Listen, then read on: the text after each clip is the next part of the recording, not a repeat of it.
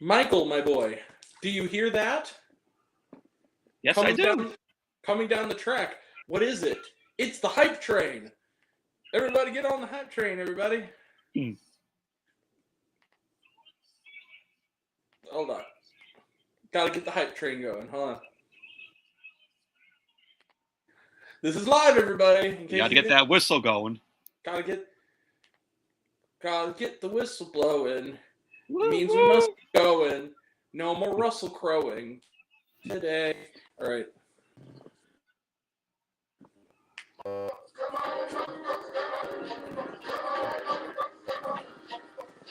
Okay. Don't want to get you my this. Anyway. Thomas the Dink Engine, baby. It's time. My childhood there. It's time. Hangout stream. Which one? Thomas the Tank Engine or Biggie Smalls? Both. Thomas the Tank Engine. I didn't listen too much of Biggie when I was as a kid. Did you ever? We were talking about South Park before this. Did you ever see Biggie Smalls in the mirror 3 times and summon him like Butters did? No. So apparently, Mr. Ponto has a stream that's going to be going on, which he did not inform me of. But we are still going to carry on. I'm surprised. He didn't mention that because he mentioned it in a group chat. I'm not in that group chat anymore. Oh God. I don't want to get into it. And it has nothing to do with Luke. Like Luke is golden, but there's other factors in that. All right. I don't even want to get into it either. So no, I'm good. I'm good with all of them in there. It's unnecessary bullshit. It's between just you and them. Yeah, we're here to talk about pleasant things. So yes, he doesn't seem to have anything listed, so maybe I don't know. Maybe he's gonna come on. But anyway, I put some invites out. For now, it's gonna be you and me. I don't know who else is coming. But I'm Grant's co-host for now. Yeah. So I was just regaling my friend Michael here with the glory of what I watched today. I did a review for it on my channel. You can go on the first channel. It's the second channel. You can go find it. It is Divorce in the Black, the Tyler Perry movie. Oh. We're not going to talk about this again because we have to do bad movie roast of this, and I want it to be some of you guys first time watching it because I just want to see your faces when certain things happen because it is so unbelievably absurd what happens in this movie that it's like Tyler Perry. I'm actually convinced has never met another human being. He doesn't seem to know how people speak to one another or act around each other. He seems to be completely oblivious to basic human behaviors. And it's glorious. And watching him try to... It's almost like... And he's had this problem before, but not quite as egregiously as this. It's sort of like... Imagine an alien coming down to Earth and wanting to do a remake of Enough with Jennifer Lopez, but not quite knowing how to pull it off. So it's just like exposition dialogue and moments of domestic psychological violence interrupted by period jokes. And it's absurd. And it's one of those kind of movies where like a character's relationship with another character because they'll talk to them and go like, like, I'm not just your friend. I've known you too long, girl. I'm your sister at this point, and as your sister, you need to dump his ass. Like, it's the kind of thing where it's like, as your best friend. It's like one of those kind of movies. It's your typical Tyler Perry awful film. It is, but the thing is, he doesn't even give us the good grace of Medea to come in and make us kind of chuckle in the middle of it, so you're just watching it. There's nothing intentionally funny about it. The whole movie is done in such a poor way. It's like, this movie, I think I said in my review, like, this movie makes Enough look like What's Love Got to Do with It. I mean, it really is that bad. Yeah, I'm not a fan of Tyler Perry. I think all his films are terrible. I'm a fan of Tyler Perry when he's not in Tyler Perry movies. I like that Girl. Tyler Perry's just a hack, in my opinion. I'm sure, here's the thing about Tyler Perry. I've gotten enough evidence to see that probably, as a guy, he's probably a pretty nice guy. Yeah. And he's done a lot of good shit. And, like, when he acts on his own in good material, he can actually be kind of a decent character actor. But I think the issue is, unless he's wearing a muumuu, there's nothing about his movies that's at all compelling. Like, I kind of like the Medea movies as glorified sitcoms. Like, they're not good movies, but they have their moments of, like, I'm sorry, the one with the funeral where, like, the poor guy in the hearse is waiting for, like, 7 hours as the funeral is barely started. I mean, that's funny. And there's, like, bits and pieces here and there where my inner grade schooler is like, okay, you know what? I'm laughing at this. It's dumb, stupid sitcom humor, but Joe's making me laugh, calling her a hoe. This is funny. I don't know. but it's Tyler. But if you're talking filmmaking, Tyler Perry can't direct his way out of a paper bag.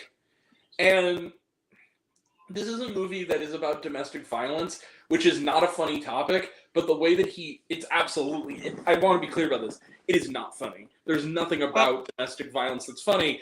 But the way that he does it in the real world. But in the context of this movie, it's done so badly that it makes you laugh. Because it's just so, like, the dude, he's one of those characters, he's the bad guy because he walks around and his resting face is like, I'm going to murder you and key your car. Like, it's like that kind of, like, face. Like, at rest is like that, like, mean mugging him. It's like, can we not? Can we not? Well, Tyler Perry did like a whatchamacallit, like something like that called Temptation. Oh, no, see, thank you for bringing that up because I was thinking about Temptation a lot when I was watching this movie. I never saw the film, so. It's a lot. It's actually somehow worse than that. Like, I know. I'm going into Luke's group chat and asking where are you? You get him, bitch. Sounds like you just did a Cartman impression. Yeah, you did. Oh, and there's Jared. Okay.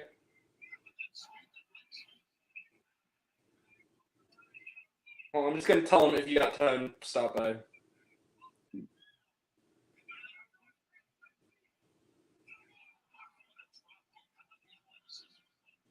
All right. Yeah, I went and saw Gremlins in the theater today. My local Alamo Draft House. Oh, there's nothing like the Alamo experience, man. Yeah. There really is nothing quite like it. And although I did have some issues in the theater. Uh-oh. What happened? A kid was talking, saying, what's going on? Oh, why did this happen? They didn't throw him out. That's like the whole policy of the draft house. I mean, it's a kid. Yeah, they're supposed to, but it's a kid though. The parents were trying to keep him quiet. So. Well, I mean, how young of a kid was it? Was it like a middle school age kid, or was it like a little kid? Because if it's like a little kid, I'd say maybe like 7, 6 years old. Okay, fair enough. Like kids that age are gonna talk kind of loudly. I mean, Gremlins. It's not a kids' film.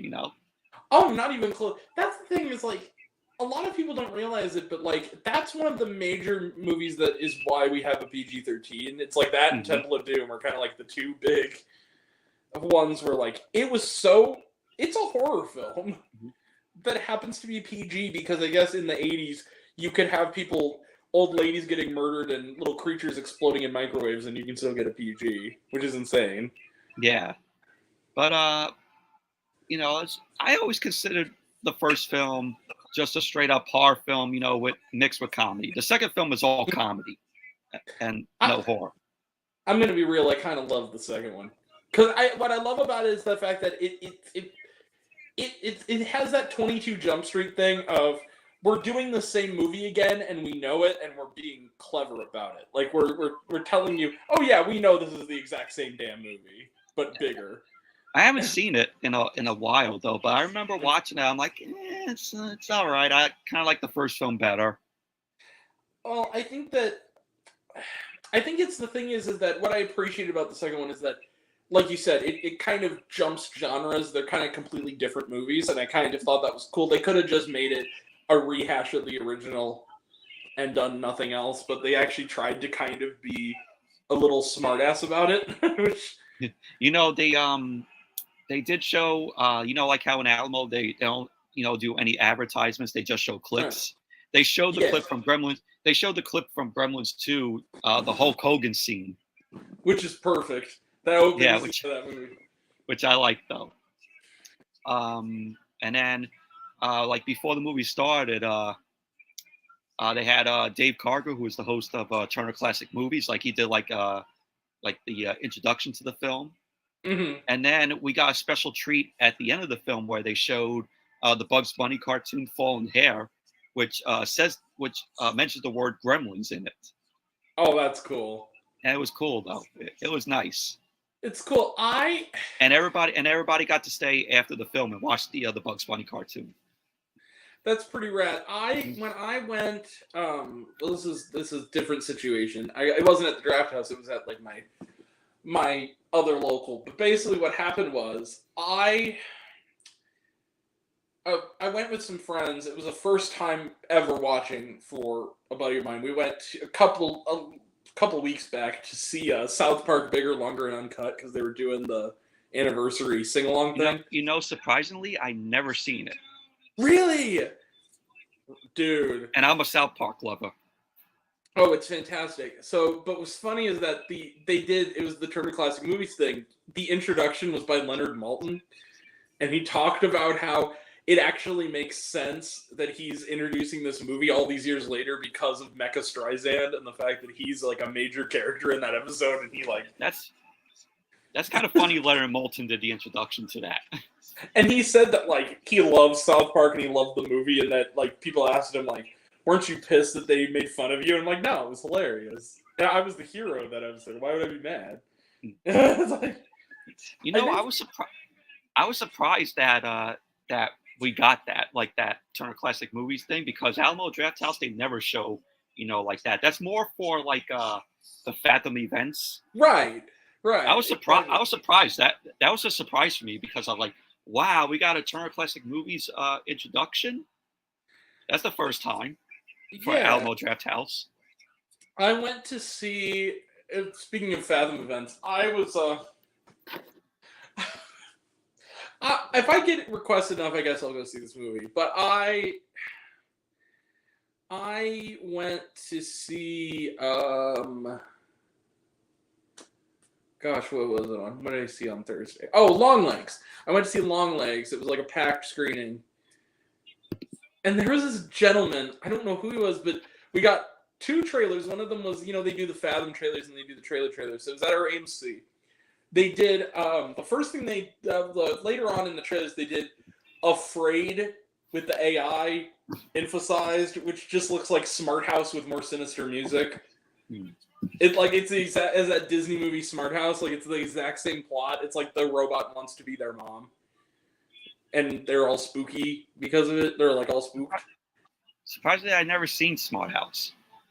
Really, that's a childhood thing. It has a Katie Siegel in it, from like Married with Children, and it's campy but it's fun. But this is like it's kind of like a comedy, whereas this is like a horror film, but it has the same sort of thing to it. There was this gentleman who, in this trailer and this other one I'm going to mention, was laughing so loud it made me laugh. Like, he was in the bottom row and he was like, like throughout the whole thing.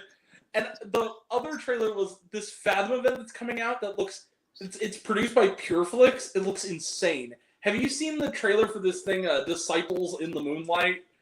No. It's literally, I'm not kidding you, it looks like it's Fahrenheit 451, but if people wanted to destroy the Bible. It's like a dystopian thing where all them good Christians want their Bibles, and all these people want to burn them Bibles, and it's like, oh my God, what is happening? This is why we never should have People should have never given the God's Not Dead movies money, because now we have these. They've gotten more ambitious. God help us all. But yeah, it was a fun time watching the film. I mean, it's the film's 40th anniversary this year. Whew, 40th anniversary. Wow. Yeah. Same. I'm going to see Purple Rain tomorrow too at Alamo Drafthouse. So it's gonna be a movie party as well. Oh, that's a great movie.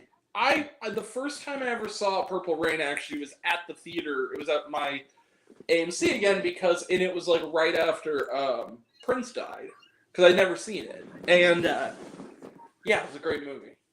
It is. Like after I watched it, I was like, wow, this movie like had like an impact on me here. Oh yeah, absolutely. It's not just a concert movie. Like there's actually like a real emotional depth. And I think he directed it. I'm pretty sure, at least he did. He didn't direct it, but he wrote it. I know his. I know like. I think his manager. I'm not too sure of it. Directed the film. Okay.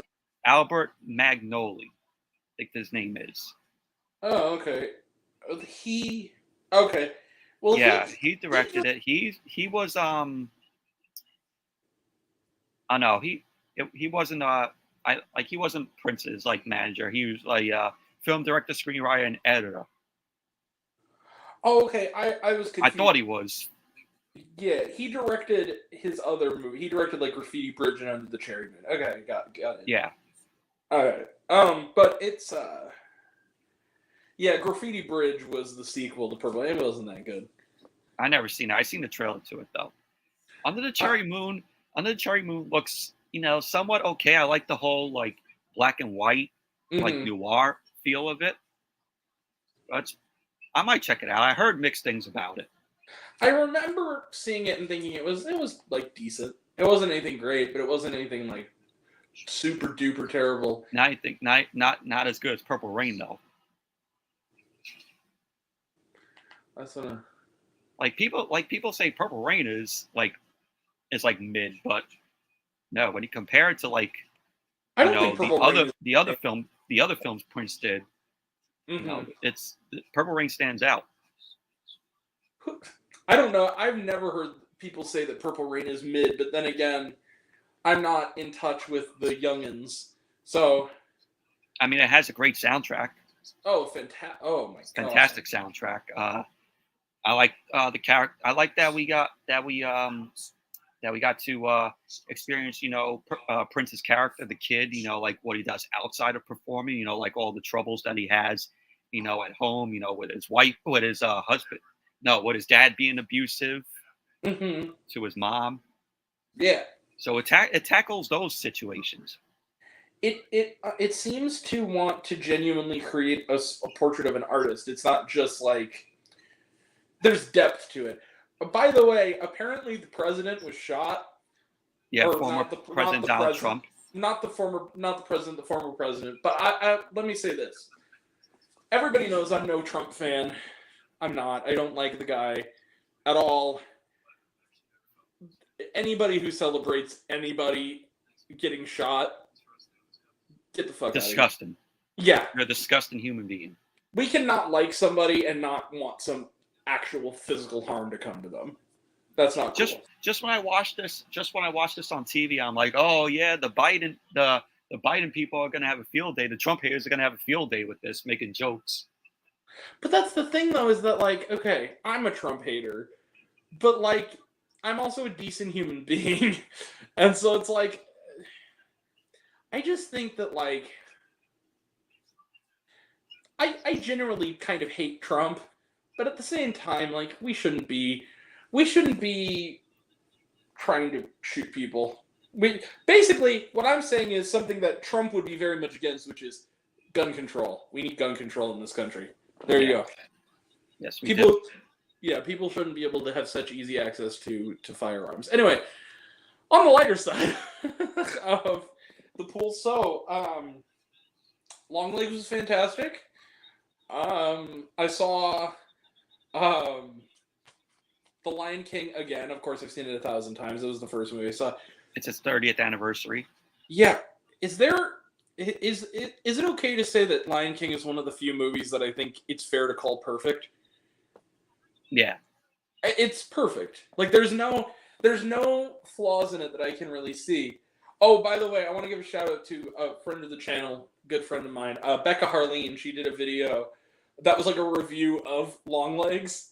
And for those who have you seen it, Michael? Have you seen Longlegs yet? I haven't seen Oh, Longlegs. I never even heard the film before everybody was talking about it. I was like, what the hell is this film? I never even heard of it. It's fantastic. Well, she did this whole thing of this 24-minute review, and there's part of the movie where a plot point revolves around somebody singing "Happy Birthday to You" for 24 minutes straight, and like the villain, and you only see a portion of it. And so her review is literally just it's 24 minutes 30 seconds, and the first 24 minutes is her singing "Happy Birthday" on a loop, and then the last 30 seconds says, "Oh, by the way, the movie was really good too." That would drive me crazy. I'd be like, oh yeah, like maybe like 5 minutes, click back. Yeah.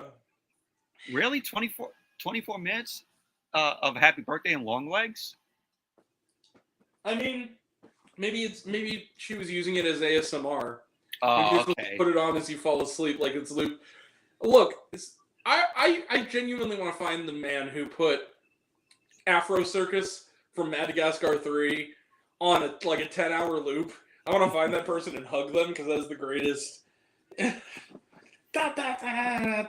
Circus, Afro, Afro, poke it up, Afro. Mr. Ponto is live. Yeah, he is. Luke, come on over here if you're watching. I dropped him a line and just said, like, look, if you get out beforehand, come on down. Come on in. Come on, stop right in, sit right down. I didn't know like he was gonna go live because I was supposed to do the stream tonight, but I was like, since some people weren't available, I just pushed it back to next Sunday, which makes sense though.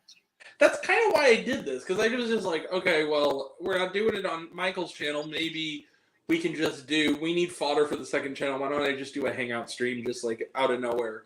Yeah. And here's the thing. I'm not going to call Luke to the carpet. I'm sure he was planning to do the Q&A before I was. So it's not like I'm not at all saying like, oh, opportunistic or whatever. Like, no, he probably was planning it. He probably didn't see my message when I put the link there. So yeah, like, it's all good. It's all good. Basically, we're kidding. It's competition. It's hyperbole and joking. It's no competition. They're not competing for views, people. Not at all. We're all one big happy family here. Yeah, we're all. Well, some people are estranged from this family, but Luke is not one of them. Luke is not one of them. Jared's not one of them. There are others that are not one of them. Michael, you're not one of them. You're in the. Basically, anybody who can handle divergent opinions without being babies and being nasty and cyberbullying and then blocking people. Like, everybody other than that are welcome here. Everybody's gone through that, at some point, on social media. Yeah, but it's happened to me, so. But see, you wouldn't welcome them on your channel, probably. Which I think is fair to say, isn't it? I mean, if not, you can go ahead and tell me, but I just don't. Nobody needs that kind of negative energy in their life or in their space, And see, the other thing is that unlike some people, I don't name names. I'm respectful, so you know who you are. Some of you might be watching this. You know who you are. I'm not. You know what I mean. Anyway, moving on. That's on a whole other move on. Thing. We don't need drama here. Okay. Oh my. Half in the Bag just put out a new episode about Longlegs. Oh, Red Letter Media, yeah. I haven't watched it. I haven't watched their videos in a long while. I remember I liked watching the I think Best of the Worst. Oh yeah. Yeah. best of the worst. The best of the best of the worst ones is when they did the Neil Breen like I think it was like marathon, and they're just like sitting there watching it, and we're just half of it.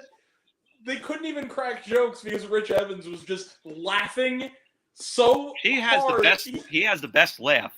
He couldn't stop, and I understand why. If you see Neil Breen, it's like I gotta look that up now. Oh my god! And he literally, and I think he even said like, we can't even put this on the internet. I'm watching this video later. Yeah, put it in your watch later. Is it called? Is it The Instructor, Through Door, Hand's Eye, and Twisted Pair? It's Twisted Pair is one of them. I think it's like it's his first three movies. It's like I Am Here Now, Fateful Findings. It says The Instructor, Through Door, Hand's Eye, and Twisted Pair. They uploaded it 4 years ago. Maybe it's the Twisted Pair one then, because it's one of the Neil Breen movies. I thought they did the other ones. Okay. By the way, I'll look it up. By the way, in case people are wondering the origin of Luke and I's favorite clip at the beginning of the year, it is this. Hey Jake, speaking of movies, do you know what month it is? Fuck you, it's January! My favorite best of the worst is when it comes to movies, Sorry. you, Sorry. What's up? my favorite best of the worst is when they did the Christmas films. Is that okay? I'm trying to remember. Wasn't there one where they did Santa Conquers the Martians? Yes, that's the one. Oh my god! And they did like Santa Claus Christmas Vacation 2, and then just oh, I forgot what's his name. The one with the laugh. Oh, Rich Evans. Rich Evans, yeah. Yes. He couldn't stop laughing throughout that video. That I was like cracking up. I was like, oh my god, he got up and he couldn't handle himself. That was hilarious though. I was like cracking up. They had to have done, because I haven't watched all of them and I haven't seen a lot of them recently. They had to have at some point done Kirk Cameron Saving Christmas. Like, there's no way they didn't bring that up at some point. Like, that's one of those movies that you have to do on that kind of show. Like, if they haven't done it yet, I'm sure they're going to do it eventually.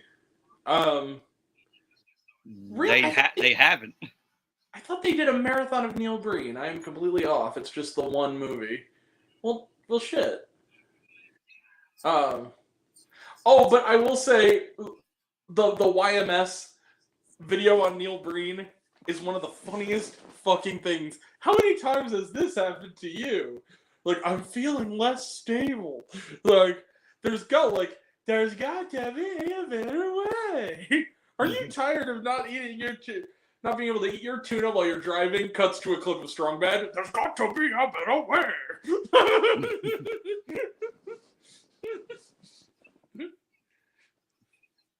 Like, oh no. How could you have committed suicide? I can't believe you've done this. How could you do this? Neil Breen. We have found the new god of independent cinema. The Father, the Son, and the holy alien space Jesus. The real human breed.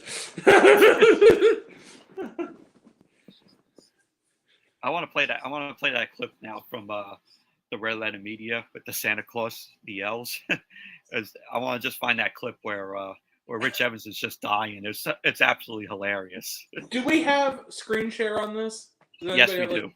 Let's do that. Let's watch it. I want to see it. I don't think I've seen that one. We'll do a reaction vid within this stream, I guess. We already lost. It's okay.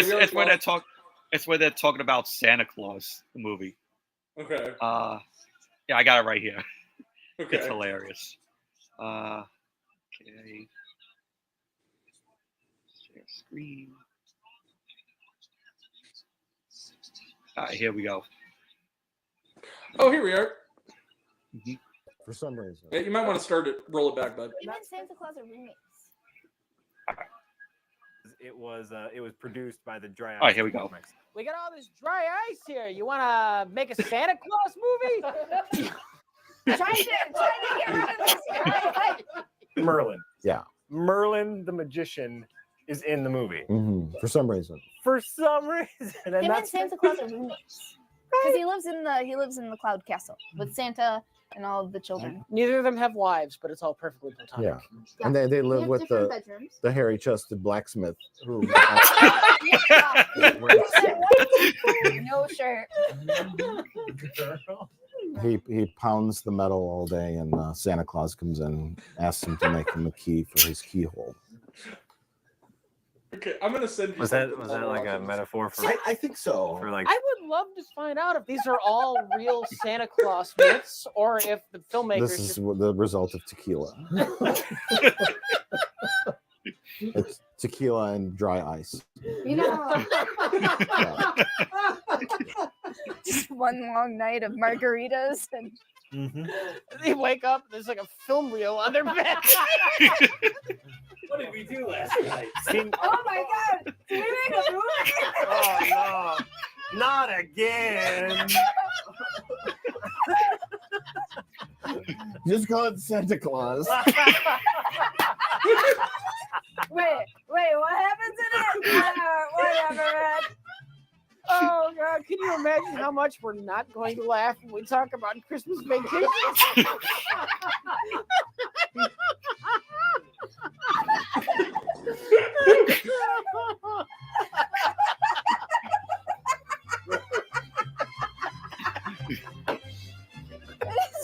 Them waking up hungover. What the hell happened? Why did I get this red makeup on me? What is that? What happened? That's it. I don't know. Where did all these children come from? And they're asking to just go home. Sir, can we just go home? We won't tell anybody about your movie.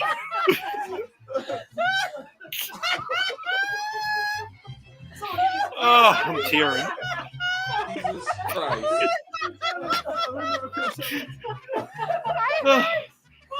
Oh. Oh, my stomach hurts. My stomach hurts.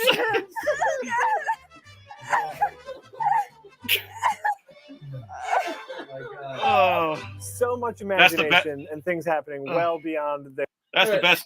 That's the best clip ever. Keep your second screen open. I'm gonna send you a couple quick little thingies. Okay. Okay. Oh my I God, sent it- I'm check tearing your from that. Check your DMs. I sent you something.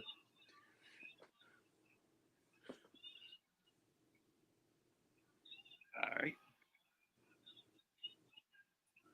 Oh my God, that's the best clip from that It is. video. All right.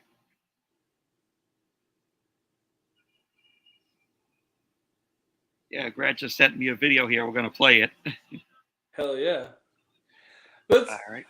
We've run out of things to talk about, so we're just gonna react to funny memes and shit for a little bit, and give us some inspiration.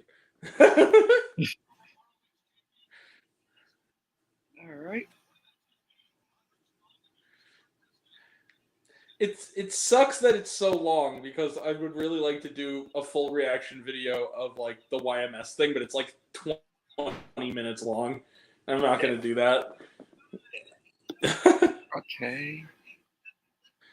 I almost want to jump though to kind of like that one particular clip, just because it's.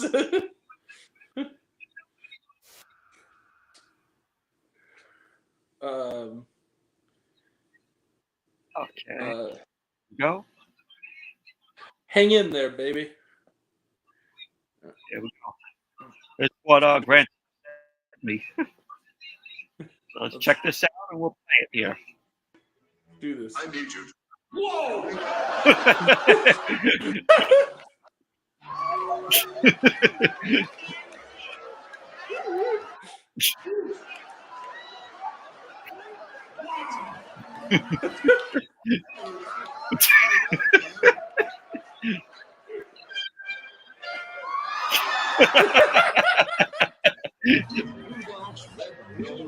Little different version here, yeah. That's right. Oh, we lost 3 lines in that. Okay. It was worth every moment. Oh, that was funny. Hold on, I got. This one is so quick; it's gonna go by in like a second. But so here's a topic. Oh my god, I'm tearing.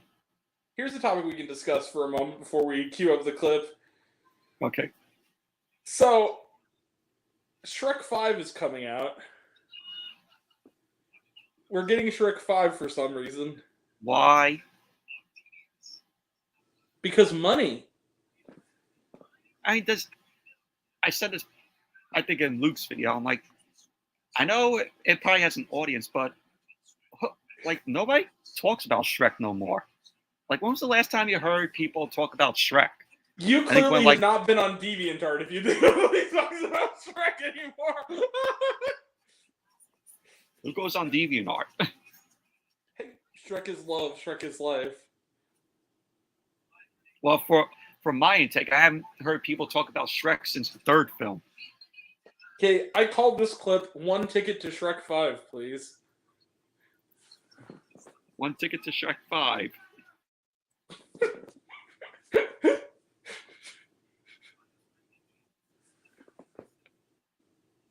All right.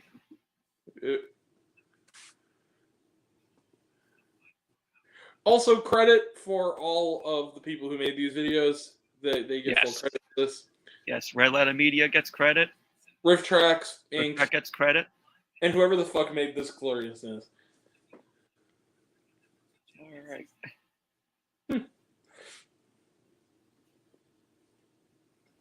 I already know it's Shrek. Okay. I don't see the screen yet. All right. Whoa. I'm going to pause this here. Please stand by, kids. Please stand by. All right, hold on. I pause it and then it plays, like before I share the screen. Luke, you're missing a fun one tonight. Oh, here it is. Okay. 1 ticket to Shrek 5, please. All right, we gotta start it over. We gotta start over. It's so quick. Good. All right, you ready? Yeah. Okay. 1 ticket to Shrek 5, please. Yeah. Some donkey.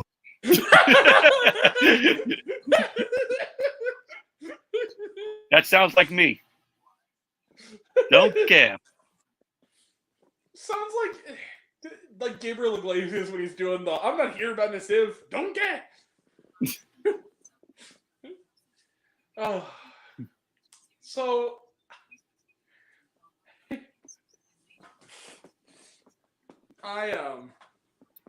one moment. Got it. At least I have one fan here. Bazing. Bazinga. Okay,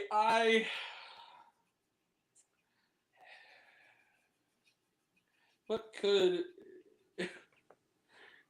could we discuss next? Films that are coming out. Sure. Twisters. I'm excited for Of course. Twisters. I'm looking forward to it, seeing it Thursday, hopefully. I'm actually gonna go see it Wednesday. Oh, hold up. I have the perfect clips to send you. Hold on. We're gonna credit to Camille. That is the lowercase c Camille. Mm-hmm. But I'm also convinced Tim and Eric made this.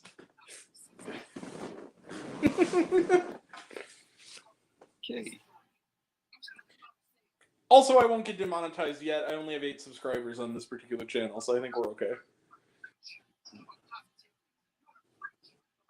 That's Future Grant's problem.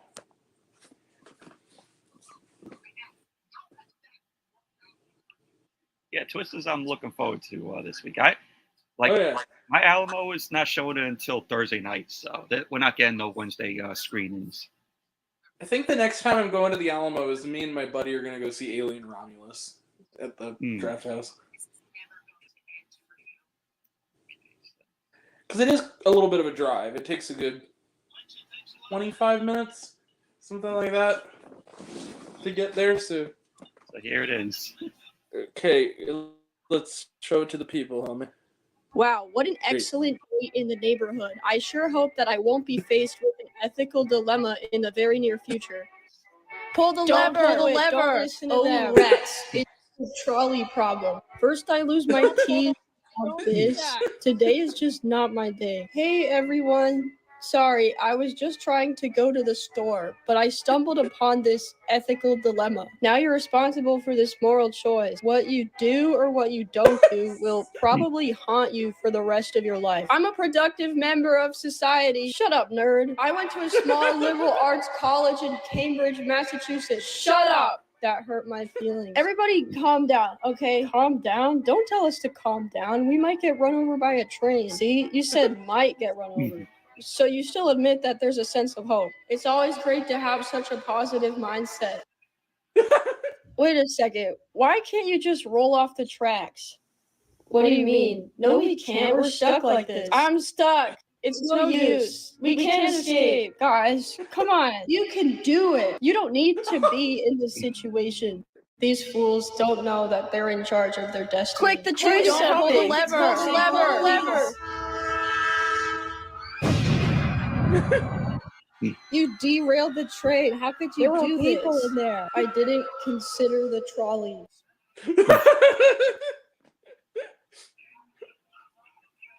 I have a weird sense of humor. Of course. Okay, so Twisters is coming out. Well, we got to talk about the obvious one, Deadpool and Wolverine. Most anticipated film for me. I'm also certain Taylor Swift is going to be in it. I know he said he's not, but you know what? Think she's going to be in it? Andrew Garfield said he wasn't going to be in No Way Home. And he was. I'm just saying, right? They have to be coy about these kind of things. Mm-hmm. I thought it was funny. I read this article that apparently Kevin Feige needed to explain to Bob Iger what pegging was. Really? I want to be a fly on the wall in that conversation because of that one joke. Like, you had to explain to him. It's like, oh, it's like I know you're the president of Disney. It's like, oh, we do Disney shit. It's like, what's pegging? I'm like, oh, it's when you put a strap on and fuck somebody in the ass. It's like, what? Oh, it's put on a strap on. You fuck somebody in the ass. Get out of my office. So I just had to share this right here because this news came out. Apparently, Disney had a data hack. Ooh. Did we learn any juicy details? Right here, according to worldofreal.com. Share the link out. Share the screen out here. Okay. Sorry, I'm getting bombarded from all angles. Oh. Yeah. So it says, Disney allegedly hacked 1 terabyte of data stolen. Okay. Yeah, 1 terabyte of data stolen. We should keep an eye out on this story. Apparently, Disney was hacked overnight. Over 1 terabyte of data was stolen, including unreleased projects. Okay. So, said Disney must be sweating bullets, hoping Deadpool and Wolverine doesn't leak online only 2 weeks before it's released. Uh-oh. Silver Surfer and Secret Wars. That sucks to be Disney. Yeah, it does. I wonder. It sucks to be Disney, but you know what? Karma's a bitch, and Disney is kind of long overdue for it. Especially Bob Iger. Yeah. This is what happens when you don't pay your Disney workers. should be on. Yep. I gotta say they had it coming. Yeah, Disney had it coming. So Red Hulk theories. Do you think it's going to be Thunderbolt Ross, like in the comics, or do you think it's going to be somebody else? Hopefully, it's Thunderbolt from the comics. But here's the thing. Watching that trailer, there was nothing about it, and mind you, it was short, but in the context of the trailer, I didn't see any reason narratively why it would be him, but at the same time, in the comics, it was definitely him, so I'm kind of off about it. But I will say this. It's nice that Marvel is finally acknowledging that Eternals exists and isn't just treating it like a redheaded stepchild like it's been for the last 3 years. That film I thought was okay. Would I ever watch it again? No. It's not one of their best movies, but at least it has ambition. At least it like tried something different. I almost fell asleep to the movie. Yeah. I think it's because of the slow pace the movie had. I liked the movie, but I think also I just liked it. Oh, wait. Michael, that's right. We haven't known each other long enough. Luke knows this story. Did I tell you what happened at my screening of Eternals? Because it's like insane. No. This guy. This is why I love opening nights, because you never know what you're going to get from people. So I went to see, and mind you, Eternals is a very long film. I went to see Eternals. It did not need to be over 2 hours.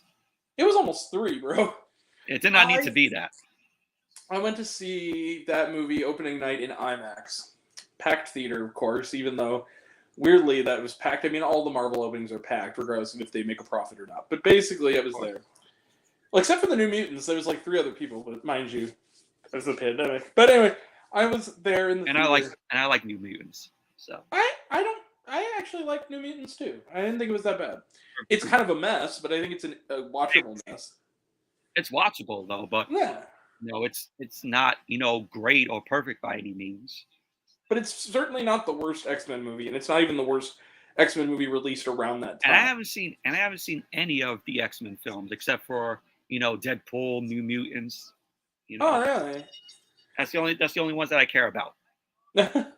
Fair enough. Because I heard before you go on, because I heard the X-Men films, like the timeline is a mess. Oh, absolutely. Oh, it's insane. That's why Logan. I don't follow the films. You saw Logan, right? No. Really? Oh, no, see, Logan's great. Logan is like, it stands on its own, and it's a really good movie.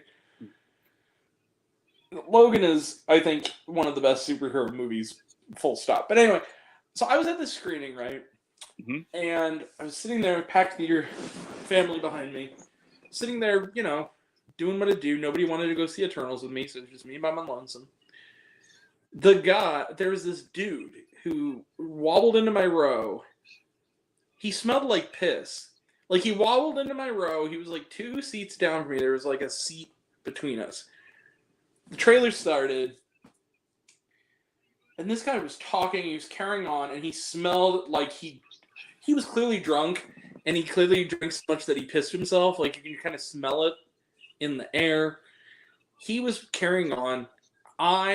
There got to a point where it was during the trailers, and if I remember correctly, one of the trailers was Clifford the Big Red Dog. And the only reason I remember this is because I distinctly remember me kind of going like, "Aw, that looks cute." And then I was just kind of like, "Aw." And this guy shifted his entire body toward my direction and was just like this. And just kind of muttered to himself. And I was just like, and I just kind of couldn't help but look over like, "Yeah, dude, what's up?" And he's just like, shifts around like, "Whatever, bitch." So I watched the movie. Here's carrying on. He's in my row. All of a sudden, he left. So an usher came by, I guess when his girlfriend went to go get popcorn, and said like, "We know who you walked in with. We know what he's been doing. You folks need to leave." Because I guess the lady behind me, who's like the mother of the little boy, and he was like cursing and carrying on. It was like a little boy that she brought with her.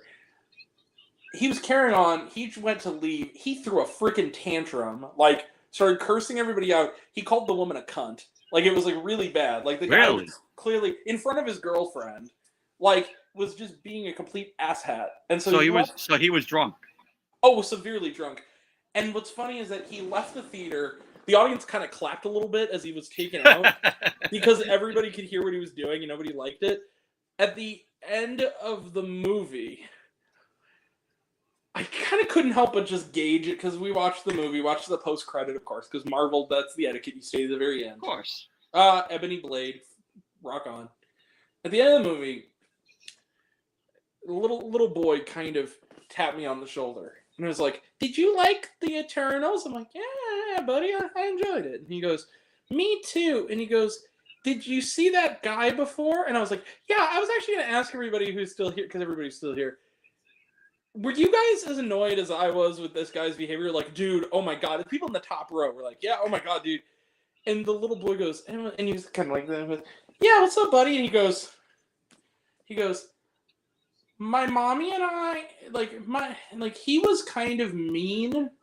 My mommy and I saw him when we went to get popcorn. He was crying.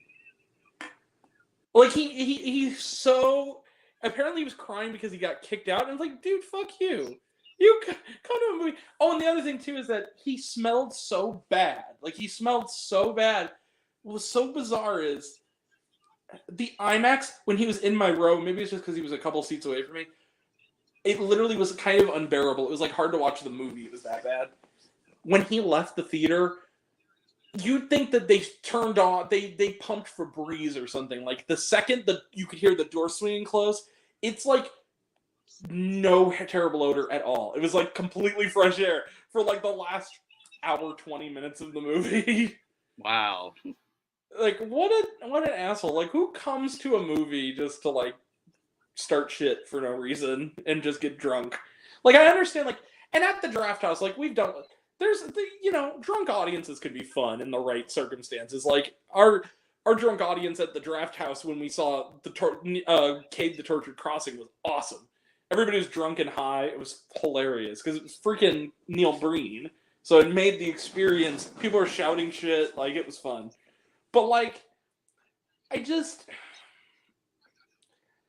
this poor girl, like, I kind of looked over at her at one point kind of sympathetically, like, because clearly she was like, and it was one of those situations where as she was leaving, he was carrying on, and you could kind of hear her, because she was being completely fine. It was really his behavior. She was just watching the movie being decent. When they were walking out, she was basically like mothering him as clearly his girlfriend. It was like telling him, like he was a 9-year-old, like you need to stop. Like straight up telling me, you need to stop. Stop. Like, bad behavior. No, young man. Like, she was doing that kind of thing. And I felt so bad for this girl. I was just kind of looking over at her like, I'm sorry. I'm sorry he's such a the fucker. Like, you could do better. It's so shitty. But the fact that even the little boy is like, oh yeah, that dude was like, I halfway expected him, and he kind of did it in a nice way like a kid would, but I kind of did expect that little boy to go, yeah, he's a dick. Like, he really didn't like him very much. So that was cute. It was a nice little, but he loved the movie. He talked about how, and then at the end when Blade showed up, oh, that was so awesome. Like, he was really excited. So good for that kid. I even forgot Blade showed up. That's how long I haven't seen the movie. He doesn't show up, like, you hear his voice, but you know it's him. It's like Mahershala. You hear his voice come through. Dude, inevitably that bit is going to age like milk once inevitably Mahershala drops out of this movie because it's taken so fucking long to make it. just get Wesley Snipes back as Blade. You know what? I never seen any of the Blade films. You know what, though? Here's the only problem with Wesley Snipes, and I think Wesley Snipes is phenomenal in those movies. I don't think anybody at Marvel wants to put up with him when he plays Blade anymore. And the reason I bring that up is, I don't know if you know the horror story about the third one. I don't know if anybody ever told you, but like, Patton Oswalt, you know Patton Oswalt. Yeah, of course. He was like a supporting character in the third movie. He was like the tech guy. He was like a comic relief character. He said that like he hated Wesley Snipes, and the reason he hated Wesley Snipes is we did one movie together. It was the third Blade movie, and he says that he did this whole method acting thing where, like, I'm sorry, when Ryan Reynolds, like Mr. Nice Guy Ryan Reynolds, almost pins you against the wall in anger because you're just annoying everybody, you know you've done fucked up. Like, when Ryan Reynolds almost comes to blows with you because you're just being such an asshat, That's Oh, Ryan Reynolds. I've never seen Ryan Reynolds do anything but be like the coolest, chillest dude on the planet. But it's literally like it's like Clooney on the set of Three Kings with David O. Russell. It's like, man, when people like that who are so well spoken and laid back just go off, you did something wrong. And this guy, basically, what happened is like he came on stage and he came on set and he was like, nobody call me Wesley, I'm Blade. Like people said, hey Wesley, we got to start a thing. Blade, my name is Blade. And then Patton Oswalt, and this is where I think Ryan Reynolds got involved. Patton Oswalt told him, like, look, man, chill out. We're just making a movie here. He grabbed him by the collar and pinned him against the wall and, like, was in character threatening to kill him like he did, like, a vampire. And freaking Ryan had to, like, get in between them and, like, pulled him back. It was crazy. And it was, like, corroborated. Like, Ryan Reynolds said, oh, yeah, that shit happened. Like, he straight up said that, like, he's not lying. That's crazy. Fuck, bro. That's why, well, it's kind of like, it reminds me of, did you ever see, there was that documentary that came out a few years ago called Jim and Andy Go Beyond, where it's about Jim Carrey making the movie Man on the Moon, where he played Andy Kaufman, and the whole thing I never seen it. Okay. Well, I like Man on the Moon, though. It's a great film. A great movie. But he's talking about, like, when he was making it, apparently he really pissed off everybody because he was convinced that he was possessed by the soul of Andy Kaufman. And so he started walking on set. He never broke character. And it shows Jim Carrey now being interviewed. And he's like, yeah, in hindsight, I was kind of an asshole. Like, because I thought I was Andy Kaufman. And I was going on set, like, acting like I was, like, he literally was like, got too into it. And mind you, it led to one of his best performances. So, I mean, it worked. But, man. It's like when they can't break character, you're really into it. It's kind of like on when they interviewed Will Smith about Suicide Squad, and he said, what was it like working with Jared Leto? He goes, oh, I never met Jared Leto. I met the Joker. Because he, like, never met him. The worst Joker ever. Bro. Right? Honka, honka. I like Suicide Squad. It's a guilty pleasure. But Jared Leto's Joker is terrible. I like Morbius, Jared Leto's character Morbius, than the Joker. You know what? I don't have the hard on for hate of Morbius that other people do. I think it's a deeply messy movie. It's not. It's better than Madam Web. Well, I mean, do we even need to say this? And the writers who wrote Madam Web, they wrote Morbius as well. Okay, let's be real, though. They didn't write Madam Web. Pepsi Corporation and Marvel Entertainment wrote Madam Web. You cannot tell me that an actual screenwriter wrote that movie. You cannot... Pepsi presents Madam Web. A Pepsi production. That's what I call it. Drink Pepsi. Drink Pepsi, goddammit. Oh, by the way, Madam Web is in this. The movie. Kind of. She shows up at the very end. For most of it, she's just Dakota Johnson looking like she wants to fire her agent the second she walks off set. I hate that movie. I love that movie, but it's bad.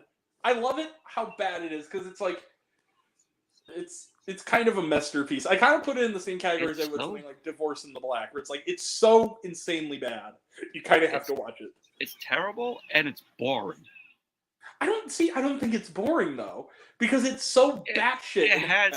It has pacing issues. It felt like I was watching the film for over 2 hours, and it's only an hour and I think 56 minutes.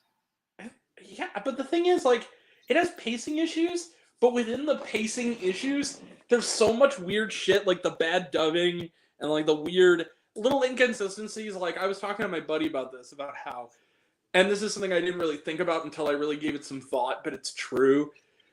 So this guy, Ezekiel Sims, who, of course, as we all know, was in the Amazon with her mother while she was researching spiders right before she died.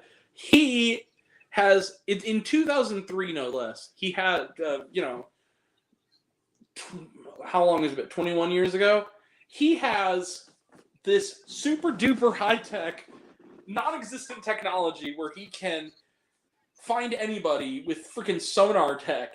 He basically has that shit that Lucius Fox made in the last half hour of The Dark Knight. Like, he has that freaking sonar, like, pinging. He's able to ping anybody from any location.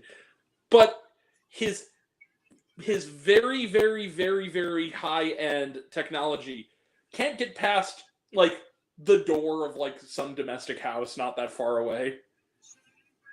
Like, literally, they go to Peter Parker's mama's house to hide out, and, like, you can't find them. You can't forget that scene in Man and Boy where the girls are dancing to Britney Spears' Toxic in the diner. That leads me to my other point. Thank you for bringing that up. That leads me to my other point. I love that they put Sydney Sweeney in glasses and a frumpy shirt. You know, like, she looks like a nerd. No, like, yeah, they're like, oh God, she's a nerd. I'm like, shut the fuck up. She's Sydney Sweeney. Like, there's not. I saw Anyone But You. I know what Sydney Sweeney looks and like. she's pretty.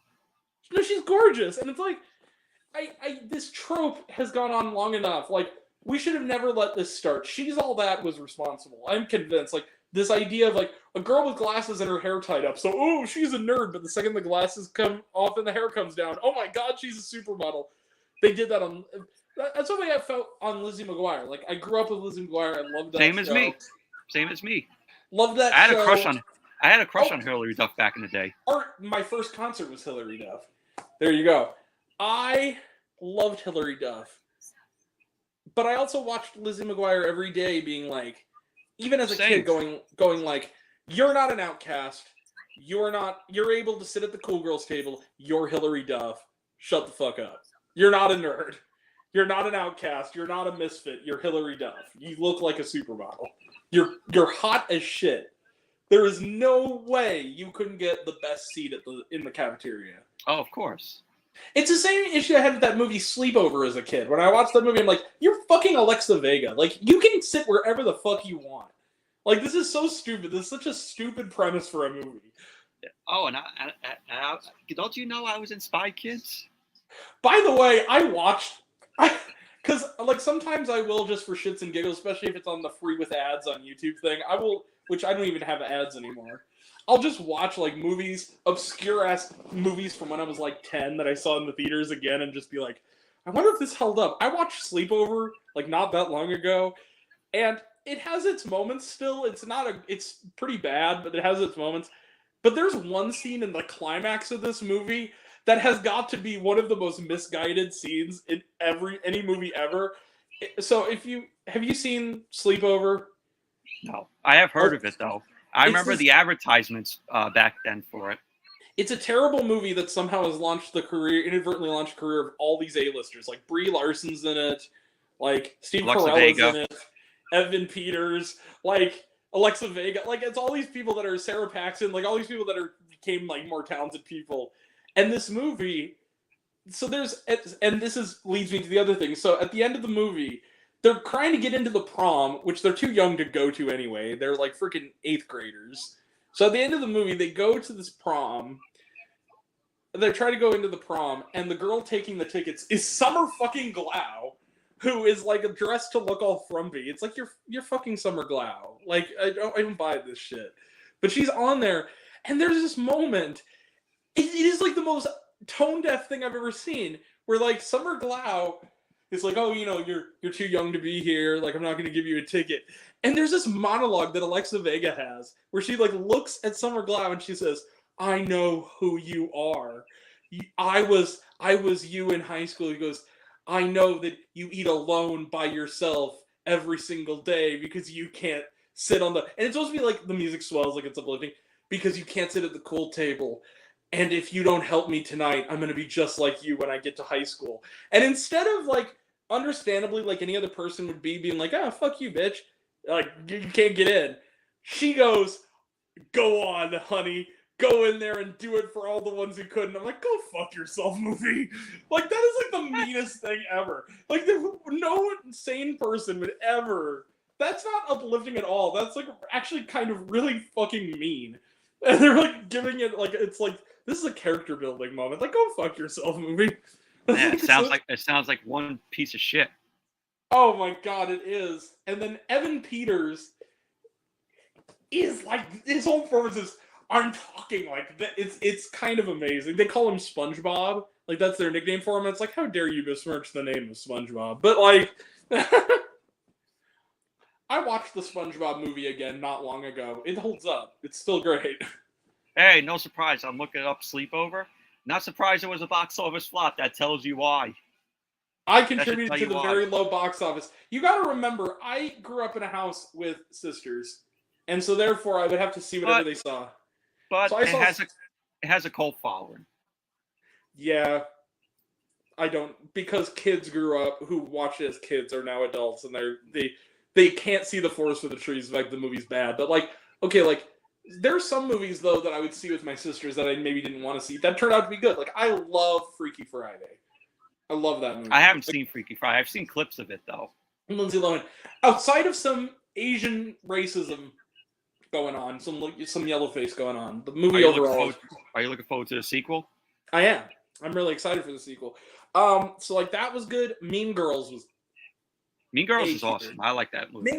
Mean Girls is fucking great. And then also a movie I think it was like one of the situations where my sister was taking us to the movies, and it's like, okay, we get to pick a movie, we have to all agree on it, which means if everybody agrees and Grant says no, that means Grant has to come. So it's like, okay, I think something else was out, or it was like something I really wanted to see that I would see. No, you know what it was? It was I wanted to see Batman Begins, and I saw that in the theater. Yeah, I would eventually see it in the theater. But on that day, my sister's like, "Yeah, I don't want to see Batman Begins. Let's go see the Sisterhood of the Traveling Pants." And my other sister's like, "Yeah," and I'm like, "That movie about those girls who literally share jeans. Like, what the fuck? I'm not seeing that movie." And at the end of that movie, I was the one fucking crying. Like, it was actually good. Like, who thought that movie was going to actually be kind of decent? I haven't seen it, though. I've seen clips of it, though.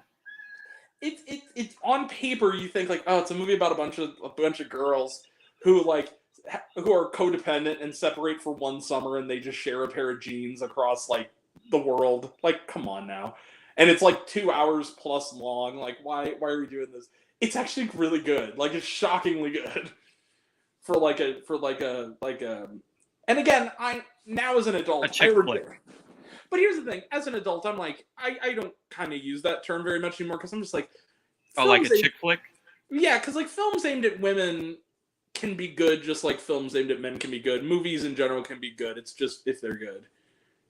I think it's because I've become less jaded because I have to see everything now. That I'm kind of like, okay, you know what? When it's actually good, like Red, White, and Royal Blue, for instance, was really good. And that's a movie, it's one of those rare movies where I'm like, I liked this movie, I think my aunt would like it even more. Like, it's one of those kind of movies. But, you know, like, I just think that, I'll say this, speaking of movies I saw with my sisters, I love The Notebook. I love that movie. It's one of my favorites. Never seen it. It was my mom's favorite, though. It was? Mm-hmm. It's a good movie. And it gave the world, it kind of was, not to say it was his first movie, because he did a couple other, well, I mean, he was a child actor before that, but like, big movie role-wise, like Ryan Gosling, that was kind of his first big breakout movie. When he still was getting over that boyishness that he had on the Mickey Mouse Club, like when he still had those kind of... And also, like, it was that movie and Mean Girls combined that began my lifelong crush on Rachel McAdams. Like, I've always She's a good actress. I like Rachel McAdams. She's terrific. And I actually think, and this is not just because of my fandom, this is also just because it was an injustice that this didn't happen. I really thought she deserved an Oscar nomination last year for Are You There, God? It's Me, Margaret. Like, she was so good in that movie as the mom. I've never seen it, though. Oh, dude, it's really good. Mind you, a lot of people didn't see it theatrically, didn't do very well, which is too bad because it was a really good movie. It was one of my picks on, I think it was my number 10 or my number 11 last year in my best of list, actually. It was really good. She was good in Mean Girls. Oh, yeah. Regina George. One time, she punched me in the face. It was awesome. I love Mean Girl.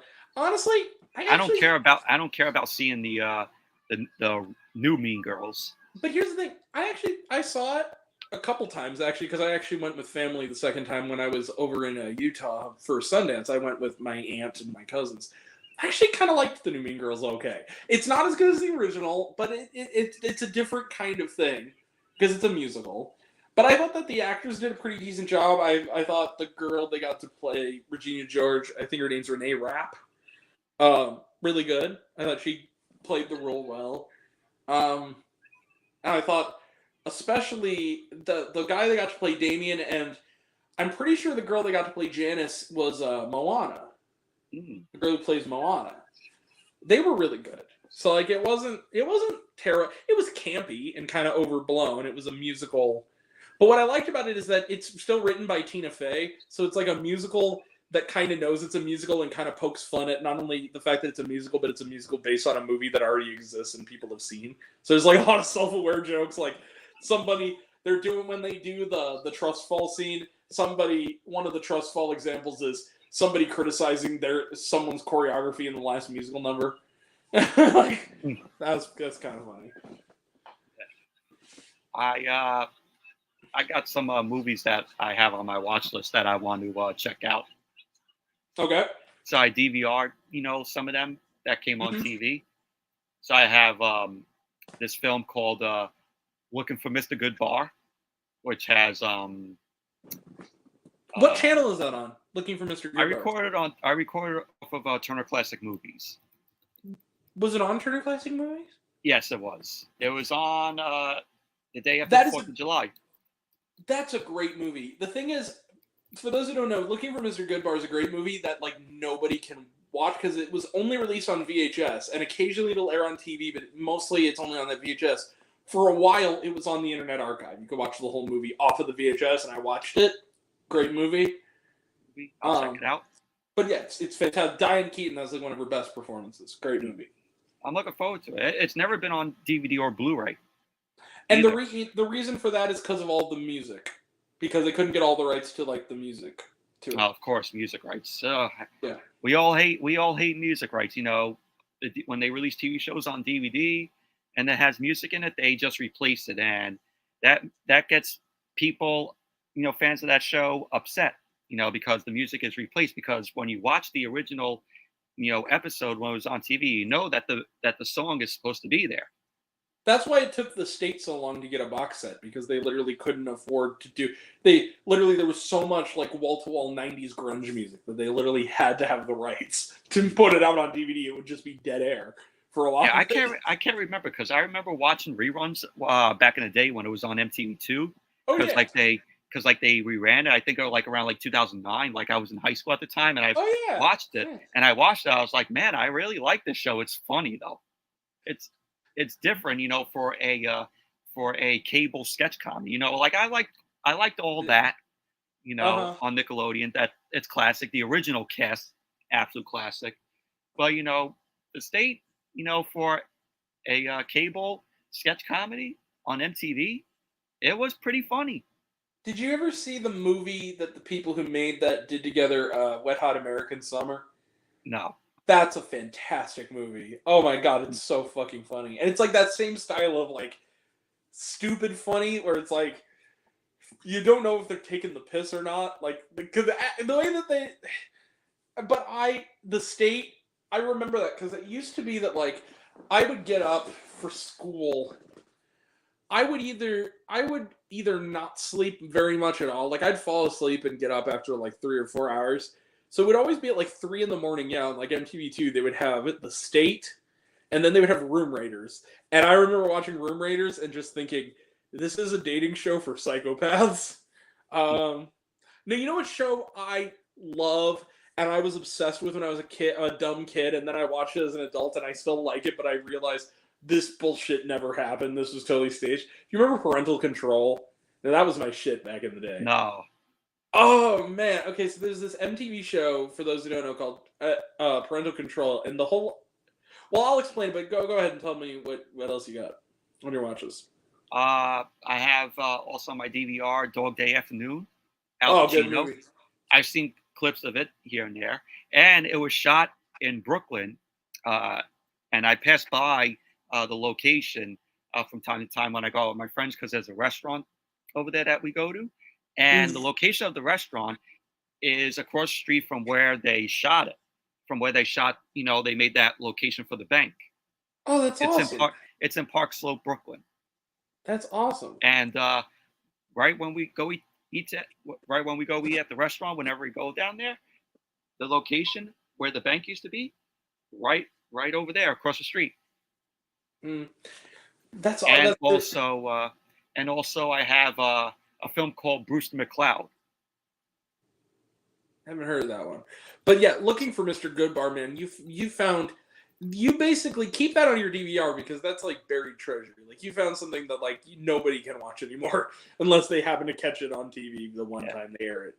This is what Brewster McCloud is. It's a black comedy from 1970, directed by Robert Altman. Oh wait, no, I have seen this. I've seen this. Yeah. Film follows a young recluse played by Buckhorn who lives in a fallout shelter under the Houston Astrodome, which is no longer there. Okay. And he's there where he is building a pair of wings in order to fly. He soon becomes a chief suspect in a series of bird-related murders. Oh yeah, okay, I've seen this movie. I know it was a long time ago, but I remember seeing this. I think I saw this in a film. What this kind of reminds me of the plot? Where he's building a pair of wings in order to fly. I know it has like a different, intake of it. I'm not comparing it. It kind of reminds me of that film. I don't know if you saw it, called Birdie, with Matthew Modine and Nicolas Cage. I haven't seen it. No. It's a great film. It's an underrated Nicolas Cage film. It's about Nicolas Cage and Matthew Modine. They were in the war together. They were in the Vietnam War, and Nicolas Cage's character throughout like the film, aside from flashbacks, his face is all taped up, making him look like the Invisible Man. And so he goes to visit Matthew Modine's character, who is called Birdie, in like this mental institution. And Matthew Modine as Birdie, he's very fascinated with birds, and he wants to basically be like a bird and like fly. Okay. And he has like he ends up building like this contraption, with wings, so he could fly. It's a great film, very good movie. You said it was called Birdie, right? Birdie. I'll have to add that to the watch list. Came out in 1984, directed by Alan Parker, who directed another film that I like called Angela's Ashes, which is very underrated. I like Alan Parker. I liked what's that one movie? I liked Fame. Fame was a good movie. He did Bugsy Malone. Bugsy Malone, Mississippi Burning. That was a good movie. Pink Floyd The Wall. Oh yeah. Don't wait. I'm sorry. Don't you mean Doug Walker directed Pink Floyd's The Wall? We all saw that 40-minute. No, Alan Parker directed the film. Oh, okay. You clearly don't get my joke. Have you seen the Nostalgia Critic The Wall video? The Nostalgia Critic. Yeah. Yeah. So long. Oscar Bates song. It wasn't very good. I know I haven't heard of this one, but you had me at Nicolas Cage and Matthew Modine. Those two things alone make me interested in it. And the music and the score of the music for the film was done by Peter Gabriel. Nice. Yeah. I definitely recommend the film. It's a very good film. Great acting from both Matthew Modine and Nicolas Cage. Awesome. Well, I thought I'd seen every Nicolas Cage, but I guess I haven't seen that one. It came out in 1984. Yeah, so that was early days of Nicolas Cage. Have you seen Peggy Sue Got Married? That's a good movie. With Nicolas Cage. That's a good movie. No, I know. Is Jim Carrey in that? I think that was like his first movie. He has a small role. I've seen a clip of it here and there, though, but I never seen the whole movie. Speaking of Jim Carrey, not long ago I rewatched it again. Childhood movie I had to rewatch just to make sure it held up. Boy, not only did it hold up, I think it actually was a bit funnier. Liar, Liar. Liar, Liar, yeah. Oh, that my is my God. That is my all-time favorite Jim Carrey movie. Oh my God. Was it that movie is peak Jim Carrey. It is. I mean, you might say Dumb and Dumber, The Mask, is peak Jim Carrey, or Ace Ventura is peak Jim Carrey. Liar Liar is the very peak of Jim Carrey. That's his best movie. His best movie is The Truman Show. Let's not play, but that's not really a Jim Carrey movie. That's a movie that happens to have. It's a drama. Well, yeah, and also like Eternal Sunshine of the Spotless Mind. But again, I never seen that, but that's on my watch list. Oh, fantastic movie! But Liar Liar. Oh, and Bruce Almighty. I like Bruce Almighty, but like Liar Liar, just that was it as good for you as it was for me? I've had better. I'm kicking my ass. Do you mind? This isn't just about you anymore. This is about all women. Where would Tina Turner be today if she said, "Smack me again, Ike, and put some stank on it. Roll on the river." That's where. The best scene of that film where he cracks up the whole entire boardroom. Right. That is the best scene in the film. What was that? Was it when he gets pulled over by the cop? It's like, you know why I pulled you over, sir? He goes, oh, "Here we go." Like, what does he say? He goes like, "I ran a red light." You know, I like, what was it? I drove past a red light. I drove some more. It's like I forgot and didn't yell at crosswalk. Right. It's like, or the pen is blue. The pen is blue. The goddamn pen is blue. The best Jim Carrey story I ever heard was Jim Carrey was talking. I think he was on Howard Stern, and he was talking about because he was in Batman Forever. Oh, I like Batman Forever. It's a guilty pleasure. Yeah, it's way better than Batman and Robin. I mean, is that even a question? Dude, a pile of I'm shit just saying, a toilet for 2 hours is better than Batman. I'm just saying to the people that hate Batman and Robin. Oh. I'm saying just to the people that hate Batman Forever. Yeah. There's no comparison to Batman and Robin and Batman Forever. No comparison. The best story I ever heard was about that, and what it was basically Tommy Lee Jones, of course, was in that film, and he apparently Dumb and Dumber did not care for his Two-Face. Yeah, but Dumb and Dumber opened and creamed his passion project. He made this passion project, and it got beat at the box office by Dumb and Dumber. And so the moment they met on set, he instantly despised him. Yes. And what was so funny about it is that he apparently went on. They were at dinner or they were at meeting at the same restaurant, and he did that sort of Goodfellas hug where you get off out of the table and you gets him in real close, and he goes, Jim, come here, buddy. And he goes, I hate you. And he goes, I will not hold court to your buffoonery, or something like that. And then he went to sit back down. Everything's good. He was probably jealous. Oh, he was. But it's just hearing Jim Carrey well, that was kind of messed up. I mean, I'm a big fan of his, and I just I have no ill will toward him. But just the first time we met, he's like, and he hasn't worked with him since. Well, no, I mean, would you? No. If somebody whispers in here, oh, by the way, I know we're going to be on this movie for several months, and we're going to have to promote it for several months more, but I hate you. Yeah, it's I wouldn't want to. I'd maybe wait a little while before I make another project with that person. Yeah. Again, we go back to the discussion of why certain people aren't on my channel anymore. Again, it's if somebody says very clearly, oh, I just don't like you at all, it's well, you know what? You made that clear. God bless. You don't have to like me if you don't. You don't have to like me, but that also means I don't have to like you, and I don't have to welcome you into my You don't world. have to impress people. No. Okay. We might have another guest, so hold on. I gotta send it the link. But not for long, because we gotta wrap this up. I'm getting sore. I think we should hop over to Luke's channel. Nah, not that traitor. No, I'm just kidding. Wow. I'm kidding. I'm kidding. Timestamp there. Yeah, if anybody watching this want to take this out of context, this is your timestamp. Fuck that guy. No, I'm kidding. I love you, Luke.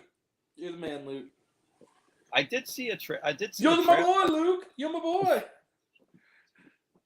Well, Luke's an awesome guy, so. Yeah, he is. He's a good dude.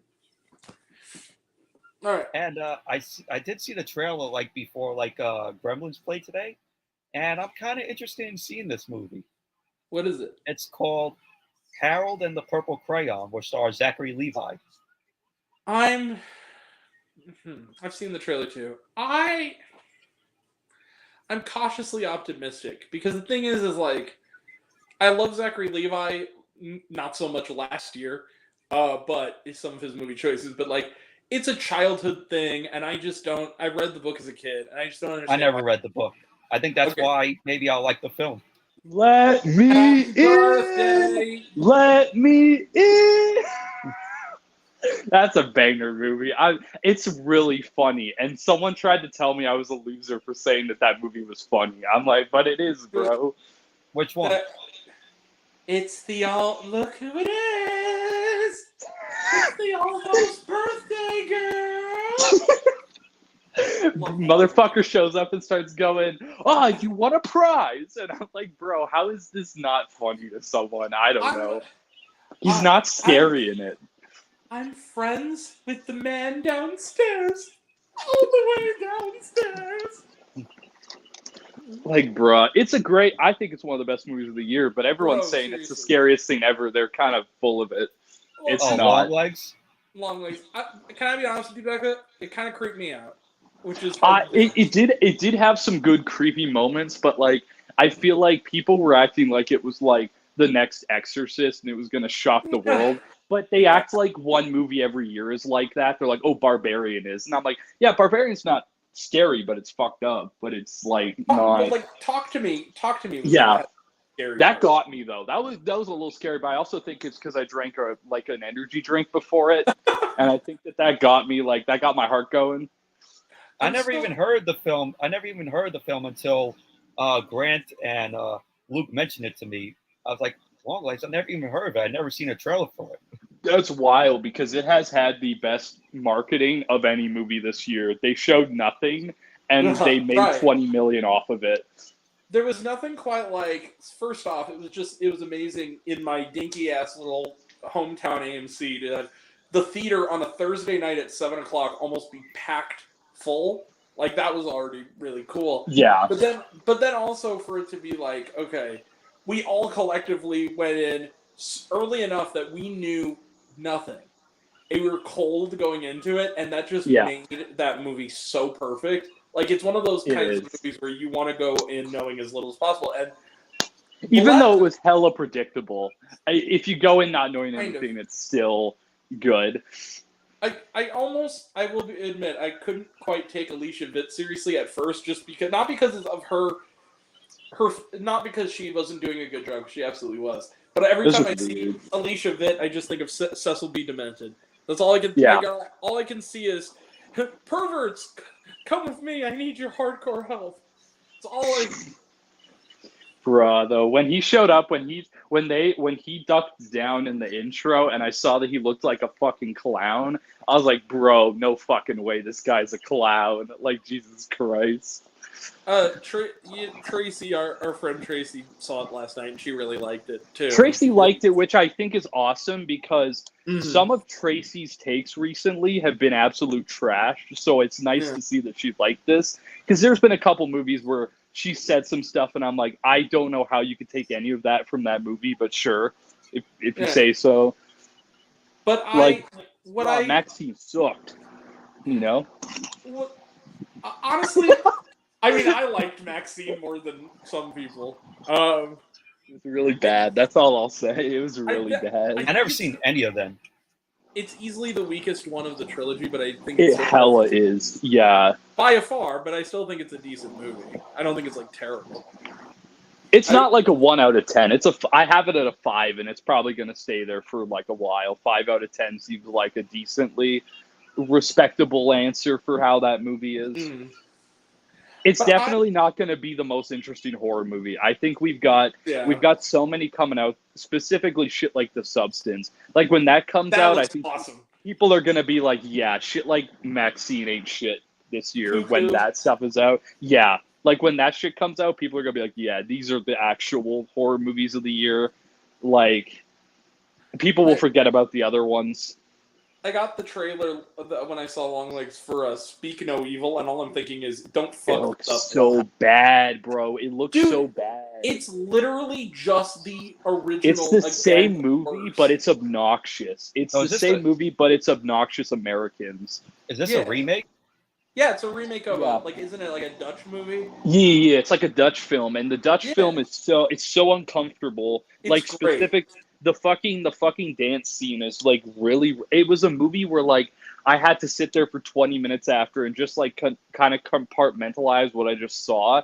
This remake makes it look like it's like some generic bullshit, like cannon fodder bullshit. I kind of look at it in a strange way, similar to like when they did the original The Vanishing, and it was so fucking terrifying, and it like it does look like that. Yeah, and then they made the remake of it, and they just fucked it up.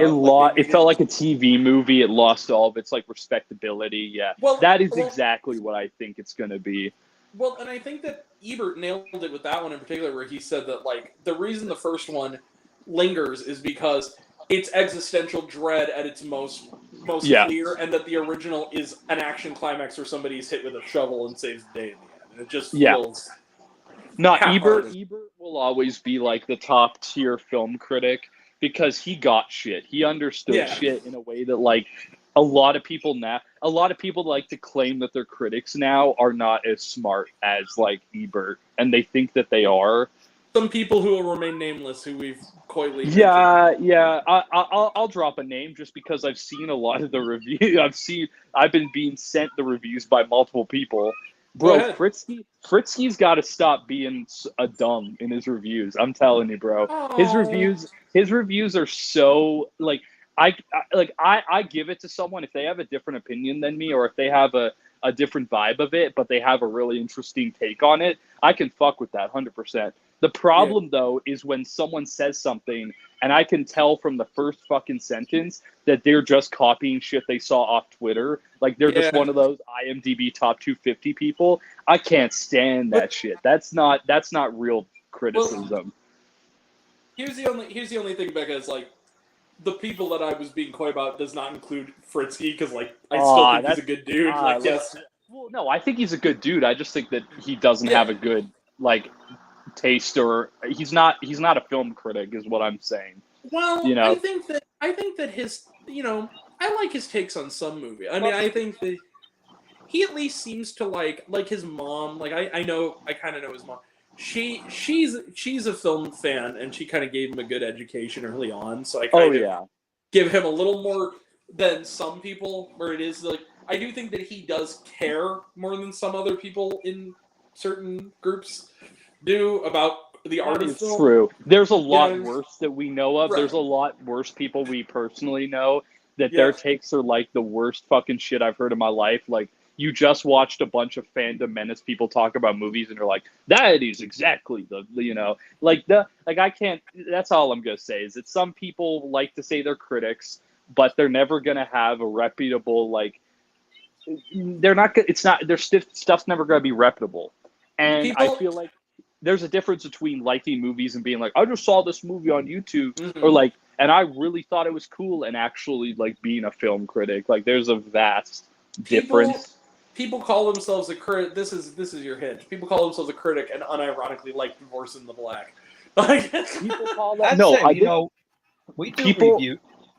I'm sorry, Becca, but we do reviews. We do reviews, but we don't consider ourselves critics.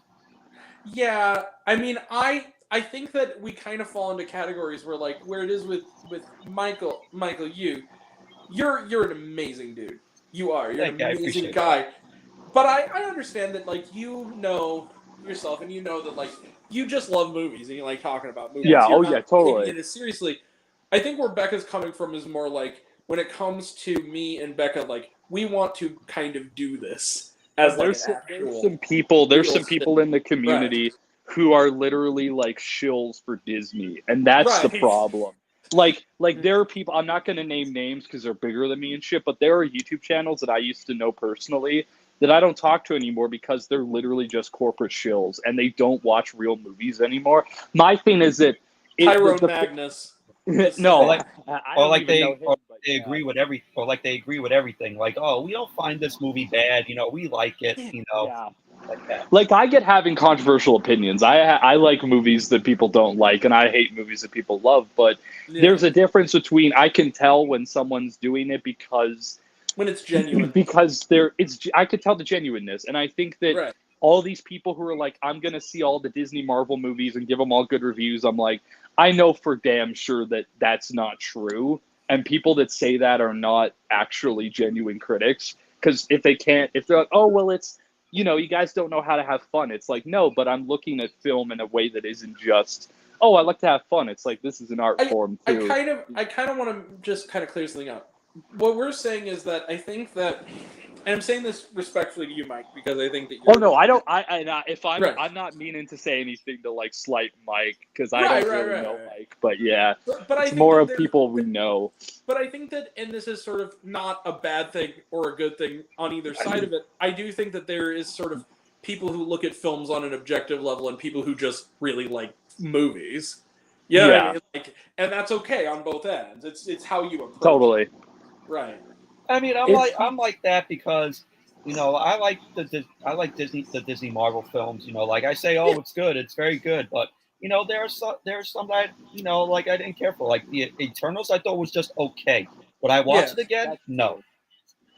And that's the thing too, is that it's not like you're sitting here taking money from studios to say that a film is good and then passing it off as like a real like film criticism. Because I feel like that's what we're more directing to is there's people we know that will pass off paid reviews and like ass kissing reviews as actual genuine criticisms, and they're kind of ruining the ecosystem of criticism. They'll do a positive review of a Star Wars movie and be sponsored by like a Star Wars game or some shit. Like, yeah. Where they're not going into it with real merit. They're going into it with preconceived.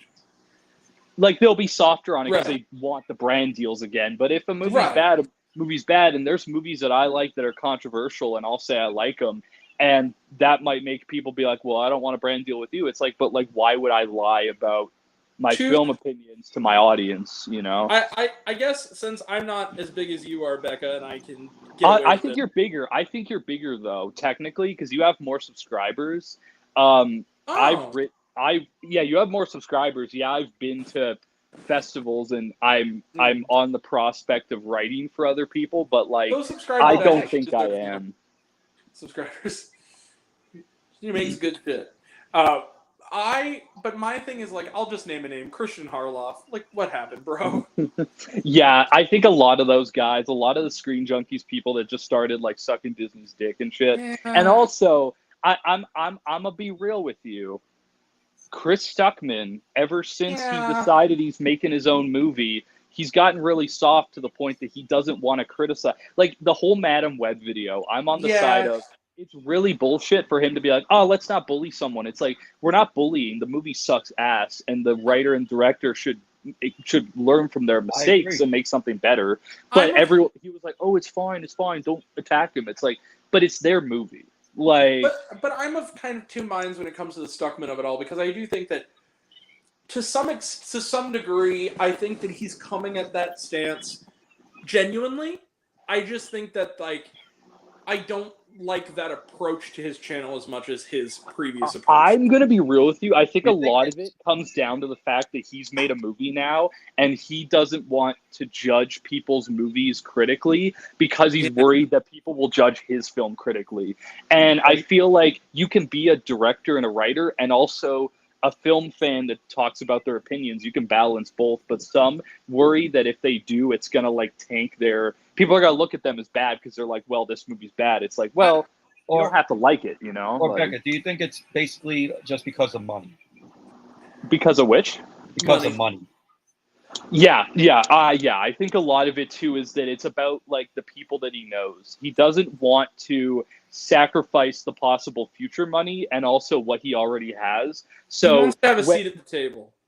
Yeah, he wants to see at the table. So when he said, "Oh, I'm going to stop criticizing films I don't like," it's like, yeah, so that's cool to talk more about movies you like, but I feel like, but that gives a slanted opinion sometimes, and I think that like I cover stuff I don't like, but I also cover stuff I really like. But with him, he's covering all these movies where the reviews, I can tell he doesn't act like a lot of them feel like a studio said, "Hey, watch our movie," and he gave it a review, and like he's still hanging on to that because he'll talk about like a big blockbuster that isn't good, and he'll be like, "Oh yeah, like I liked it," and I'm like, I can tell, bro, that they paid you to say that. Like it's not that hard to tell through it that it's. I mean, you could tell. Like sometimes when YouTubers or like people get invited to like a screening. Yeah. Like you could say, like they say, "Oh yeah, I like the movie," but you know, like if it's like a bad movie and they say, "Oh yeah, it's it's okay, I liked it," they can't say, "Oh, it was a bad film." But like I've caught they would not get invited back. Myself accidentally almost doing that before, but then I had to remind myself that I went to a press screening. But if I don't like the movie, why would I? I'm not going to say it's a 5 out of 5 if I didn't like it. Right. But there's a lot of people that will like the experience more, and I get that. But it kind of brings an illegitimacy to the whole situation. And those people, I think, should just be outward and honest and be like, yeah, like we work with Marvel, we work with Disney, we work with Warner Brothers. They should just be honest and say, yeah, they send us stuff and we talk about it and have transparency so that people can say, oh, well, if you are really positive about a movie, there's a possibility you don't actually feel that way. Like, Well, so that there's... I kind of also look at it like this, and maybe I'm sucking my own dick, and I apologize if that's the case. But like, I also kind of look at it from this perspective, which is like, Chris Duckman, with the exception of like his holiday reviews, where sometimes he will throw in a movie that is like a guilty pleasure in there, he tends to lately, of this recent sort of only talk about movies that are trending and popular.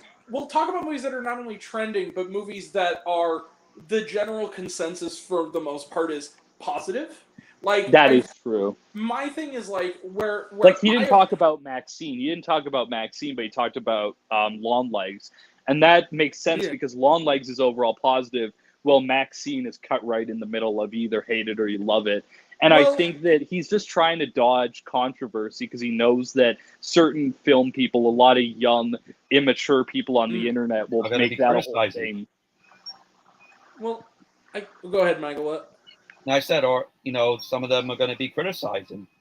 That's true, and I don't think that's bad too. But I think some people make it into this, like the thing that happened.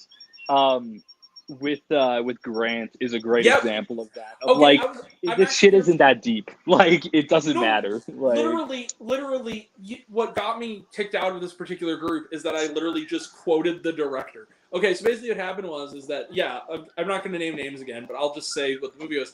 I was one of the only people who was kind of like, I don't think Unfrosted, the Jerry Seinfeld movie, was that bad. And basically, it ended like 5 friendships. For no reason over the fact that I said that, and when people got really pissy about it and were getting like argumentative and cursing me out, I literally just said it's the fucking Pop-Tarts movie. Like straight up, that's what I said. I understand having a disagreement, and I used to be like that where I would fight people about stuff. I used to be like that too. I'm a fucking adult. Why do I care if you have a different opinion? Like it's not that bad. I used to be like that too because, like, when I ask people, "Oh, did you like this movie?" or like that, or they say, "Oh, they didn't like it," I'd be like, "What? You didn't like that?" Well, and then they come into my live like 10 minutes in with no context and roast me for not liking Horizon, even though they've never seen it. I heard it's not very good. I haven't seen it yet, and I don't know if I want to sit for 3 hours to watch someone.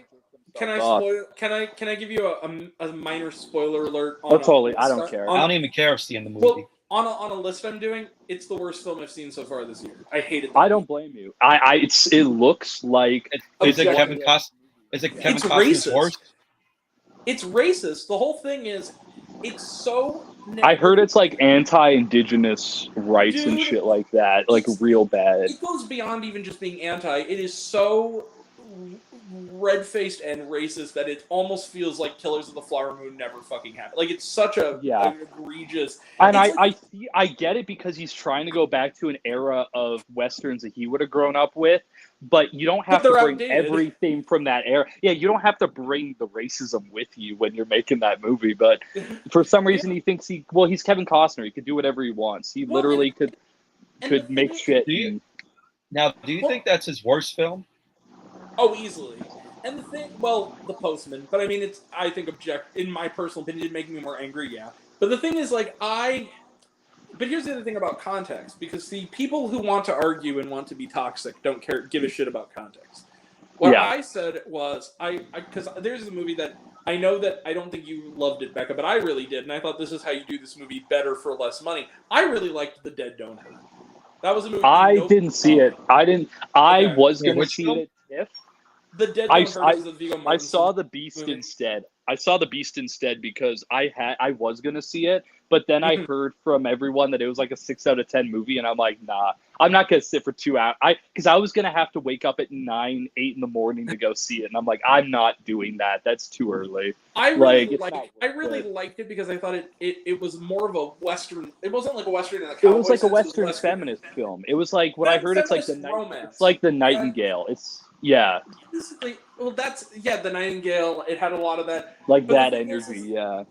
But it's also like one of those slow, methodical Dominic-esque westerns, which is kind of what he's going for with Horizon. But the problem is that he's keeping the outdated. He's keeping the elements that aren't outdated, but also keeping the elements that are. Whereas Mortensen made a movie that took those out and did something fresh with them and modern with the tropes of that genre, and did it in a way that was actually thoughtful and compelling. That's the thing. And I feel like you can have controversial elements in your movie. You just have to do them in a way that works. And I think I always look back at, because I'm surprised. Look at Kinds of Kindness. Well, the one I look at, I'm surprised Gen Z hasn't found it yet, and that's Blazing Saddles. I love Blazing Saddles. I never seen Blazing Saddles. It's hilarious, but it's also a movie where you have to look at it in the context of Mel Brooks is making fun of white people. Like, that's the point of the movie. But some people would not see it that way, and they cause a rift. I'm like, but it's like satire on white people. I think what people miss is that they look at the terminology in the movie and don't understand that it's a satire on racism that is primarily written by Richard Pryor. Like, it's made by smart people. And so it's made by smart people who understand how to do that kind of joke well, who are comedians. And But my thing is like, okay, but this going back to this whole picking and choosing thing that's stuck in. My thing is like this, okay? When I started the channel a few years back, I kind of made this considered thing of like, if I'm gonna do this, I'm gonna see everything that comes out to the best of my ability, and that includes. So you have a bigger web of stuff to talk about, yeah. So I'm just being honest. Does anybody think I would actually, if I was just seeing movies casually like I did a few years ago, would actively see a movie like Not Another Church Movie? Fuck no. No. But those are all movies I haven't even seen Monkey Man yet. Like, I'm telling you, like, I haven't seen Monkey Man yet either. As a quote unquote real critic, there's a lot I haven't seen this year just because I wasn't in the mood, and I feel like I would rather do it that way and watch movies when I feel like it, because then I won't feel the dreaded burnout. I think a lot of people feel the burnout where they're like, oh, I don't want to review anymore. It's like, well, if you pick and choose what you watch, you won't feel that. If you avoid things you're not going to like, I think that's fair. That's fair. But the reason I would give you more of an edge on that, Becca, though, is that you see a wider range of movies you choose yourself, and I think that is true. I think it's because I watch every genre, and I'm willing to give everything a chance because every genre can have good or bad things in it. Yeah, and that's true. Like, I would never have. I don't know anybody else who loved Aggro Drift as much as you. I haven't seen it yet. I want to see. Yeah, it's a banger. It's awesome. Have you seen North of Normal yet? Because that's when I think. No, it's been on 99-cent rental a bunch of times recently, really but I haven't checked it out. I heard it's great. It's really good. And the girl who's in it, who's fantastic, she's on Orphan Black, the new one. Because I've been Oh, watching is it. she? Okay, because I saw one episode of that. I'm like, it's pretty good. It's I've not never seen that original. show before. It's well, if you want to watch this one, you don't really need to know anything other than the fact that Yeah. the first show exists in that universe, and there's minor characters. Yeah, Tatiana might show up at some point, but I don't know. I'm not She sure shows up in yet. a picture. It's one of those Yeah, kind of there was situations. first episode she showed up in a picture, and I'm like, oh, maybe she'll show up again. But I think mostly the reason to watch the original is Tatiana playing 22 characters. I think that Yeah. that's the fascinating part of that whole show. But no, like I feel like it is. I feel like you can balance it where you Right. cover so much, but you also don't cover everything. But Right. there's also a limit there where you only cover the big studio stuff. And that's why I always loved Ebert, was Ebert would go out and go to Cannes and see all this wild stuff and Right. come back to the show and be like, guys, go see Hoop Dreams. And I'm like, who else the Right. fuck was talking about Hoop Dreams? And, Who and now else- it's in the Criterion collection. Like, Well, who else on national television would go in front of everybody and in the same show? I love with- Crash, you know, Well, say that shit. Love Crash, but then also like go on TV with, I guess it was a guest host because it's after Siskel died, but go like, Yeah. yeah. You know what? I really enjoyed The Iron Giant, and then later in the show, a lot of people won't agree with me, but you really should see Julian Donkey Boy. Like, who does? Yeah. Yeah.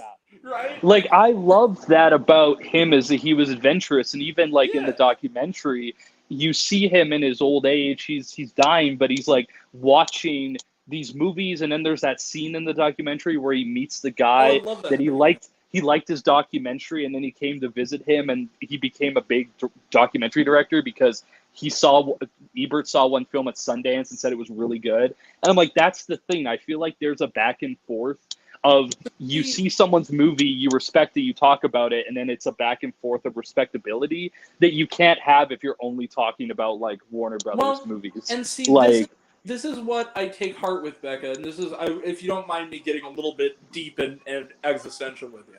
Oh yeah. My thing is this, like, since doing this, and I love doing this. I love doing this. It's basically what it's meant to do. No, right? making reviews. Totally. And you've been a big supporter from the start, Becca, and I appreciate that. What I love more than anything else is, yes, there are big movies that turn out to be good. Like, I'll be the first to say I genuinely loved Inside Out 2 and thought it's one of the best. I'll be honest. I did too. I went on a whole tangent with my mom about how I hate Disney, but I'm excited for Alien Romulus. Like there's you can have both, you know. Like me and my buddy, his first Draft House experience is going to be that movie. Oh yeah, all the shit they're gonna play before it. Like, goddamn. I don't know. I'll wait for reviews for Alien Romulus. It's Fede Alvarez. I think it's gonna be fantastic. They need to show the clip from Family Guy of Bruce as the alien. Like, they have at least one of the clips. I'm gonna eat y'all. I'm gonna eat you with my little mouth too. I said I'll wait for reviews because I heard Alien Covenant wasn't that great. I actually don't hate that movie. I also didn't. I thought hate it was fun. Very much. It just I feel like they didn't know what they fully wanted to be, but for some moments they were really fun. Like it was kind of a Franken movie, but it was an interesting Franken movie. But no, I'll give that a watch before the movie comes out. What were you saying? You're saying about the whole deep and methodical. So like my greatest joy as a reviewer is when you'll get somebody who is either a regular or casual viewer. Like, I have a few regulars who will, and a lot of it is like, go fuck yourself and kill yourself. But there's always that one person who would be like, I was given this free trial to movie and I didn't know what to watch, and I saw your review of Cathedral or Gasoline Rainbow or Fallen Leaves. And I watched it, and it's one of my new favorite movies, and I never would have heard of it if it wasn't for you. I love pushing pushing promotion for people that don't like the whole People's Joker. Nobody knows their movies exist at all.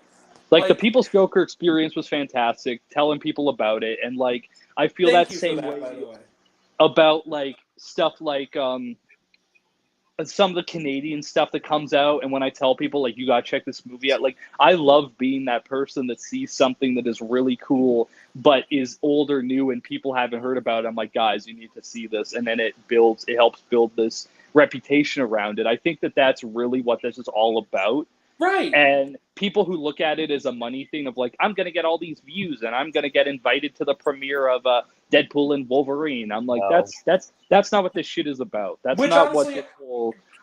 But here's where we come to our great equalization, Becca, because here's the thing. There's still enough of that mainstream moviegoer in me. I am actually kind of psyched for Deadpool and Wolverine. I'm not gonna lie. I was It looks having a like whole fun. conversation with my mom about it. I said, I think the movie looks like trash, but we'll still go see it because I want to see how it is. Like I do. I feel think it like looks. the Deadpool trailers though never do a good job of illustrating how good the movie is. I don't know. The They Deadpool tried to trailers keep in all the first year the first one had some amazing stuff that got you in. They tried to keep all the good stuff hidden. Well, which Yeah. I appreciate that, but but my thing is like, okay, Becca, this is what I'm going to give you a moment of praise. There are certain movies because you see, you live in Toronto, you live, right outside where, basically compared to me, right, real close to where TIFF is, and so you see movies a year, sometimes 2 years in advance that are these weird outsider movies. I'll that get will sent stuff. Yeah.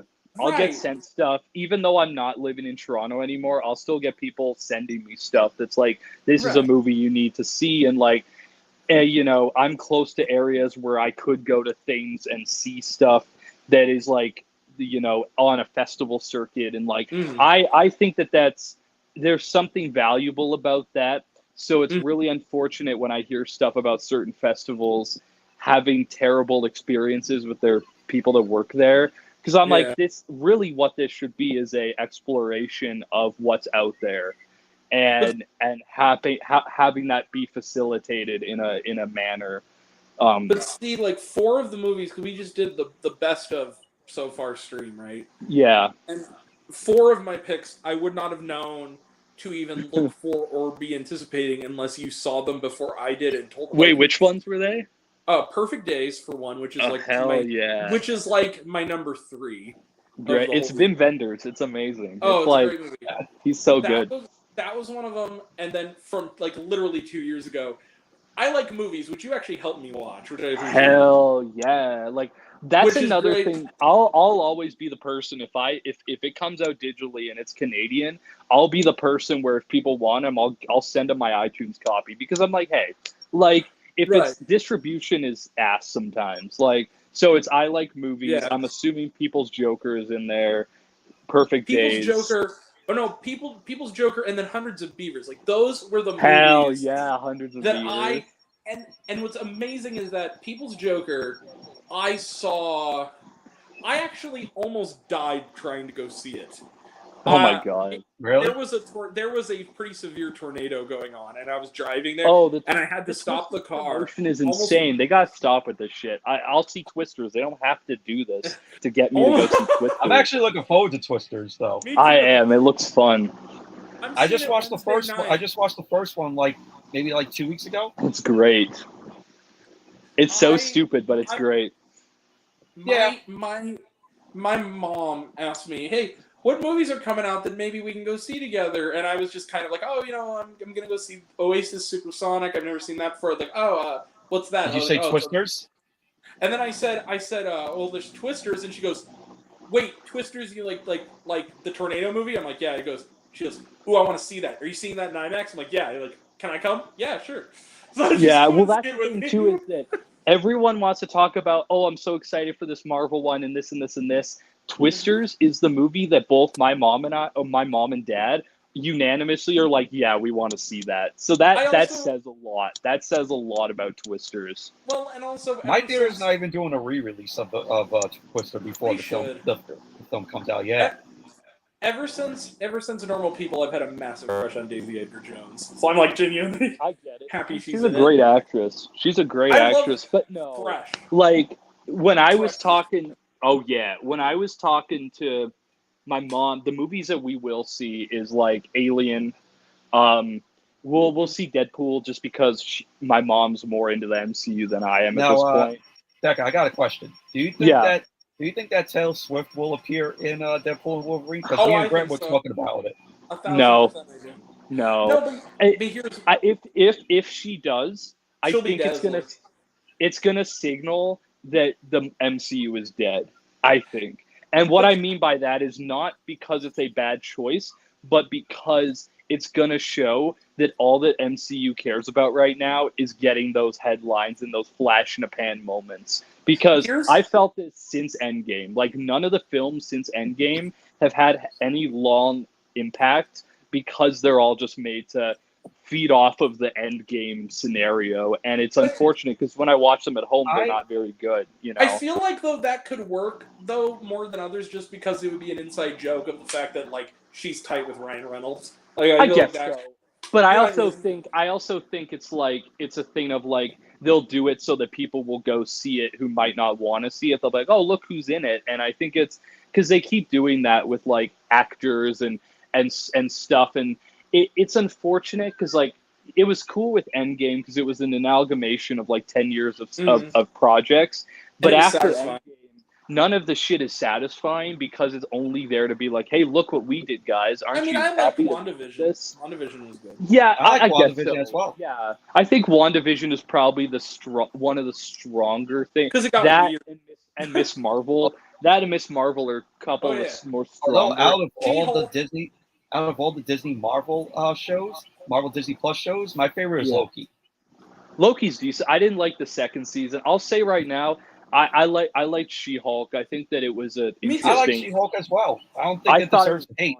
It doesn't. It really only got hate because it was a woman talking about woman issues, and the men were like, "We can't relate to this." And like, it's a good show. I don't know. I guess people care about, but I feel like the whole like, is she in it? Is she not in that situation? I think it's just adding to this ridiculous hype that all these movies get, because I feel like seeing them in the theater with people and everyone reacting, that's a cool experience. But at home, when you don't have that, the movies are not like, you can tell how much of a amusement park ride they really are. And it's like it's unfortunate because I'm not opposed to comic book movies. There are movies that are based on comic books and graphic novels that people don't realize that I really enjoy. Like Old Boy, but like I feel like I love that movie. The Killer. There's ways to do it. There's ways to do this stuff and make it respectable. And Marvel and DC have done it before. I put that in there. Yeah, 100%. Sin City, I love Sin City.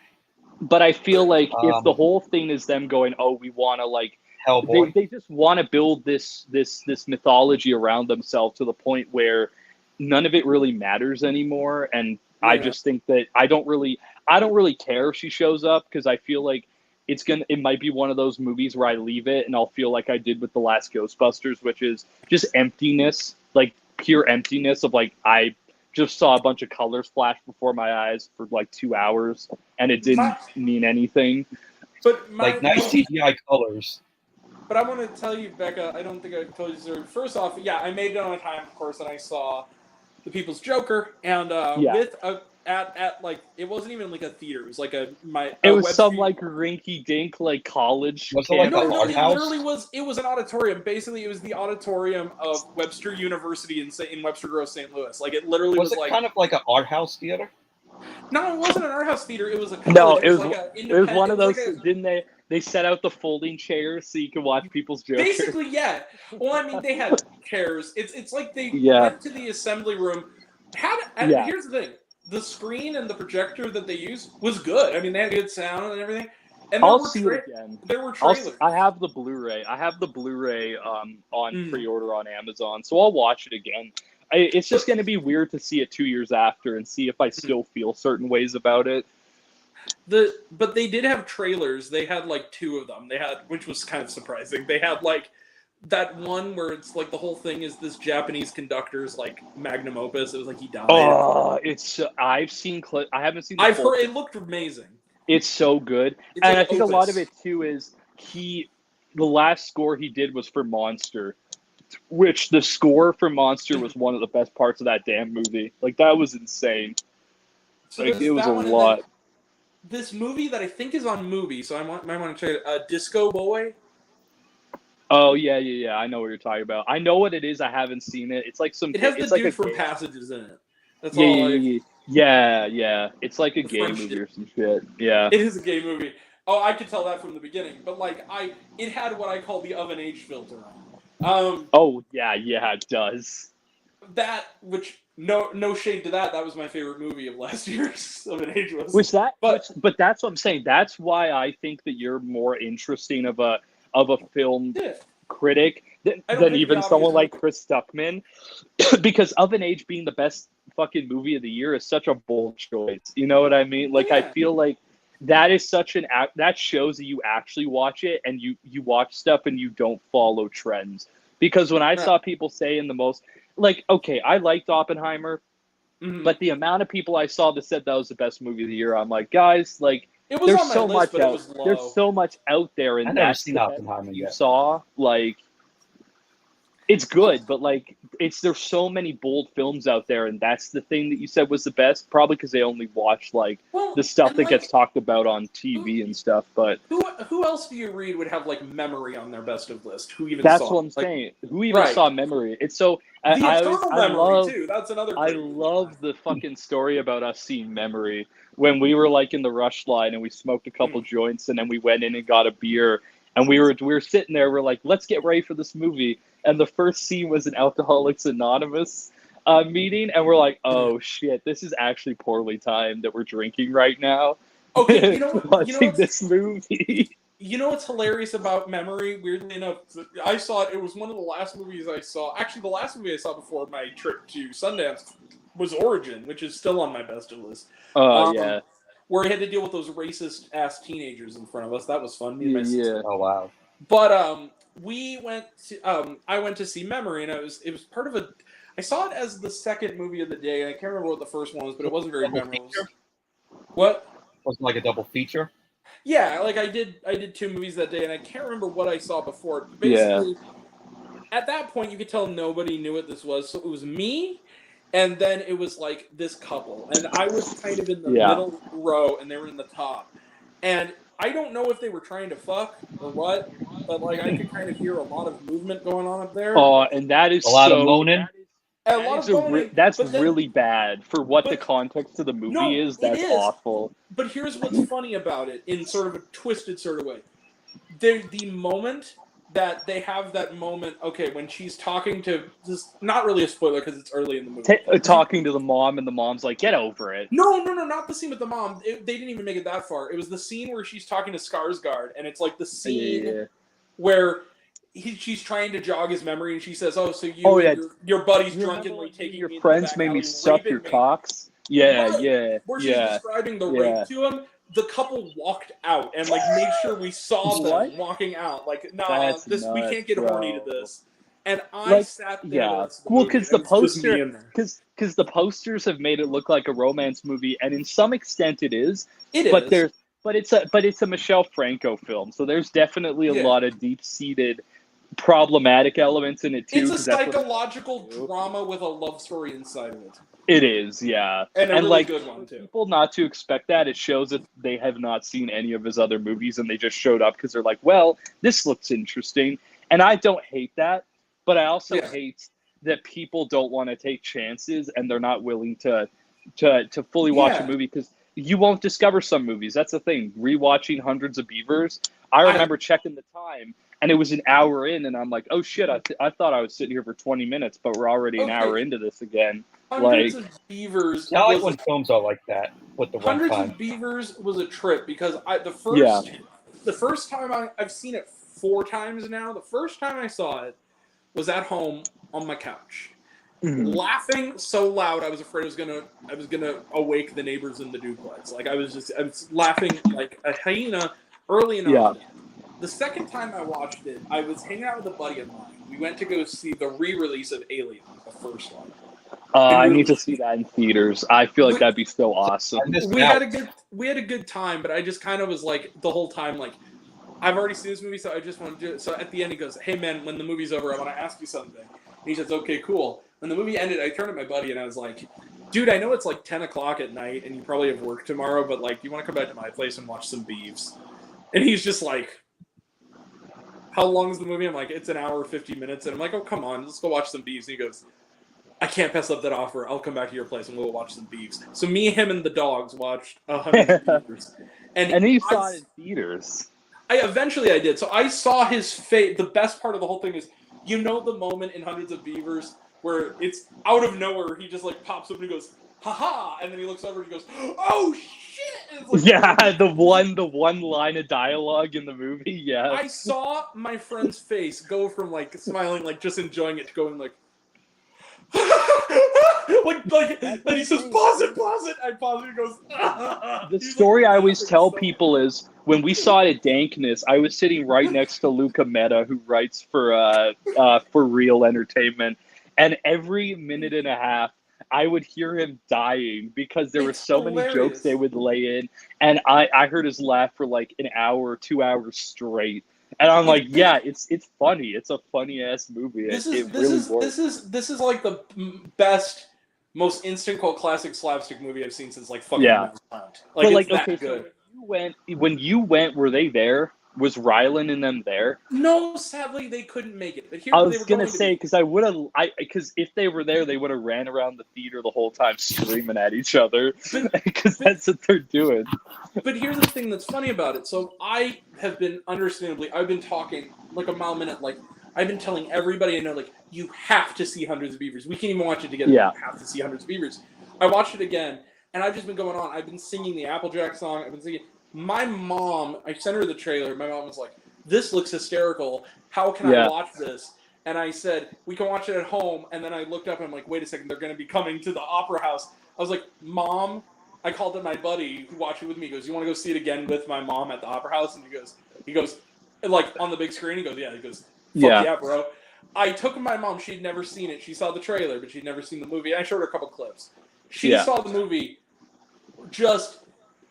We were laughing the whole time, and it was like one of the situations where it was an opera house. But what they did was they did this game. They did a raffle. So like you would go in and you pulled a card, and two people, sadly it was none of us, two people got like a baseball cap that had the dead beaver on it. Which is the guy great. with the eyes. Yeah. And that's the same thing with like People's Joker. Was I sent the trailer to my mom and she was like, "Oh, that looks really fun," and I feel like that might be a movie we'll end up watching at some point. But like, I feel like there is those movies that you wouldn't expect that people even. My mom is a film person, but she's not like deep into film like I am. It's some underground shit. There are some underground films where I'm like, yeah, I show them to people who are not full underground people, and they're like, that looks great because they depend so much on something that is so key to entertainment, like Hundreds of Beavers. That's slapstick. Like slapstick will always be funny. Those two movies I put side by side, and I kind of had this feeling with them. I also kind of recently had that feeling with Kill, where I kind of was getting out of the theater, and I'm this movie just has the words cult classic written all over. I was real tired. It was at midnight we were seeing that. I was real tired, but once she got thrown off that train and it said kill, I everything picked up where I was like, oh, it's getting really good now. And I was like, the freaking maze of corpses hung from the rafters to freak. Oh my god. That actor, can we give him an Oscar just for like best scary shit? Like menacing performance of the main guy. It's a great movie because you go into it thinking it's one thing, and then it becomes the raid out of nowhere, and you're like, oh wow, this is crazy. It's like if the Raid and Train to Busan had a kick-ass baby. That's what I feel about. That's what I feel about the last movie I saw for Midnight Madness last year, Naga. It's a movie where you don't know what you're getting into, and then it's like, oh, it's just a movie about a girl high as fuck trying to get home. And it's scary and it's insane. Sounds like Never Going Back, kind of. Have you seen Naga? No, but I've seen It's on Netflix. It's from Saudi Arabia. It was when he introed the movie for us. All he said was, "Yeah, we wanted to make a crazy movie, and I thought of these fucked up wild things, and we just filmed it." And that's how he explained the whole movie. I'm like, yeah, it makes sense. They were just like, this is so cool. Let's make it. Like, I love movies like that are impossible to describe. Okay, have you seen Gasoline Rainbow, Becca? It's been on that list for a bit, and I will watch it. But everyone has told me that it's like it's a road trip movie that feels like they just put a camera in front of like real teenagers. It is. If you told me that whole thing was guerrilla, I would believe you. So the whole movie, it's almost like It's like a Korean film. it's like Harmony Korine. Maybe like it's less about shock and awe. Like Harmony, it's a little simpler and more about realism. So it's more like it's a little nicer than a lot of his movies. Baker. It's more Sean Baker, is what you're saying. If you took Sean Baker, Harmony Korine, and like the best parts of American Honey and put him in a blender, because the whole thing is like the movie is basically these. It's the Ross brothers directed it. These kids in this movie, and they are like 17-year-old kids. They're not actors. They are just like people, like local kids who play basically themselves in this movie. So there's sort of a blurred line between what's a kind of a documentary and what's real. I love that. They get into a van, and their whole goal is like they're leaving behind the parents back home. They don't give a shit if they leave or if they stay. Yeah. Kind of also a little bit of that documentary Streetwise kind of too. Oh hell yeah. Streetwise, yeah. That, like these kids, the adult world failed them, and so they're on the road. And when they want to build their own adult world, but then they learn what the real adult world is through experiences. Trying to get to this sort of beach rave that's like hundreds of miles away. And so it's Detroit Rock City. It's Detroit Rock City, but a documentary kind of vibe to it. Kind of docufiction. Like it's kind of sort of not kind of experimental docufiction, but they're going to this place. And the whole movie, there's no plot. It's literally these kids are in a van. It's almost also a little bit like Nomadland in the sense that the kids they go to these places, and it's about these people they meet who are also not actors, kind of telling them about their lives and how they ended up in their particular circumstances, and giving the kids advice along the way on their journey. And then they go to the next place. And you run into these, and it looks like it has a good pace. It looks like it's a quick-paced comedy that you just hang out with people for an hour and a half. And it's really not a comedy, though. That's all I really want from a movie. But it's not a comedy, though, and I think what the key to the movie is it's almost 2 hours. It has actually the pace is kind of slow, but what I think makes it work. What makes it kind of work is that because these kids are not actors and they're so natural, you feel like it's one of those movies where you feel like you're a fly on the wall just watching these people live, and it's in a good way. Like, and the insights they bring to it clearly come from something real, and you can feel it. It's like palpable.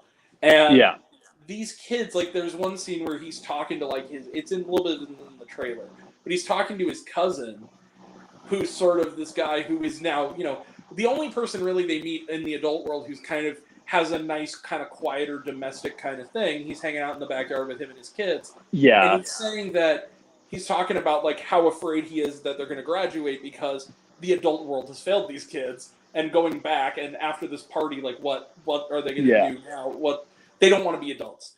And the guy says something to the extent of like, you know what the difference between kids and adults is that adults are supervised, or kids, adults aren't supervised. That's it. And I thought that was a really cool. Like when I watch a trailer, it looks like it's Larry Clark's kids, but with not a negative energy. Yeah, like there's no like underage sex or anything. Like, weird fucked up things. It looks like a curse like sailors. Like they say every fucking word in the book. Yeah. It's an R, but it's an R for language, and maybe. But it looks like a movie where I'm not gonna be like, that movie makes you feel disgusted. This one makes you feel like, oh, you're gonna love just being on the ride with these people, and I love that vibe. It's not a controversial movie. It has. Here's the thing. I love. Look, Kids is a great movie as far as I'm concerned. I think it was. Sort of like, a good movie.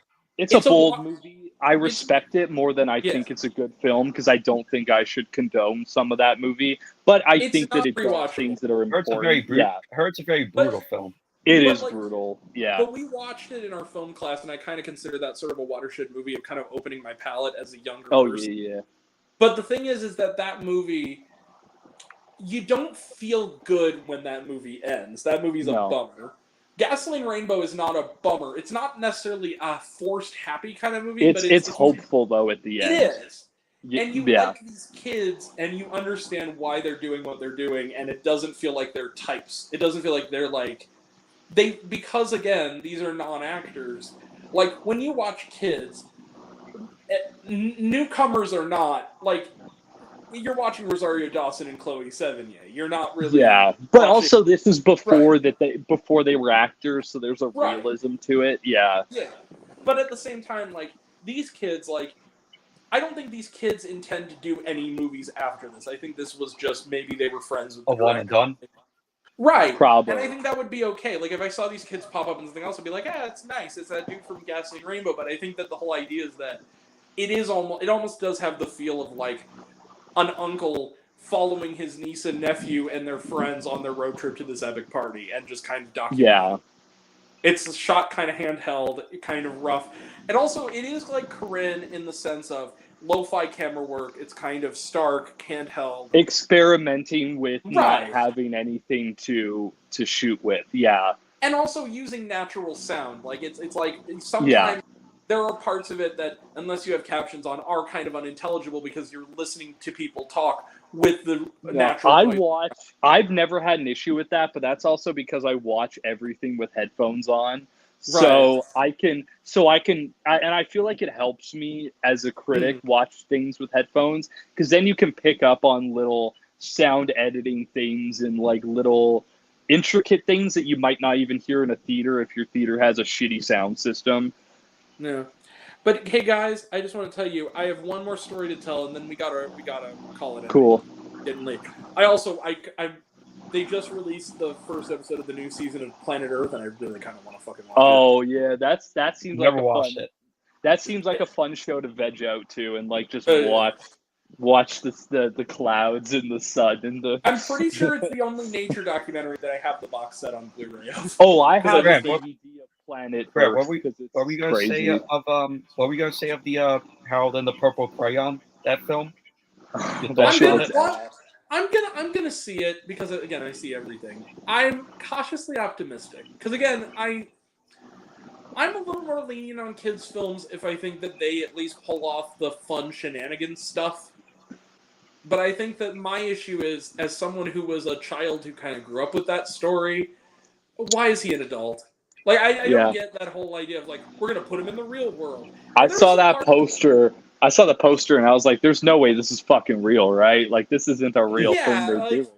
I saw the trailer today, and I think it looks like it's going to be a fun film. I never read the book, though, but I think it's going to be a fun film. I think it's going to be one of those films in the same vein as, like, Clifford the Big Red Dog, where it's like, yeah, you can have fun with it, but it's not, like, a good quality film in any extent.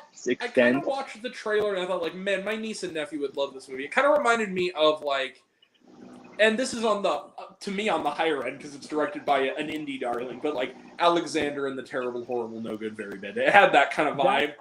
That movie is like I actually kind of like that movie. That movie is fucking sketch, though. I can like that. Like, I like that movie because it goes places you wouldn't think a kids movie would go. Streak of humor for a Disney movie. Yeah, it's like a fucked up movie. I never seen it though. It's got some fucked up jokes in it that are kind of great. Yeah. Like, and like gags. Movie literally ends with Australian strippers, like, for a kid's movie, bro.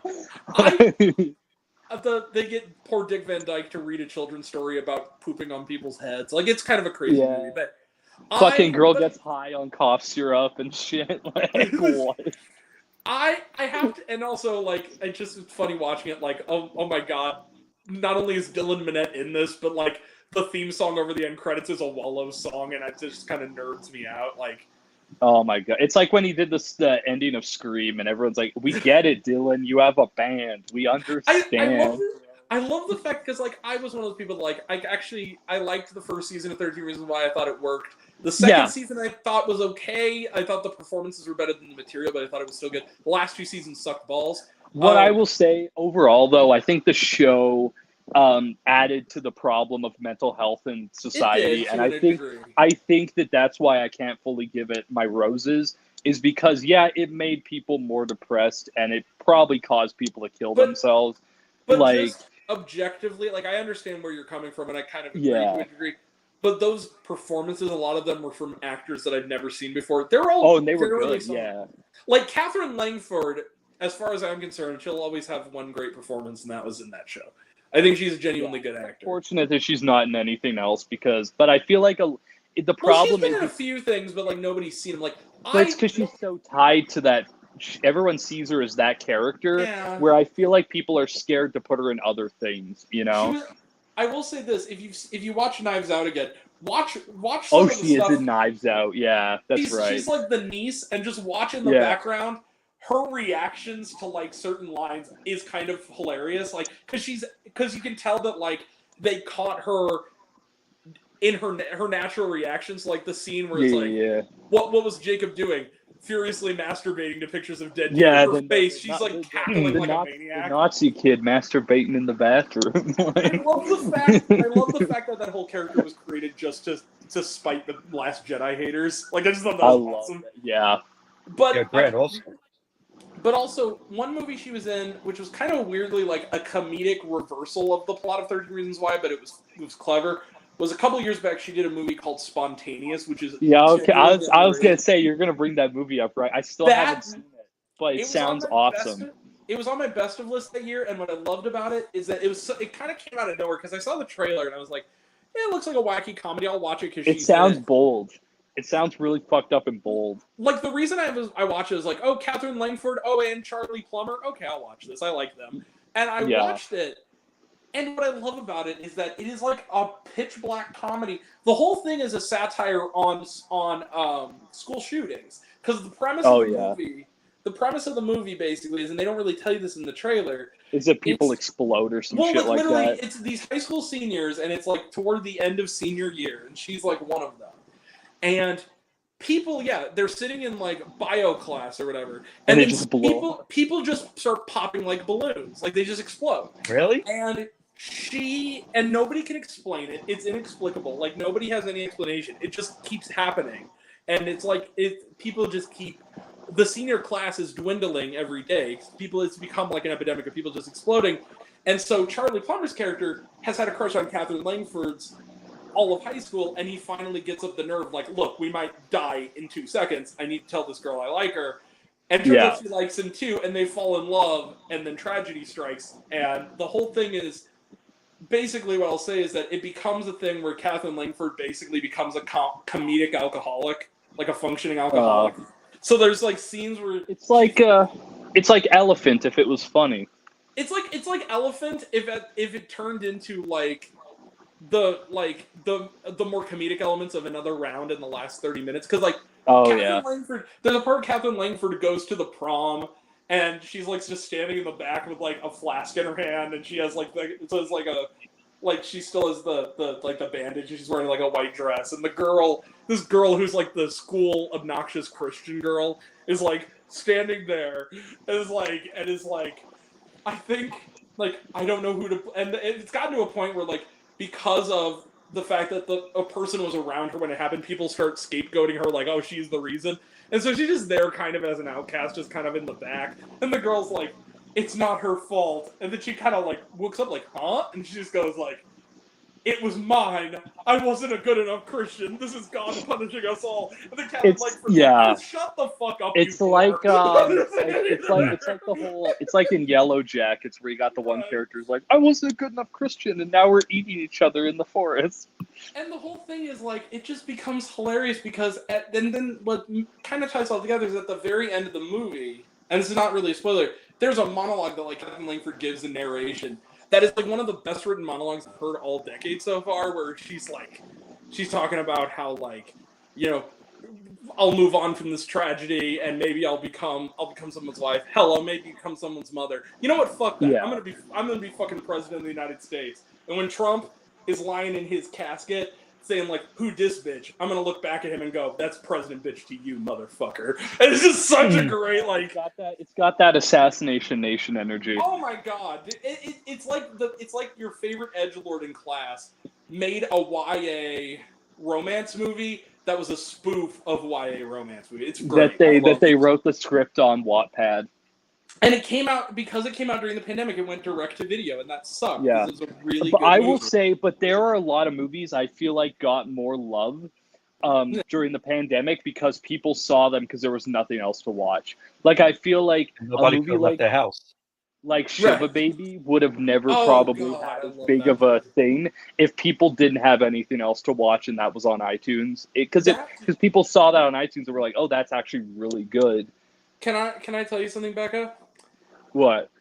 that was my first encounter with you, and early on in our friendship was you Really? mentioning how much your review of Shiva Baby and mentioning how much you loved it, and I was like, well, if she liked it, I have to watch it, and that's when I saw it.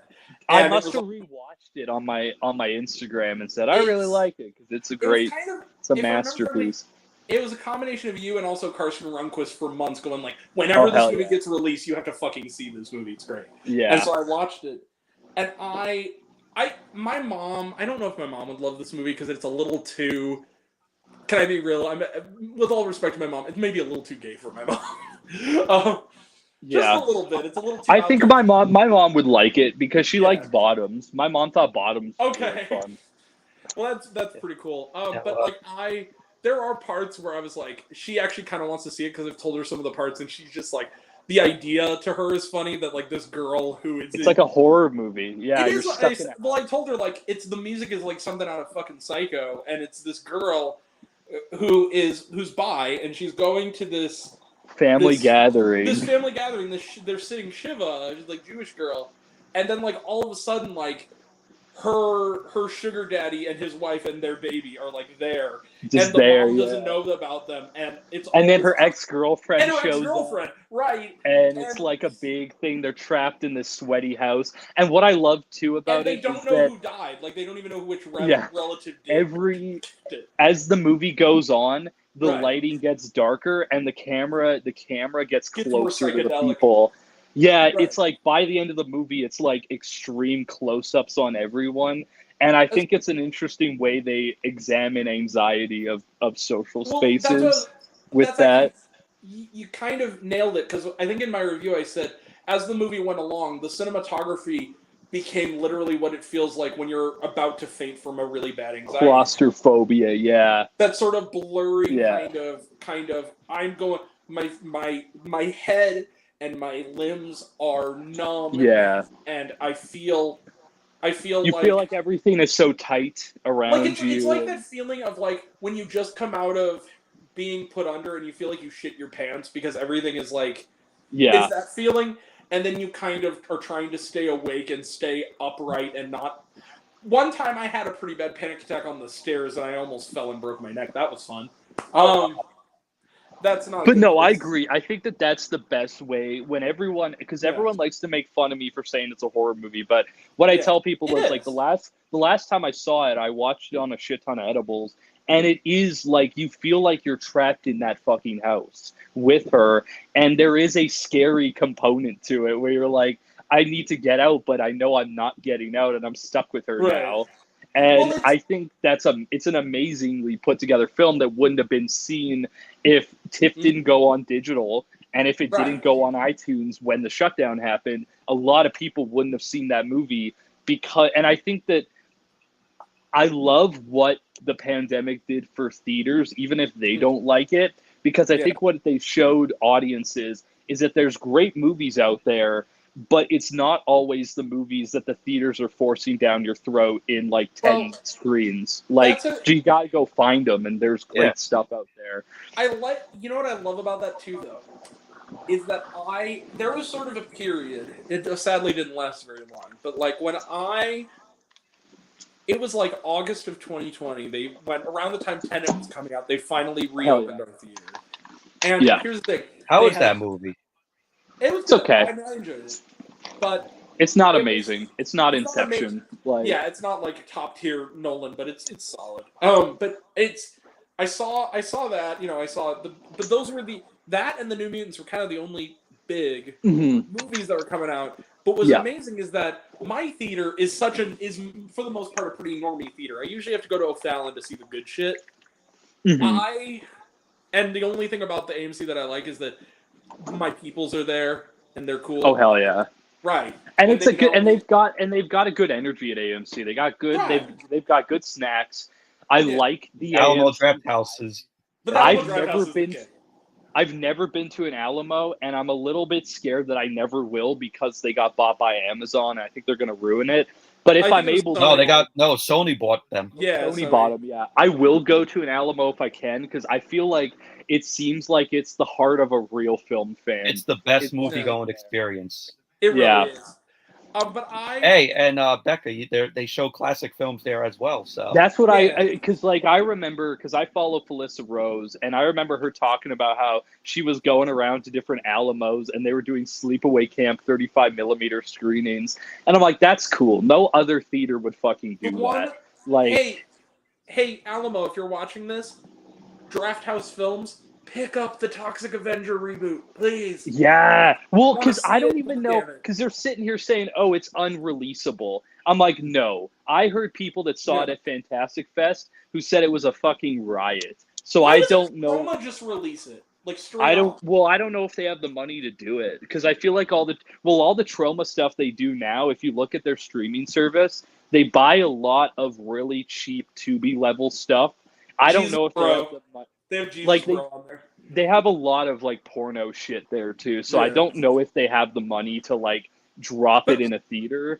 I think also I think it also comes down to the fact that Troma is a production company on it, but it's really the rights to it are owned by Legendary, and I don't know if they need to have a distributor that's bigger. Like And it's qualify it, or if they can. Like they put money into that, so I don't think they'll let it just go to iTunes because there's a good cast in there and they put money behind it. Just don't give it to David Zaslav, Jesus Christ. But also, Macon Blair in general has been on my radar ever since I Don't Feel at Home in This World Anymore. Like I love that even movie though so I much. didn't really like that movie, I respected the bold attempt to make something that was original. so different. Yeah, It was original, and I thought that was refreshing. And also, Melanie Linsky was great in that movie. That was one of her best performances. She was really good. But no, Yeah, I Greg, will you go know to a what- draft house. I'll go to a draft house if I can because it has a cool vibe. But I do It's think very that good. there needs to be more. I saw literally there was a poll done, and more people want independent cinemas around in their cities. And I'm there should be Alamo one shows- independent cinema that shows art house movies in every town. Alamo Draft House sometimes shows art house films. They often do. I'm so depressed though because my art house, which again my art house is like 40 minutes away, but my art house showed Robot Dreams for like a weekend, and then it was just. How was that film? I haven't seen it. I wanted to. I haven't seen it either. was gonna see. I could have saw it at TIFF, but it played at a time where something else played, and I didn't. I wanted to see the other thing more, but it looked good. I heard amazing Animation things looks from great people though. who saw it. But my thing is like I feel like. But the thing about when they reopened, what I loved about it is that like afterwards, they didn't have studio movies really. No. So we would get but what they did have were these little movies that were acquired by a relatively major like offshoot. So what they would do is you'd get shit like The Last Shift. Who saw that movie? I did because it was like the only movie out there. Or they would bring stuff that never got the chance to do a theatrical. Like I remember I saw Parasite and that was so weird that my small town would bring Parasite. And I was like, that's awesome that I got to see that in the theater with a bunch of older people who had a great fucking time watching that movie. Like during that period, it was a combination of re-releases of Disney films from way back when, and then the following films in this following order. It was The Last Shift, Kajillionaire, which was my favorite movie that year. That's true, yeah. Kajillionaire, which would never have played there if it wasn't the only game in town. Possessor got that release, and I'm like, oh, that's awesome. The Possessor got to play. It didn't play at my theater, but I got Kajillionaire. We got Yellow Rose, which is really underrated. I like that. Yellow Rose is very good. We also got Jiu-Jitsu with Nicolas Cage, which was fun. And we got the few ones that slipped through. We got Freaky. Or they would Freaky. would play older films that a lot of people never got to see in the theaters. Like I saw Christmas. Back to the Future. I saw that in the theater. I saw Dirty Dancing. My family and we all saw Indiana Jones and E.T. and Close Encounters. Like they were bringing stuff in the theater as well. They brought so much that I would have loved to see back in the day that they gave us that they understood that's people will still go even if there's no new movies, and I wish theater still retains that. Well, when I saw Close Encounters at my Alamo because they were playing it, I was the only one in the theater. Well, that was the other thing is that I was often the only one in the theater. And the scene, and the scene where the mothership comes was like, it was a blast seeing that in the theater. I was like on the theater screen. I was like, oh my god, it looks great. It's Spielberg's best movie, and it's one of the greatest third acts of all time. That is a great moment. I was. Hey, you know what's shocking? I'm sorry to cut you off, Grant. That's okay. What's shocking was I saw Jaws for the first time. Me too. I forgot about that. We did see Jaws too. Yeah. I was kind of the only one in the theater for a lot of those, but including The Empire Strikes Back when they did the anniversary release, which that was surreal. What? Yeah, I was the only guy in the theater. What? In the big ass theater. Yeah, it was the. Yeah, they were doing Are you Tarantino. kidding me? They did like the best Tarantino. The best Star Wars film, and Yeah. you are the only person in the theater. In the theater. A little wild to me. By far, and this is Becca. This is where you'll get excited because it's from your neck of the woods. The best movie I saw during that little 2-month period, before it was closed for another 2 months and then reopened at the start of the new year, was a movie that I was there, and it was literally a theater employee and his girlfriend, but like the only other, who was a friend of mine, right? Only other people in the theater. And we both like got up and were like, man, I can't wait to tell people to see this shit. The Kid Detective. Okay, yeah. That's Never heard of it. Evan Morgan. Edited by Corb Lund, who does all the Matt Johnson stuff. Yeah. Right, and written by and written and directed by Evan Morgan, who co-wrote The Dirties. And Like even my theater brought that, and I was like, when that I didn't see it in the theaters, but to see movies like that get a shot in the theater made me feel like I was back in the 80s when they would play like an Albert Brooks film and people would go see it. And I loved that. And I'm mad that the studios were able to get back to where they were before because they've taken over the theaters again. And I'm like, but I want to see, like, I wish my theater would bring something like really bold that I'd be like, yeah, I'd go see that with an audience. I watched that movie and I was just thinking, like, when do you get, first of all, I mean, in the US, it was technically distributed by Sony. It was like Stage 6 films. But like, it was in like 900 theaters nationwide because it was kind of the only game in town. When do you get to see a transgressive Canadian indie movie like that in a wide release? Like, that just doesn't happen. And also, when is it seen as the big movie of the week? Right, ever. like the only game in town. Right, that's not a reissue. It's it was the only film in town that week, and everyone talked about it on film Twitter, which I think was an insane, positive.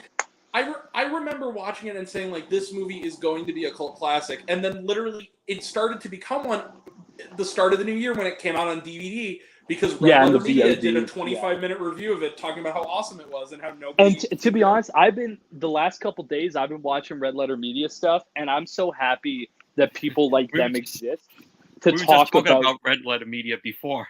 Yeah, but I love them because they will talk about movies that you've never heard about and be like, guys, I know you've never seen this, but go check this out. Right. And like, I feel like we need more people like that. And I was literally watching them do the Star Wars one where they're like, guys, we just went to the premiere, and I'm like, I'm not gonna lie, I used to be that person, and I'm happy I'm not that person that will go on and be like, guys, I just saw the new Star Wars, and like, because I love, like, I feel like growing up has been realizing that they've always been one of the smarter film YouTubers because they see how it is and they're like, well, let's love the movies that deserve it. You know what I love? That's agreeable there. Inarguably the best Red Letter Media video is the Phantom Menace video, but I will say this. Yeah. The Number one. It cuts back to the girl. It cuts back to the girl, and it's like, let me out. And he's like, I'm playing with my Star Wars toys. The best. That was great right off the bat. That was like the first video I saw of them, and it was literally like, Star Wars: The Phantom Menace is the most disappointing thing to happen to me since my son. And even though my son hung himself in the 7-Eleven bathroom, this movie will never go away. It's like, okay, perfect. And then they go, number one, the protagonist. Mr. Plinkett, but the best, if you guys haven't seen it, they're actually kind of deep cuts. His review of Baby's Day Out is brilliant. Yeah. That's a film I still gotta watch. I love them making fun of stuff, but I think the videos I love the most is we saw this indie film, no one's heard of it. Go half in the bag. They'll be like, oh yeah, fuck the new Lion King movie. We're going to talk about this instead. I always love hearing them because I feel like they still have this wide swath of fans where they'll turn people onto these movies you've never heard of, and they'll have these rejuvenation periods because they're like, oh, people are talking about them now. And even the best of the worst, you know. Those are fun too. Yeah. I like the best of the worst with Patton Oswalt, where he just regrets at the end being there. And I love when they bring on Macaulay Culkin and they're watching shitty videos and they're like, "What? Oh my god!" Like that's always so much fun. When they bring on Max Landis and it's very clear that Mike hates him. yeah. Let's fight him the whole time. Yeah, Becca, we just showed a clip earlier when they did the Christmas one. And we were just dying. Oh my god! The one of the ones I love is when they're watching that video about the guy shooting off the different guns, and they're like, "Oh my god, what's with these guys?" My favorite, like just isolated clip is from. Don't recently. Be racist. I'm a building. Well, no, but that's not from Red Letter Media. But yeah, I love that. Yeah, it is because don't they watch that video? No, they watch the one where the Twin Towers disappear, and they're like, "Oh my god." The best one, also the one where they say they're reviewing movie 43 and they're literally just talking about stuff that wasn't in it, like that Emma Stone had a gerbil up her ass and Richard Gere was it out. Do you guys like Double Toasted? Yeah, I do. I've loved them since listening to Corey Coleman scream about the gallows. That shit is so funny. Dude, spill.com, homie. Yeah.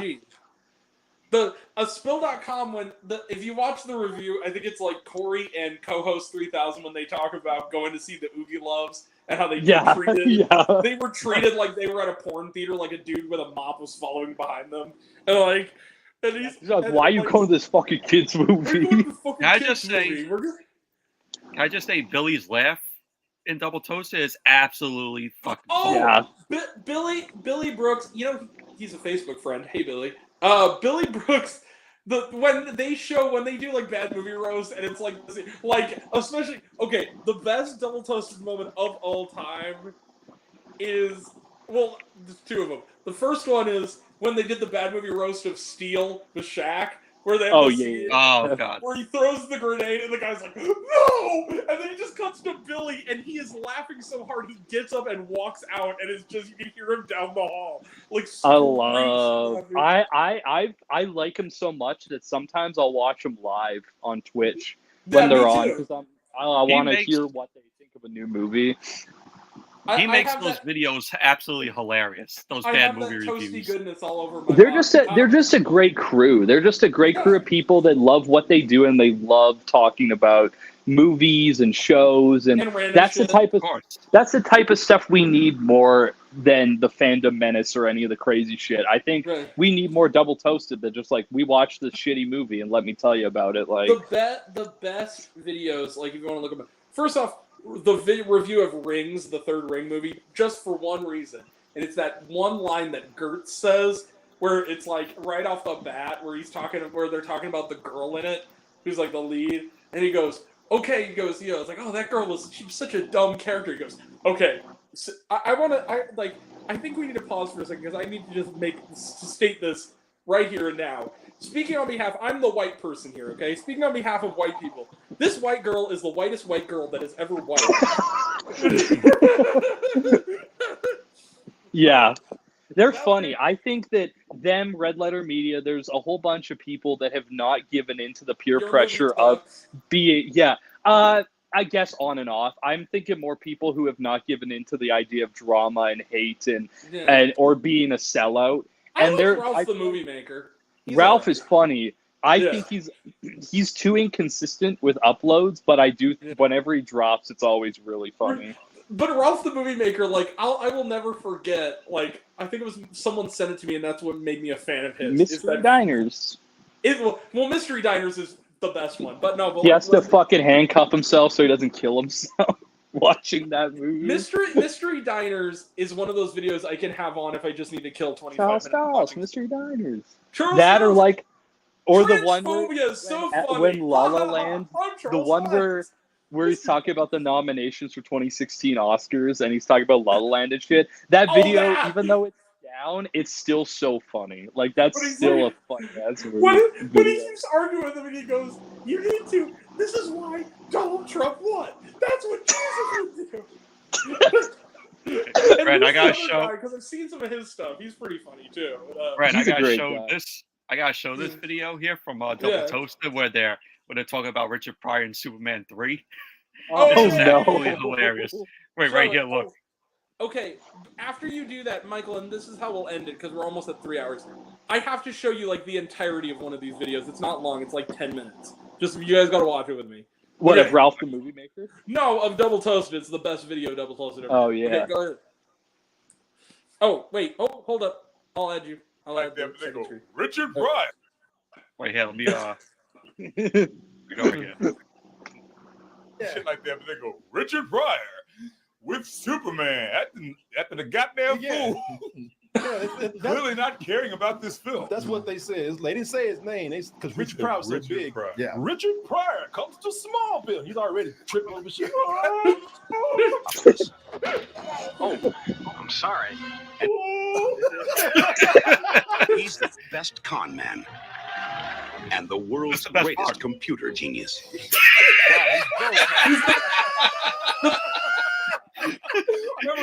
Billy's laugh. It took us 5 minutes to get back on track when they did that shit. This nigga opened his bottle and shit. Man, he's the one best comment. They say that first. Oh, and he's a computer genius. World's greatest computer genius. But he went from smoking a pack of cools and unemployment line to building a sentient computer at the end of the movie. Yeah. A brainiac. Yeah. Remember, he just figured it out. He just Somehow did. I'm good at this. They said, how'd you do that? I don't know. I did it. It's like, That's a direct quote. From the yeah. movie. It's like Jesse Eisenberg in Batman v It's like, Superman. God damn, they didn't put no Jesus. thought. Yeah, because the writers didn't know. No, they really did. They like, well, how the fuck did we get in there? I don't know, but we got to get a computer in there. So God. do That's something. right. Yeah, He got Richard. So. They're so couldn't funny, start bro. out What was as a computer genius. what was He that had to one be thing? on the plumbing line, smoking cool. This was called Everybody heard his name. Superman the movie and the hype that surrounded it in Grant, 1978. Grant, you said you had one more question, but I don't think we ever, or one more thing, and we never got to that. What was that? Well, basically, what I was gonna say, I think Michael tried to get off of there, and he took himself up by accident. I was just gonna say that, like, yeah, some of their best ones, their Father Figures review, that movie with Owen Wilson, the ending of that, where That no because one it's saw. just- well, I did, but like I see everything. Yeah. But like at the end of that movie, they're describing the ending, and this actually was the ending of the movie, and it's Corey, and he's giving it like some old bullshit because he's just like, it's not offensive, but it's just bad. And then he's describing the ending to Gertz and like Martin.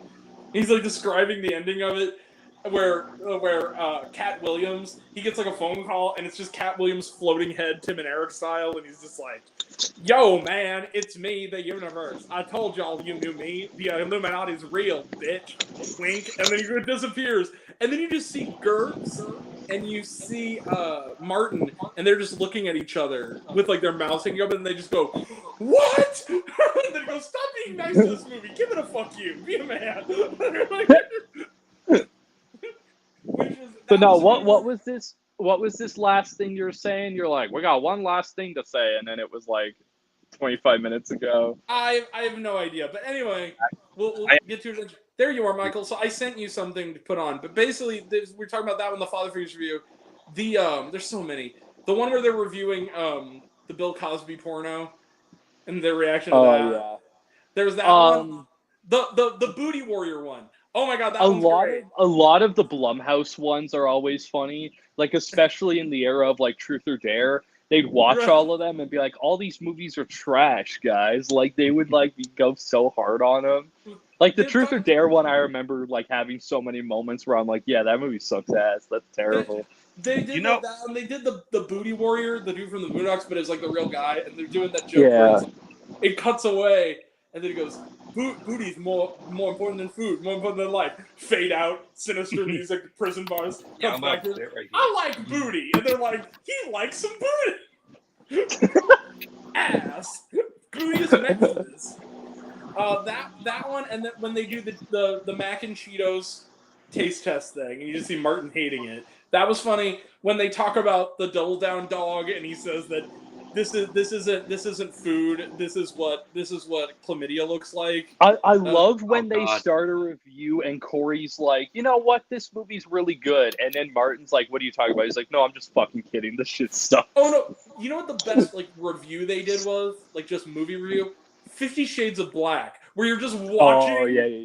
You're just watching Corey Coleman slowly go from being Or the one losing his fucking mind, just going like he is the looking one at a I've picture. seen most recently is when they did one, and I saw this. There it is. Popped up My in my suggestions. The Michael Jackson one, the Michael Jackson movie, where it's like the low budget one, and they're making fun of how shitty it looks. Oh yeah, but There it is. Yeah. Perhaps this might clarify it better. He is retarded. Tell two Metro. You can't say that. Boom, boom, boom, boom. Man, I know we're done. I got.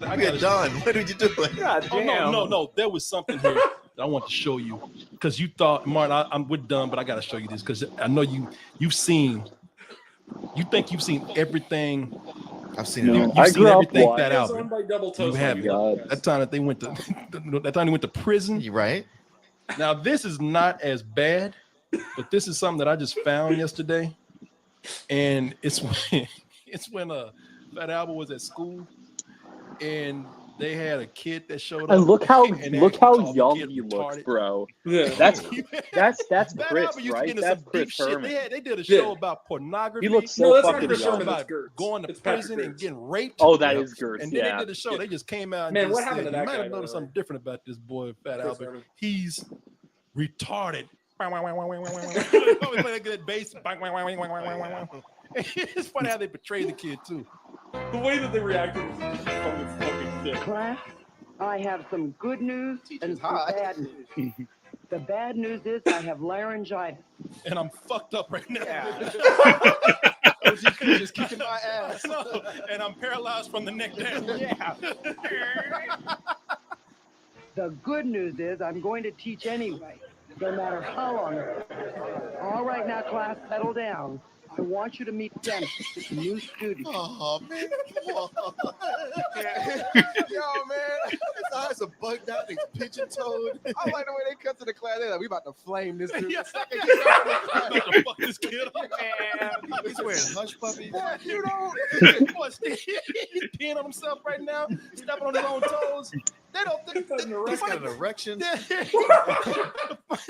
Funny thing is, this kid would never be allowed to school like this in his class. No. He's much younger than the rest of them. Look how Yeah. he is. Yeah, maybe he's not even retarded. He's just 5. Yeah. What the fuck is wrong with this boy? Everyone else in that class looks like they're like 25. Yeah. It is like 8.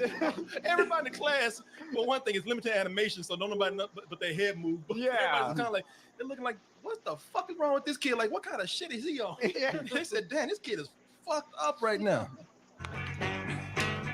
Huh? You may sit down now, Dennis.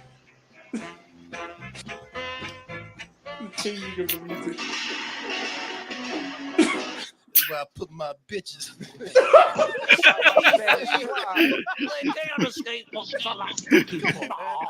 Don't think that, Albert. Man, it's pinch. Oh, yeah. Shit, don't tell me. You tell Bill Cosby that. Yeah, he tainted everything he ever did. Shit. Fuck him. I didn't poison chicks and rape them. And it's funny because everything is taken on a new ominous tone with Bill Cosby. Like, why is he working on an empty It's so birdcage? true. Like, I like a tensile strike. Like everything he does now is so weird. Someone, the pudding pop commercial where he's just like looking at like it's a penis. Like, Oh my God, Bill man. Cosby. Empty ass birdcage. That's the slogan he said when he left the courthouse. Well, Dennis is in school with Fat Albert and the kids, and that's where Miss Wooker asks the questions, even though she knows all the answers. She even knows the secret about Dennis, which isn't going to be a secret too long, as you'll see. Because he's gay. Man, that wasn't a secret. The second that kid walked in the room, or when as soon as he walked in, it's like, that kid is special needs. He's standing there. Where am I?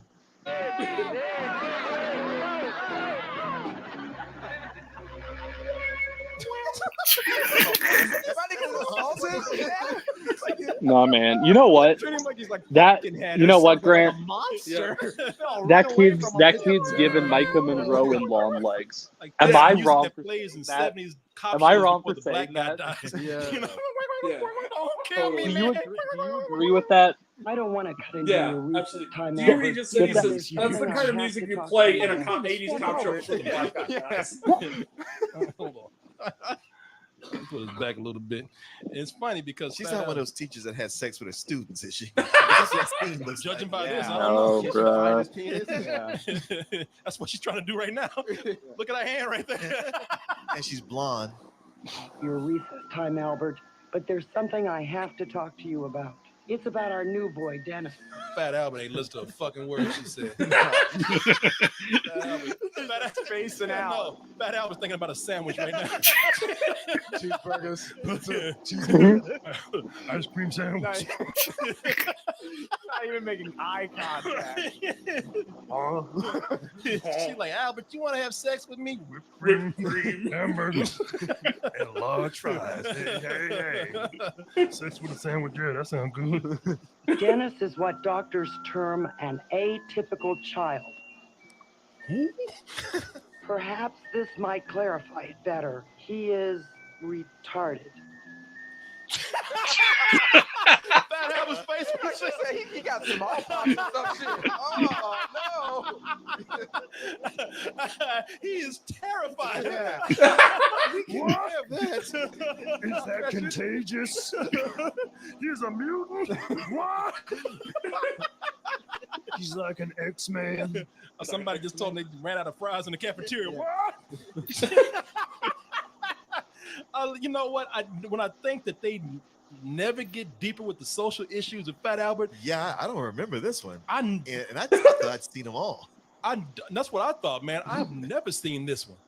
Like I said, Martin was the one that showed me the episode where they went to jail in the Scared Straight program, and the prisoners flat out said, "I'm gonna fuck you." Yeah. Yeah, one of them pulls out his dick. Yeah. Whoa. No, they don't show it, but like little Russell, he's like, "What?" and then I saw the one where some kid, it's all the asshole on the show. He was always talking like this. Yeah. You remember that? And Yeah. I remember when he showed Fat Albert in the games, like, show up at the clubhouse around 5 unless you're square. I'm going to show you what a real movie is. And when they got there, he had a projector and he started showing them pornography. And, kids would have been like, shit, this is awesome, man. But in the show, they were like, what is this? And one, like Mushmouth, he was like, that woman, we got to know it. She's about to cry. Did Bill Cosby pop up and say, no, that's okay? Yeah, it's drink this. Yeah. It'd be all right. One of my favorites. Was it normal for him to just pop up in the middle of the episode? Yeah. I never watched that, Albert. That's fucking scary as shit for me. I think as a kid, I'm like, what's going on here? And it would cut back to him in a junkyard. He'd be like, yeah, the gang are getting in a little bit of trouble, but things gonna turn around. Fat Albert's gonna figure it out. You just watch this part right here. Which means Fat Albert's gonna fuck it up for everybody. Yeah. Because everybody. Well, he was a buzzkill. No, he was. Everybody was like kind of into it. You could tell people like, man, I don't know what this is, but I kind of like this. And Fat Albert was the one that went and ratted them out to an adult. We were watching something that made us feel kind of weird. And people like, man, speak for yourself, you fat motherfucker. Yeah. You fucking naughty. Yeah. But why you always doing this, Fat Albert? Can't have no fun. Hey, it's Keenan Thompson. I don't think them cigarettes he was smoking was cool. Fat was called weed, man. We were having a good time. It's so weird watching this now because it's a cartoon show just being interrupted by a rapist in the middle. No, An alleged rapist. Oh, excuse me. Like OJ, an alleged murderer. Yeah. Working on empty cages. Yeah. And looking mad when he looks up to what y'all looking at. How'd you find me? You can't even be retarded around Fat Albert. They tell me retarded. He's retarded. That ain't cool. So what's the rest of the episode? Does it just go around telling other people? That's the end. No. Notice how scary Bill Cosby looked when he came up from that cage too. Yeah, ominous as shit. Yeah. Yeah, he looks rattling that cage. What the fuck y'all looking at? you beating that cage and look. What are you fixing? Shut up with me. I'm gonna put your ass in here next. Yeah. But no, I mean, even the show, like, there was always like, oh yeah, the junkyard gang. But whenever you looked at it, you're like, that's not a junkyard, that's a landfill. They're just playing in garbage all day. Yeah, and you know, like right next to that, like they were playing like next to like a nuclear landfill. Or something. Yeah, biohazard shit. That's why they all look the way they do. Yeah. The long necks and Yeah, the man, no Fat Albert, faces. he wasn't fat. He was like some mutant or something. Yeah. The blob. The blob. Nothing stops Fat Albert. I like the way Fat Albert solved everything for everybody except his eating disorder. That's true. His childhood obesity. You know what your problem is? Took on everybody else's problems and ate his feelings. He ate it away. They even had an episode. They had an episode about junk food, and no one ever looked at Fat Albert and said, "What the fuck about you, man?" Yeah. He was taking food away. He was taking food away from everybody. Man, don't eat that. That's bad for you. You know, he was sneaking off somewhere and eating that shit. Yeah. The episode, they even had a song about it. Junk food, junk food. Yeah, don't eat it. And it's like, tell him that. Yeah. Don't eat it unless it's a pudding pop. But that's all I wanted to show you because I knew you were a Fat Albert guy, man. Oh yeah. Wait. So what does happen the rest of the episode? Man, I don't know. I've never seen an episode. I was looking for something else. It was yesterday, and that popped up, and I said, "Let me put this up for Martin to see." Yeah. No, thank you. Because We're looking for Fat Albert episodes in the middle of the day. That's the thing. I was not. Okay. I think the title of this is Fat Albert calls somebody retarded. And I was like, oh, this is a joke. And then it was kind of clickbaitish because he didn't call him that. Mm-hmm. But you know, he did have a real horrified look about it. Yeah, he did. Than that, Albert. Dennis is what doctors term an atypical child. Perhaps this might clarify it better. He is retarded. What the fuck? You can't say that. He's special. Okay, you guys missed one of the best jokes, though. We missed one. So there's a part where they like cut away to like a wide of like the teacher and Fat Albert, right? Mm-hmm. It's just like that shot. It's the same frame of animation because they couldn't afford other ones, I guess. But it's that one, and so it's like Corey Goodwin and like Patrick Gertz, and Patrick Gertz is like, Jesus Christ, he's huge because he's like seeing him. Yeah. And then Corey Goodwin's like, motherfucker, his name is Fat Albert. What do you think this is? And All right. Skinny Pete. And Skinny Pete. And with that, guys, I gotta say something before we end it. I have another movie that I'm gonna be putting on my watch list. I don't know if you guys have seen it. It's called The Lovely Bones. Oh, I thought you were gonna say Oogie Loves. No. Dude, hell yes. It's a Peter Jackson film. Yeah, The Lovely Bones. That's the one where what's her face is murdered by the serial killer, and then you get the perspective of Saoirse Ronan. Yeah, Saoirse Ronan. Yeah, Mark Wahlberg's in it. Marco and Stanley Tucci gang. Is it a good movie? Tucci gang. I don't know about you, Becca, but I'll say this. I feel like I'm in the minority. I really kind of love that movie. I think liked it's kind of it. underappreciated. I like it from what I remember. It's interesting, but I don't think I've seen it recently enough to make a full judgment on it. But I don't think I hated it when I saw it. It's a good movie. All right, I'll check it out. Yeah, Stanley Tucci was really good in it as like the serial killer. But I'll check it out. Oh, let me in. No, but I'm serious though. Like when I saw Micah Moreau's performance for 10 minutes, I'm like, she's got to be neurodivergent in this movie. You know what I love about Micah Moreau? She was autistic quoted or autism coded it really heavily in that movie. Where I'm like, I didn't expect that to be, but that's cool. But I didn't fully expect that. You know what I love about Micah Monroe's filmography is that she'll do like horror films. Like she's a scream queen. She does this kind of movies. And she'll do like a comedy. No, but the thing is not just a comedy. She'll do weird shit. Like she'll just pop up and have like 2 lines on some freaking like 3 a.m. Adult Swim thing. Like she'll come on. That's true. She'll have like 2 lines on an episode of J.J. Villard's Fairy Tales. It's like fucking. She'll show up on like a Tim and Eric. sketch and then Yeah. just randomly. Yeah. It's kind of kick ass. Like, good for you, Micah Monroe. You're awesome. We love you, Micah Monroe. But yeah, Tim Heidecker. So Becca, I'm gonna end this with this. You're sticky sweet and you're my girl. No, I'm just kidding. I wore my long legs today. I wore my long legs today. Get it on, bang a gong, get it on. I think it's funny. It makes sense why he is the way that he is because he only listens to glam rock. Dude. You know. I described it in my review as like if you crossed Silence of the Lambs, The Exorcist, and like the most satanic sounding heavy metal punk. Yeah, songs. most satanic loving Lou Reed fan. And also Lou Reed, who also Lou did Reed drama and in school. Ghost. Who Like did a that musical? Yeah, who also did a musical in school. You know. By the way, can we all just like? Somebody had this article about. This will be the last thing. Somebody had this article about how can we call a moratorium, please, on using "Perfect Day" by Lou Reed, and I kind of agreed until I saw "Perfect Days," and that was so perfect. Yeah. But now I have a new moratorium between that and A Quiet Place. Can we call a moratorium on using the Nina Simone version of "Feeling Good" now? Yeah. My Because I thing think it's is, over. I don't feel like we need a moratoriums. My thing is, I just think that people should stop putting music into movies because they want people to do the Leo DiCaprio gif.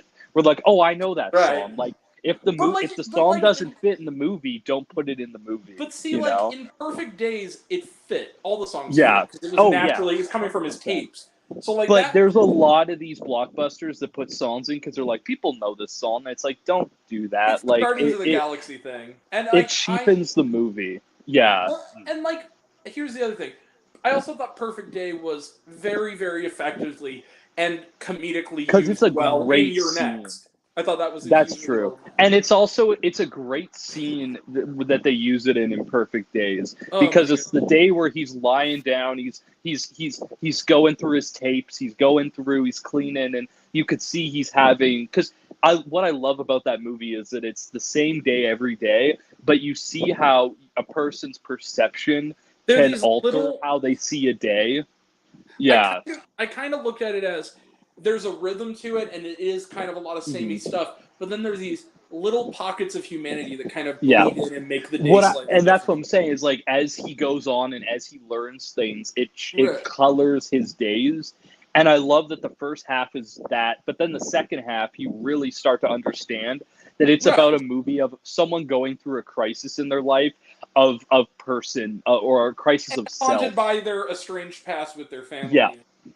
And the you're last seeing as scene, So which good. again uses Nina Simone's "Feeling Good," Yeah. is fabulous. That last scene where it's just his face. It deserves that Criterion Collection release. Everyone says that they love to release stuff really early. They got mad about Triangle of Sadness, but Perfect Days is a great choice because that is a very artistically focused film.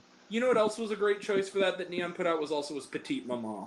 That was a perfect. That is true. Even though I didn't really like it as much the first viewing I saw it, I do think that it does fit into the realm of what they should be putting out. It has My Life as a Zucchini, though, and I've been meaning to watch that as like a bonus feature. That is true. No, but Petite Maman has a really great... The best moment of it is when they're going on the adventure and they're playing that little... the very 80s Europop type track, and it just fits so well into that scene. You know what I love about that movie? I loved that movie. That was on my best of list in 2022. What I loved about Petite Maman was that, it was a subtle movie, it was a quiet movie, but there were little scenes that really affected me. Like the scene where the young mom is like sitting at the table, and the dad is kind of looking at her, and he knows who she is. He knows, but he doesn't say anything. It's just like he knows, and he senses the spirit. Yeah, there's a genuine look of like warm, sort of like he's touched. Like you can see it on his face. Like he like he really sees subtle. the connection going on, the connection between the past and the present coming together, and It kind of falls into that category, mind you. It's a lot more lighthearted and family friendly, but like I kind of feel the way about that as I do about All of Us Strangers. It has that sort of ineffable, that ineffable. which I haven't seen yet, but I keep hearing is good. I was gonna. There was a point where we went up to Edmonton, and it was playing at Landmark, and I said to my sister, we ended up seeing Lisa Frankenstein, which I liked, but Which was there a was good choice because I like that movie now. but at that point, like my mom and I were the only ones that liked it because my mom grew up in the '80s, and she was like, "Oh, that's so relatable." But we almost at one point saw All of Us Strangers because I brought it up, and my sister was like, "Oh yeah, the Paul Mescal movie." So there was a point where we almost saw it, but I didn't see it. But it's on Disney Plus now, so I can like watch it now. It's a great movie, and what I love about it, and this is kind of what I saw it while I was in Utah. I saw it with my uncle. I saw it the same day we saw Zone of Interest because it was when the Oscar things were coming out. Zone of Interest, and I did a Zone of Interest, Anatomy of a Fall double feature first day at TIFF. That was insane. Zone of Interest is such a sad, profound film. That's a crazy movie. We saw both of those the same day at the same Salt Lake Film Society. What up to the Salt Lake? Really cool independent film society up there. And we saw both of those because my uncle just saw everything I saw, so I was like, yeah, there's a couple movies that are up for Oscars. One of them I'm pretty certain on the other one. He goes, okay, you want to go see them? Like, yeah. Oh fuck! There's a new Descendants movie. I'm watching that to put it at the bottom of my list. Oh fuck this yeah! year. Hell yeah, let's go. No, so you saw it at the Film Society. I did, and so I have a tote bag from it and everything. So All of Us Strangers, we saw it, and both those two movies, because my uncle is like, he likes movies, and he actually is a pretty smart guy, but he's not like, he actually wants to hear my take before he gives his, because he understands that his opinion is often affected by what I get out of a movie. Oh, and so yeah. I sort of announced initially for both of them, and he goes, "Man, it was it was well done, but it wasn't really, I didn't quite get it." That was kind of his response. Yeah. Like, I thought they were good, like objectively, acting wise, filmmaking wise, they're good movies, but I didn't quite get them. And then I kind of described him what I thought of it, and he actually liked the movies more in hindsight because he was like, "Okay, that makes sense." I actually think that's kind of movie. No, that's what me and my mom do. I feel like we'll watch a movie and we'll talk about it for like an hour, and we'll get things out of it, or it will like change how we see the film. Because sometimes my mom will say something about a movie and it will like ring true to me, or I'll say something to her and it will change the perspective of it. And I think that's why I love that I grew up in a world where my parents showed me all these good movies, and my mom always had TCM on, because I feel like love TCM. Without TCM Turner Classic Movies, without all this stuff, I might not be as enamored with the world of it. I might still be stuck in the mindset of, oh, I only see what the big stuff is. But since my mom would show me like 12 Angry Men and Bicycle Thieves and all these different movies, I was like, yo, like these are, like, she would show me these films, I'm like, these are like amazing. And I think that without that, I don't think I'd be the same person. TCM, like when you watch that channel, it's almost kind of like if you want to get into like the film industry, which I want to get into the film industry as well. Oh yeah. It's kind of like a learning thing for you. I was in film school and I was talking to one of my teachers, and in class we got into a whole conversation about it, and I said, I think that film schools should require people to watch at least a couple films on TCM a week, because even with the little interstitials where like Ben Mankiewicz will show up, or my boy, what can I think of? Dave Carter. I'm talking about. Who I met, who I saw at TIFF the first year I was working. He's a cool dude. When I saw the Gremlins screening today at my local Alamo Draft House, he introduced the film. That's awesome. But I love that though. I love the little intros that they do that are 5-10 minutes where they talk about the impact of the film and what it means to the industry and the world of cinema. And I feel like more films would be better if more filmmakers who are jumping into it now would sit there and watch the TCM crew just talk about movies for a while. Like Alicia Malone. Listen to her talk for a while. Like, hey guys, we got to end this, but I just wanted to say before we go, because we're talking about TCM, if you're able, well, I mean, but people, educators and students, or people who just love film, I believe is on Max now. For now, don't get rid of it, Zaslav. But there was a docuseries that aired like a few months back on TCM that it's 6 parts called The Power of Film.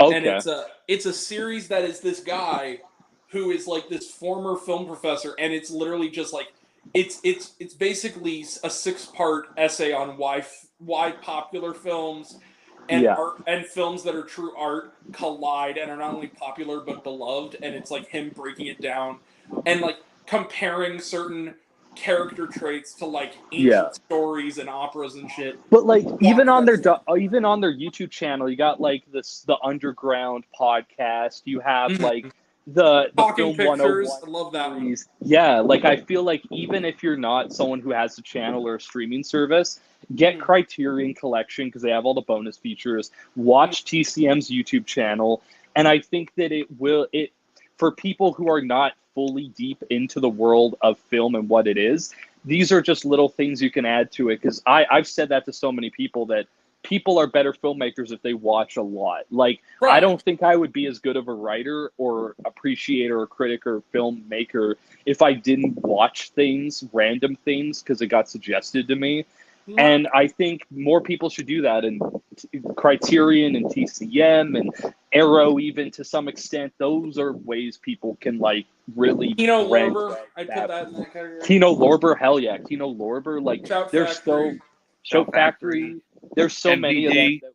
IFC even. IFC will pick up movies every year that are Diabolic unexpected. DVD has some good shit. Yeah. Like just go and like people who don't like want to go deeper, just find these appreciators, like these companies and these things. Criterion Closet's always a great thing. Canopy, They'll be like, I love Canopy's Criterion awesome. Closet. yeah. Oh, 100%. Like I feel like those will help. Canopy, if you have a library card, you can watch the Yeah. Canopy library for free on your library. And Canopy's got some awesome, like even awesome new releases, like new A24, Moonlight. new They got IFC, Moonlights. Yeah, like they have so much good shit on there. Well, So the I other feel thing- like it would help a lot of people, and I think that it would build their character as film people to see a lot of this stuff. Also, not to plug a friend of mine, but I guess I'll do it anyway. On most podcast services and also on Canopy, it's Canopy produced. There's a new podcast that kind of just started that's co-hosted by a buddy of mine, Alonzo Duralde, the film critic Alonzo Duralde, called The Film Library, a Canopy podcast. Check it out. It's a really good like cinephile recommendation podcast. I would say discussion. any of these things can help people get a little bit deeper into their love Linoleum of Knife and understanding. Yeah. Yeah. I like it helps. I'd say But I yeah, like on Talking Pictures TCM. is- I like on TCM how they get like like an actress or a director to come on and they choose their favorite films. Which I like. Even like every time Oh, they yeah, bring no. on Ava DuVernay and she chooses some really interesting choices to show people, and I'm like that's why I like even stuff like Last Drive-In, Monster Vision with Joe Bob Briggs. Those are movies I've never heard of that I never would have Elvira. watched. Elvira, yes, Sven Gulli, like The guy that 100%. Scaven Julie on MeTV. Mystery Hell Mystery yeah. Science Hell Theater yeah. 3000. Yeah. When I was in Hollywood for my grad trip, I definitely the Saturday I was there, we left like Universal Studios, and I went home and I put on Spenguli, and it was Children of the Damned, and I'm like this is awesome, like this is a great experience just watching this man talk about really weird horror movies. Like I kind of guys really though we're gonna eat up all of our lunch. I have a super long stream. We can of keep movies. going on and on.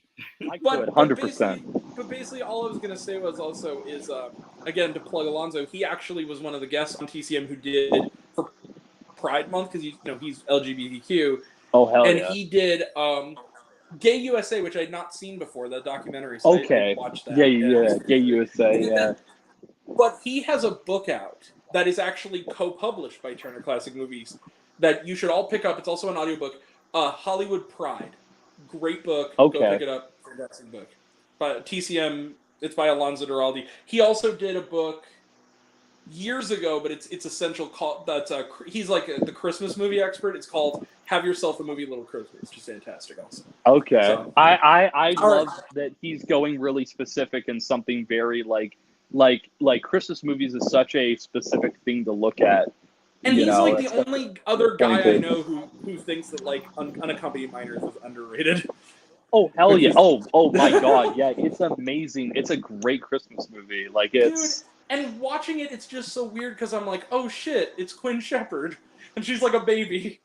It's one of those movies that I saw because I grew up with a bunch of video stores, and my dad rented it for Christmas one time. Same with like Christmas in Wonderland that was shot in West Edmonton Mall. Like we rented them from a video store, and I will forever watch them because they have that memory of back in the day when I'm so happy that I got that experience because I know that no one's ever going to have it again. Of it's Friday night and I'm going to pick up a couple movies at the video store and see what's up. And I remember seeing this movie when I was like 12. My mom, we had like an old dollar theater that was near us that showed like second run, like a month or two. So it was second run already. Yeah. Second run already, but my mom and I, it was me, my mom, and my brother. And we said, okay, everybody can pick a movie. We can either, because it was like family movies, so it was like, okay. And the two movies that were out at the time, because we already seen Charlotte's Web. It was one of the three Space Chimps. Charlotte's Web. Well, it was before that, but it was like Charlotte's Web, Aragon. Okay. Which I eventually did see, by the way, at that theater. But it was like Aragon, and then Unaccompanied Minors. My brother saw Aragon because he wanted to see it. I heard that movie sucks. It did. And so, and I said, Mom, what do you want to see of the three? And my mom was like, because we already saw Charles of the two. Do you want to see Aragon or do you want to see Unaccompanied Minors? And she said, what's that about? It's like, it's like Home Alone in an airport. And I said, that's the one I wanted to see. And she said, let's go see that one. It's like a Christmas movie. I said it has Fez from That 70s Show. And he's like, okay, let's go see that one. And my mom still mentions like, yeah, I think that movie's really underrated. It's a really cute movie. My parents and my sister will literally bring it up randomly every Christmas because it's so damn good. It's so funny. And also, I never seen it. Literally, Janelle.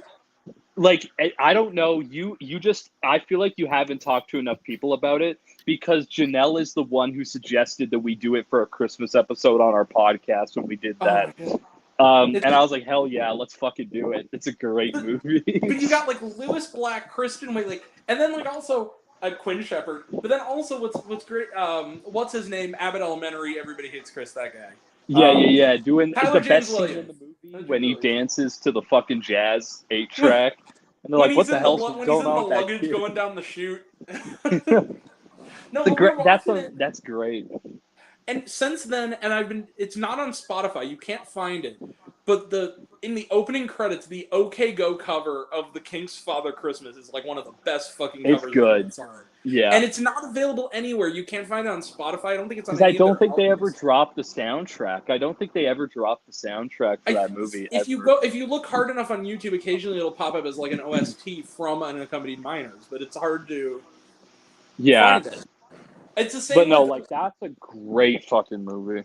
It is, and it's the same with another underrated movie that I love, of course, which is Dark Shadows, which, if you've stated the end of that movie, the Killers do a fucking amazing cover of the Cranberries' Go All the Way that you cannot find anymore, unless you have, like, the CD of the Dark Shadows soundtrack. Like, even when the Dark Shadows soundtrack is on Spotify, it's blurred out. Like, you can't listen to it. I might have to watch that one again soon. I remember seeing it as a kid, and I didn't really like it that much, but maybe I just wasn't, like, look old at enough it as, for it. Look at it as sort of like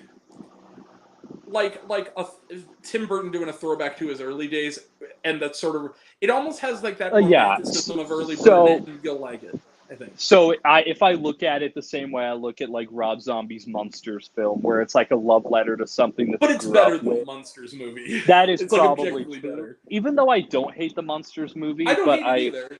It looks I'm gonna be real though. I'm gonna be real with you. Adulting or like growing up for me has been really coming to the conclusion that Rob Zombie is a good director, but I never took him seriously when I was a kid because I love Halloween 2. That's a great movie. That's like a 9 out of 10 movie. Like it's so good. I kind of had that experience with Eli Roth, where it's like early on in his career. I tried watching his movies when I was younger, like Hostel and stuff, and I just hated him. I didn't like his style. Yeah.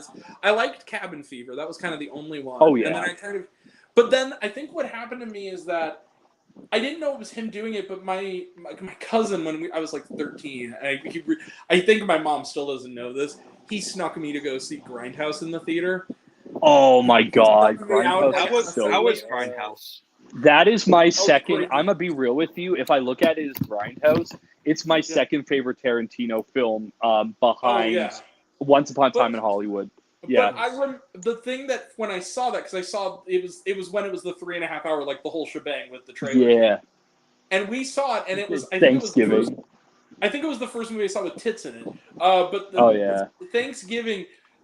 From that day on, the thing that has been indelible in my mind since seeing it on the big screen is Thanksgiving, the trailer. Thanksgiving. And where he's like fucking the turkey and shit. The turkey. It's the best part of the movie. It's the most memorable scene in the entire like Grindhouse experience. Because I feel like I always tell people this. I told this to Tyler. Tyler bought it, but he bought it on 2 separate discs. And what I told people is never watch them by themselves because they don't work by themselves. Watch them as the 3 hour, 1 minute, 3 hour 11 minute. Yeah. Yes. And it gives you the energy that it's trying to go for, and it's a 5 out of 5 for that reason. I considered when they first dropped getting the DVDs of it. I'm like, you know what? I'm gonna sit on this. And then like 5 or 6 years ago, I was at a Walmart and it was only $8. They had like the collector's edition Blu-ray that is just the uncut Grindhouse experience. No, that's the one I know that I bought it on eBay because I'm like the one that comes with the second disc with the bonus features. Because I'm like, why would I watch them separately? It's literally a masterpiece together. So I made sure to watch them that way. Is that with the black slip cover? Yeah. But the version I had, it was a reissue, so it didn't have the black slip cover. Like I don't have the slip cover, but it is the black slip cover one that comes with a bonus disc with bonus stuff. But I have to try to find it on eBay. But I actually like the cover they chose with because essentially for the reissue, the new cover art is basically a washed out Grindhouse looking it looks like you're walking into Grindhouse. It looks like you're walking into a porno theater to watch some weird shit, and it's like and also you got to see the full thing because you get Nicolas Cage as Fu Manchu going and screaming. Exactly. You get that the Thanksgiving part though, like from the walking out of it, I actually think, to be honest, that was the one thing that gave me nightmares because I think I didn't have enough of it. But I also was like, that is single-handedly the best part of it. But for when years, Bro gets his head cut off. No, it was the part where he fucks the turkey. It was a little too much for me. I thought you were gonna say when like she jumps on the knife and you're like, Thanksgiving. You know what? No, you know what the part that actually bothered me when I was a kid that I thought was creepiest, and I still kind of do because I do think that there is a creepy quality to that bit because he does such a good job of like making it look like the real thing. Is the opening shot where like the old lady, it's like the point of view shot where the guy's coming into the house and you hear the voice kind of like this, and it just kind of when I was a kid. They're doing the whole Halloween intro thing where he kills the old couple. Yeah.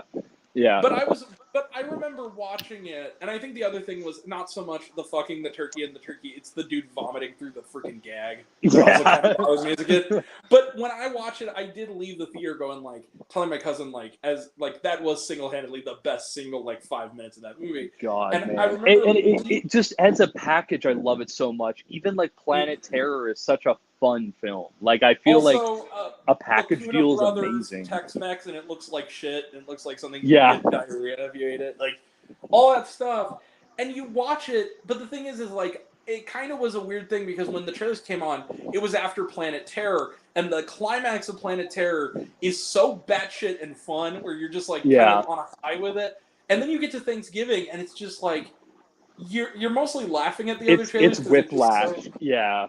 But then Thanksgiving, like it is a Eli Roth film in miniature. Like it gets raw with the gruesomeness of it, and you just watch it and you just don't expect to see a dude fucking a dead turkey with a human. And then they give you all that, and then they give you Death Proof, which has one of probably Tarantino's best third act. No, but see, Death Proof, that was the perfect ending though, because Death Proof didn't freak me out because I just loved it because I love great chase scene, and then when they step on his head at the end, and you're like, hell yeah, feminism. It's amazing. And just but the thing about the Thanksgiving thing is that of all the things that carried with me, and I've seen that movie now multiple times, that is always the thing that sticks with me the longest days after my last rewatch is like, oh my god, that really was kind of a metal freaking 2 minutes of that movie. Just that freaking Thanksgiving, and me and my buddy Thanksgiving. would keep me and my cousin would keep going like, "You'll come home for the holidays in a body bag." Like we kept doing the lines. Yeah. I remember I was taking my buddies Ryan and Alec to go see when Thanksgiving, like the movie Thanksgiving came out when they finally made it last year. And I asked them, like, did you ever see Grindhouse? And he says, no, I didn't see Grindhouse.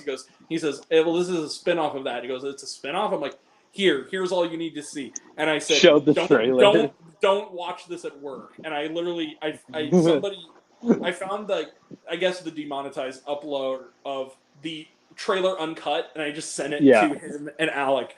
And literally, we spent the whole ride over there, and they actually left the theater like, I loved Thanksgiving. I thought that he did an amazing job. I think for an old concept and making it into a full thing, he did the best he could have done with it. I think it's pretty impossible not to say that it's maybe Eli Roth's best like feature length film. I would say it's his most mainstream one, but I feel like for a good reason, because it's like it doesn't go into his weird intricacies, but it just is him making a movie like the ones he grew up with. But there's a sense of humor to it. The spirit of that trailer is there, even if it doesn't quite go as graphic as the trailer did. It still has. But the thing is, it's so cheesy though. It's like white meat, dark meat, all will be carved. It's like it's so fucking good. Like, well. But the thing that I loved about that, and we were joking about it, and we left the theater, and I said I loved the movie. It was satisfying. And their reactions was like, yeah, it was good, but like you kind of fucked up by sending us the short little trailer because it was so much, to them it was so much better because it went further, and it was just kind of like, it leaned into its cheesiness more, whereas the movie kind of tried to kind of take it seriously. Yeah. Because when you hear him describe it, it's sort of like he's absolutely right where he says that the whole thing is 2 minutes of money shots. It's literally just tits and decapitations in sequence. And so even with the cutting around it to get the R rating, seeing all of it smashed together somehow makes it more shocking and graphic because there's so much of it all packed into a small. And I feel like it was really the heart of those trailers in the 70s and the 80s, trying to get you to go to something, even though that really wasn't the interpretation of what it actually was. But I always said this to people when the Thanksgiving was coming out. I was like, I kind of wish they made a Grindhouse 2, and it was Rob Zombies and Eli Roth. Oh, I was gonna say, and Edgar Wright. I would have loved to see because like Edgar Wright's basically said it's a joke, like he doesn't have a full idea for it.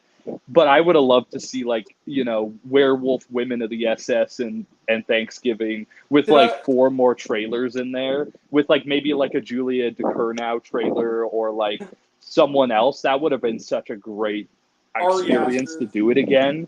Ari Aster, they just showed the strange thing about the Johnsons in the middle of it. That's what I'm saying. It could have been great.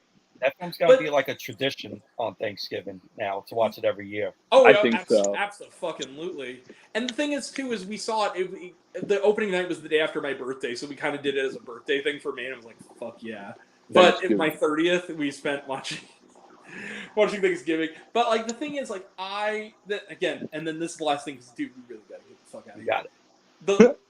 It was okay, thanks. I don't think I told you this. I love that so much, and I love Grindhouse so much that my thesis, not a thesis, in college, one of my school projects was pitch a movie script or a spec, not actually a script, but just a concept for a movie. And they said you can kind of do whatever the fuck you want. You can act it can even be connected to other things. So what I did was, it was 2013, and I'd seen The Purge, and I was disappointed by it. So I came up with an idea, and I kind of want to make this movie at some point, but I feel like it would be outdated. I made a thing called Purge Giving, and the concept was it's a crossover sequel of The Purge and Thanksgiving, Eli Roth's Thanksgiving, where the concept is it's like a dysfunctional family is meeting on Thanksgiving, but the new founding fathers of America it's the early days of the Purge, and they're experimenting with having a second Purge on Thanksgiving night. And that's what causes John Carver to show up at the table and all the shit goes down. I think what you could do is take I say this to a lot of my writing friends, because I see a lot of them basically rip off other things. And my thing is just take the original quality out of that and make a movie out of it. Like, I think you could do a really interesting thing about a family that's dysfunctional that has to basically grow together and respect each other on like Christmas because To stop a something's serial trying killer. to kill them. Yeah, I think that Yeah. could be a good idea. Well, but that's but what you I can- would say to writers is don't take an idea and go, because I had a friend who's like, I want to make a movie based on an Ariana Grande album. And I said, okay, don't do that. Just take an idea that feels real to you and make it into something else. And because I feel like I want to curve this idea that a lot of writers have, which is I'm just going to do what someone else did because I like it. You can be influenced and you can take notes out of it, but the best way to do it is like Tarantino, where he just takes stuff he likes He and remixes reforms shit. it to his own thing. And I feel like that's what people should do, but a lot of people are more about like, I want to do the next, this Indiana Jones movie. It's like, no, just do a Jewels of the Nile type thing on your own. Like, Becca, you've given me a great idea, and this is how we're gonna end this. I'm like, ladies and gentlemen, I'm starting a Indiegogo. I only need oh my $10 God. to do it. I'm going to make my first animated feature. It is going to be called The New Mr. Burcham. The premise of the film will be that the old Norm from the new Norm and Mr. Burcham begin a torrid LGBTQ love affair. The whole thing will be a parody of Call Me By Your Name. Oh my God! Could you imagine? Indiegogo Kickstarter. I want normal beer, but I want- It would piss off all those people, and it'd be so funny to do that, to make them mad about that, because that is probably one of the most shittiest, most inept things I've ever seen. Letting an AI write a Family Guy that isn't funny is so The stupid. new Norm is the funniest goddamn thing for none of the reasons it wants to be. It's funny because you like to laugh at how absolutely pathetic it is of it's not even, I wouldn't even consider it art at the point because of how much AI they use and how much of it is just, hey, you know this political concept. It's like they watched South Park and they didn't get the point that it was a satire, that they just wanted to be like buzzwords. It's literally 4 minutes of a dude saying transgender and then a I laugh don't track. want to drink a beer that has colors on it. It's just like Which also, it's like that just makes you look like a baby. Just drink the it fucking does, because I watched that whole one about the Pride beer, and I'm just like, okay. That's the only one that exists. They only have the pilot. The fact that people are watching this like it's some big thing shows that some people just don't need to be in the room when you make decisions about art, because this is so anti-art, it's not even funny. Dude, even can both liberals and conservatives come together to ironically like shitpost about this show, about how bad it is. And I'm like, that's awesome because it's shitty. We got jokes. I found myself quoting this show a lot. Like, I think I opened one of our stream last week with, one day, like, Luke, we're gonna, one day this nightmare will end, but thank God for Elon Musk and his shitpost memes. X is the home for free speech. I was just doing that to be a shithead. But again, this is actually the last thing. I watched, because I was just like, I found myself like, I was like, I'm going to watch the first 2 episodes because I liked the movie and see if I like it. And I ended up watching the whole season in a night. Sausage Party, Foodtopia. Sausage Party. Okay. I might watch it. Is it good? I enjoyed it. The fourth, it's basically like the movie, but longer. But the thing is, I like the movie, though. The fourth episode, I have to say something, like, because they have this character played by Will Forte, who's like this dude who Will Forte, my favorite accordion salesman. My favorite accordion salesman / He gets the shit beat out of him. Freaking genius who, can make life-saving inventions out of household materials. But like, he shows up and he's this guy, and there's like this whole like thing where all I'll say is that there's a sex scene in this show that like tops everything in the first. But anyway. Okay. But there's a moment where like because of course if you've seen Sausage Party, spoiler alert, they basically destroy all the humans in the vicinity and the food kind of takes over. Yeah, that's what I heard. Is the show is basically if they had to create their own world and they have an orgy. Yeah. If Sausage Party the movie was a satire of religion, this is a satire of politics, basically. Okay. And the thing that's funny about it is that it's he's like one of the only humans left, and because food runs the world now, he keeps saying like, oh, I could really go for like, but he befriends Frank the hot dog, and he decides I'm not going to eat food anymore. He goes, then what are you going to eat? And he goes, well, and then he becomes a cannibal, and they do this thing where it's like his first taste of human flesh. It's like his dead friend's leg, and this is clearly an Army Hammer joke, because basically what happens is he's like sitting there and he like has a single tear running down his face, and he goes, I guess I'm a cannibal now. And like the credits go over him and he's just eating it, and then it starts playing Visions of Gideon by fucking Sufjan Stevens. Yeah, let's go. That's and the funny. credits are in the style of like the font from Call Me by Your Name. I'm like, Oh what my the god. fuck? Okay, I might have to watch this because I haven't seen the movie in a while. Like, I haven't seen the movie in a while. I'll probably rewatch the movie and then start the show is probably what I'll do. But no, sausages, man. Daddy, would you like some sausage? Daddy, would you like some sausages? But it's just weird because it's the second sitcom I've seen that's done a spot-on and hilarious parody of the ending of that movie. Like the other one was the other two. Yeah, the other two did one too. Where Yeah. it's like where Molly Shannon comes in the room and like the sister is like coming in, his boyfriend breaks up with him and he's sitting by the fire crying. It's Drew. Here comes Drew Tarver. He's like sitting by the fire and he just goes, like, Drew, honey, what are you doing? Is like, it's Mom, leave him alone. He goes, what's going on? He goes, he's doing it. He's sad. He's doing a Call Me by Your Name. And it's just nice. funny. And with that, we will bid you all adieu. Yeah. Take care, everyone. Thanks for coming, y'all. See you tomorrow, guys, with the worst of 2024 so far. Oh, shoot, you're doing that? That's fun. Yeah. You guys get to talk about Maxine. And Madam Web. Oh, okay. We're not going to talk about Maxine. But we will talk about Madam Web and Horizon and Back to Black. Yeah. All the shitty Mega Mind and versus Challengers. Syndicate. Becca, I can kick you out. Wow. And what's yourself out? What's the other one I don't like that everyone likes? And Dune Chapter 2. Killers of the Flower Moon. All right. Killers of the Flower Moon. Poor Things. That's the one I still don't understand. But well, I feel like I'm not gonna get into it. I feel like I need to watch it again, but it just gave me some weird, like, inappropriate. It got better for me on the second viewing. Okay. But I want to. Okay. I'd be remiss if I don't mention this. So I promise this will be the last thing, and then we'll go.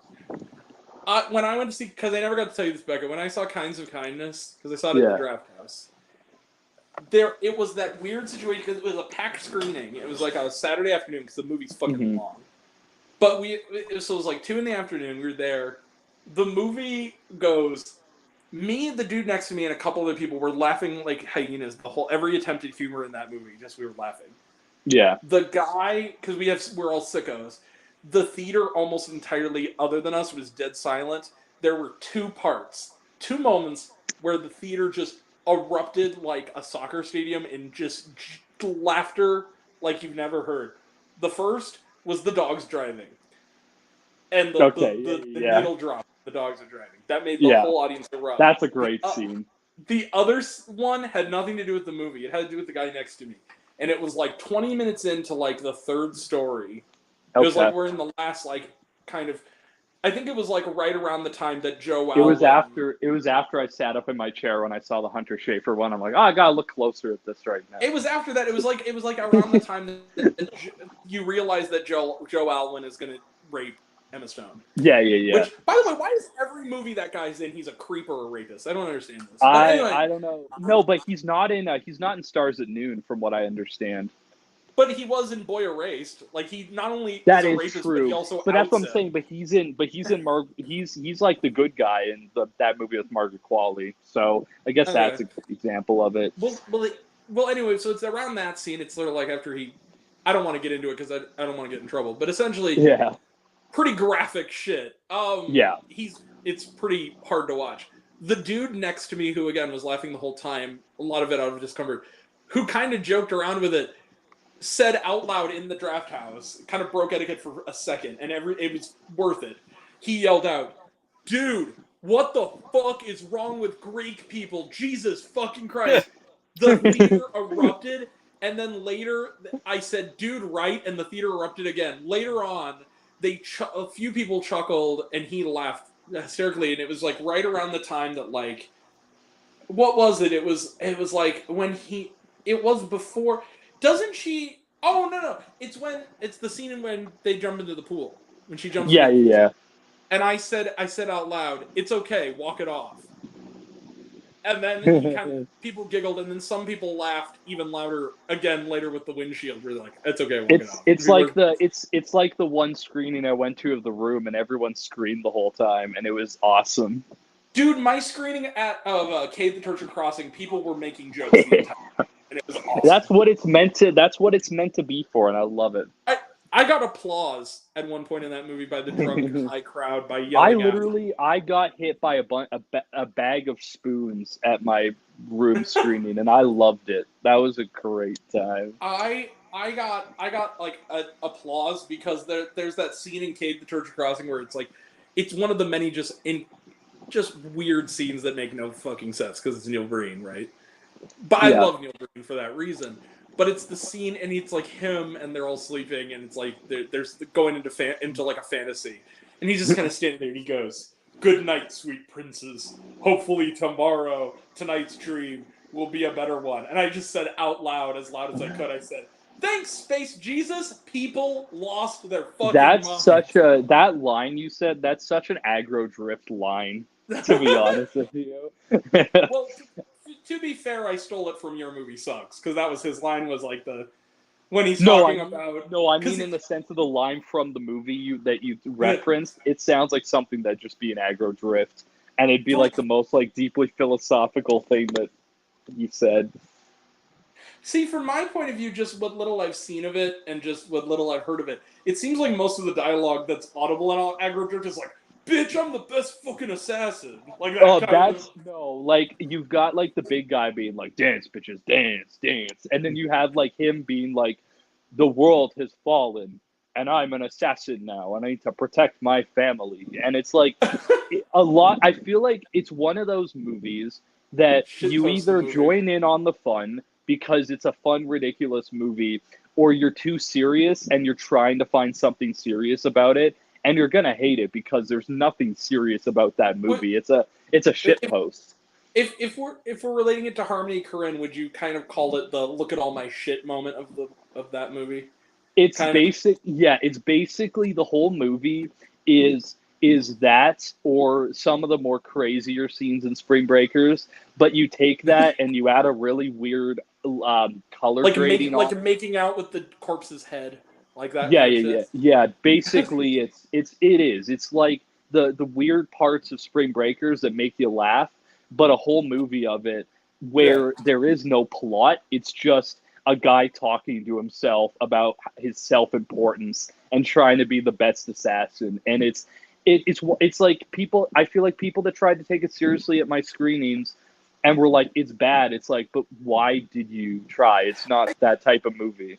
It kind of looks like a feature-length infrared adaptation of like Harmony Korine's segment from like Travis Scott's Circus Maximus. Like it has that kind of it's basically like like the gas, like a companion piece almost. Yeah, what it is it's basically it's like playing GTA with a filter on, where you're just watching someone drive around, and then most of the people talk like it's dialogue from a video game. There's like a line where it's like, "Wow, that's really cool. He shot those guys. That got my dick hard." And it's like, it's just like, it's really. Basically, he's the Australian dude from Jumanji: Welcome to the Jungle. Basically, basically what it is that Harmony Korine probably one night took a bunch of acid and played like GTA Online and thought this would make a really great movie, and he just did whatever he felt like. And I will always respect him as a filmmaker because he's the one making decisions that no one else would make in his place. He doesn't give a fuck, and I appreciate He doesn't. Like at our Q&A, he answered no questions, and he just danced around to the Nestle song and was basically someone asked him a really good question about shooting the film, and he was like, "I don't fucking care. Next question." Like he's crazy. He's a crazy dude, but I respect it. Harmony Korine sort of falls into that category along with Yorgos Lanthimos and Ari Aster of like, I'm glad that you're making these films, Because if not, I'm pretty sure you'd be a fucking axe murderer.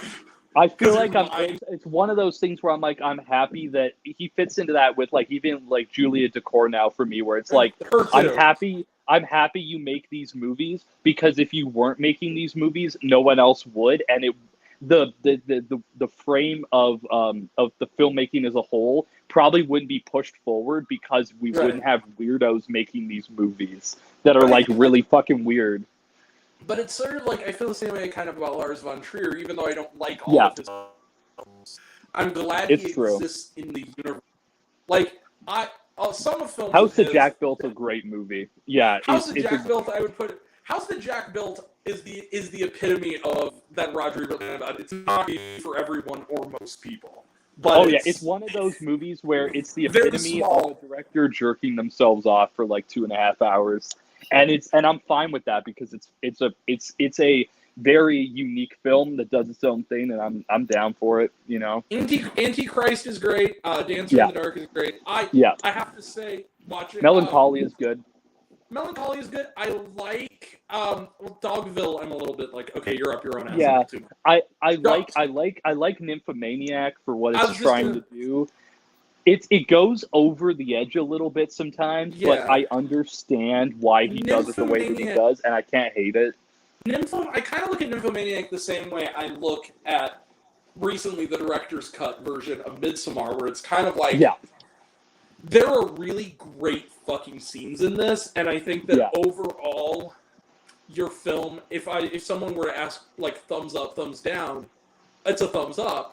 But you are being a little too pretentious. You're throwing a little too much at the I would say, Director's Cut of Midsommar is better, and I think that when you watch it in that context, it's hard to not say it's a 5, because I feel like it's such a unique vision that no one else has done, and no one else would have the balls to do that. Like, right.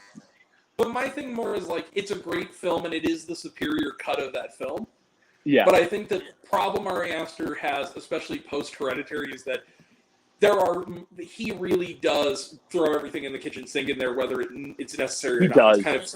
I feel like that's really, I really like Beau is Afraid, but the argument that I heard from people that it's basically a bunch of random ideas that he threw in to see how it works. I do agree with that. I worked better for me, because I feel like it's a really interesting dissection of an incel with anxiety, but like some people won't get it though.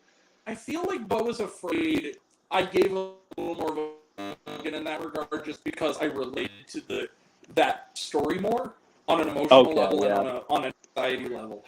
But like, not to say that I have like an evil-herited mother and a penis or a father. I'm not saying that basically that. says But I'm saying like that the depiction of anxiety and the feeling that you're not good enough to the people you love. Like, I get that completely. That's true. It is. But I do agree with people saying that it's a little bit overbloated, and it feels like it's him trying to make a magnum opus. I'm like, it's his weakest film, but it's also still a really good film at that. But my thing with like Nymphomaniac is like, there are some scenes that I will never forget that I think are completely unique. Like the scene, I think it's in Volume 1. The scene, first off, the best thing about that movie is two performances in particular of the same character, and that's Charlotte Rampling and Stacey Martin. Their performances are phenomenal. What I like about the movie, and I think that this will tie into how you feel, is that I don't think the sex in it is ever erotic. I think the sex in it is seen as just something people do, and I think it's never something where it's like, oh, it turns you on. I think a lot of the sex just makes you feel like, oh, people are just having sex, and then it turns into the thing where it's just something people do as a transaction. And I think that that's what's smart about it. I kind of look at sex in that film as I did drugs and addiction in general in Requiem for a Dreamer. It's kind of like... That is true. It's like, it's not sensationalized, it's showing the realities of it, but it's doing it in a way that is not exploitative, because it actually has... It's under the impression of, like, sex to these people is an addiction in the same way that heroin is an addiction to Jared Leto. It's true. And there's an honesty there. Yeah. Well, and that's what I like. But like the scene that I think illustrates that really well, that I think is very well done, and it's the scene that everybody talks about when they talk about Nymphomania, but I think it really is the key scene in the movie, is early on, when Stacey Martin and her friend are on the train and they're doing for candy, are like betting how many people they can fuck on the train. Where she like And- blows the random dude and shit. Yeah. Yeah. I think that's very well constructed. It is. That's a good sort of key scene to promote the thesis that he's going for. It shows the beginning of the downfall, and I think that's the why childlike innocence of the fact that they're doing it. Yeah, for, and I feel like there's this thing about certain movies like that. People will be like quick to kind of write off because it's like it's like extreme. But I feel like in the same way of like Park Chan-wook with his violence, I feel like, or like I Saw the Devil, where I'm like, if you do it correctly, it can really bring out the themes, and I feel like because everyone would probably be like, oh man, Nymphomaniac with all the real sex scenes and shit, and I'm like, but I feel like I look at it the same way I look at Blue is the Warmest Color, which is the scenes are kind of very raw, but it almost brings a realism there where it almost also brings out the themes of the film, and it helps kind of illustrate what they're trying to go for as filmmakers. It falls into that category of there's something about.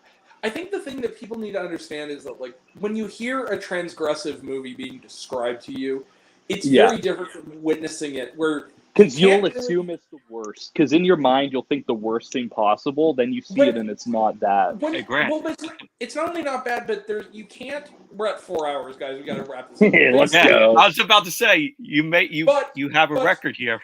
But like, for instance, if I was talking to my mom, is one of those people that, like, if I see a movie or if I really praise a movie, that I kind of go into it like I don't know if you'll like it. She wants me to kind of describe in detail what the content of the movie is, and so, like, for instance, Old Boy, she had me describe it kind of. And when you hear all that stuff in the vacuum of, like, double incest and, like, cutting out your own tongue, shooting yourself in the head in an elevator, the fact that he fucked his own daughter, the fact that the bad guy fucked his own sister and was in love with his own sister, stuff like that, and the fact that he cuts out his own tongue because of the shame of it. When you describe that to somebody without them having seen it, it sounds like all of that is in a vacuum at the exact same time. You don't get the impact. It's the same thing with Ichi the Killer. Context. Yeah, I feel like there. It's with any of these guys, Gaspar Noé, Ichi the Killer, all this random shit that people make movie. I feel like you have to see it in context to see that it's actually like it's like a wrapped present. I feel like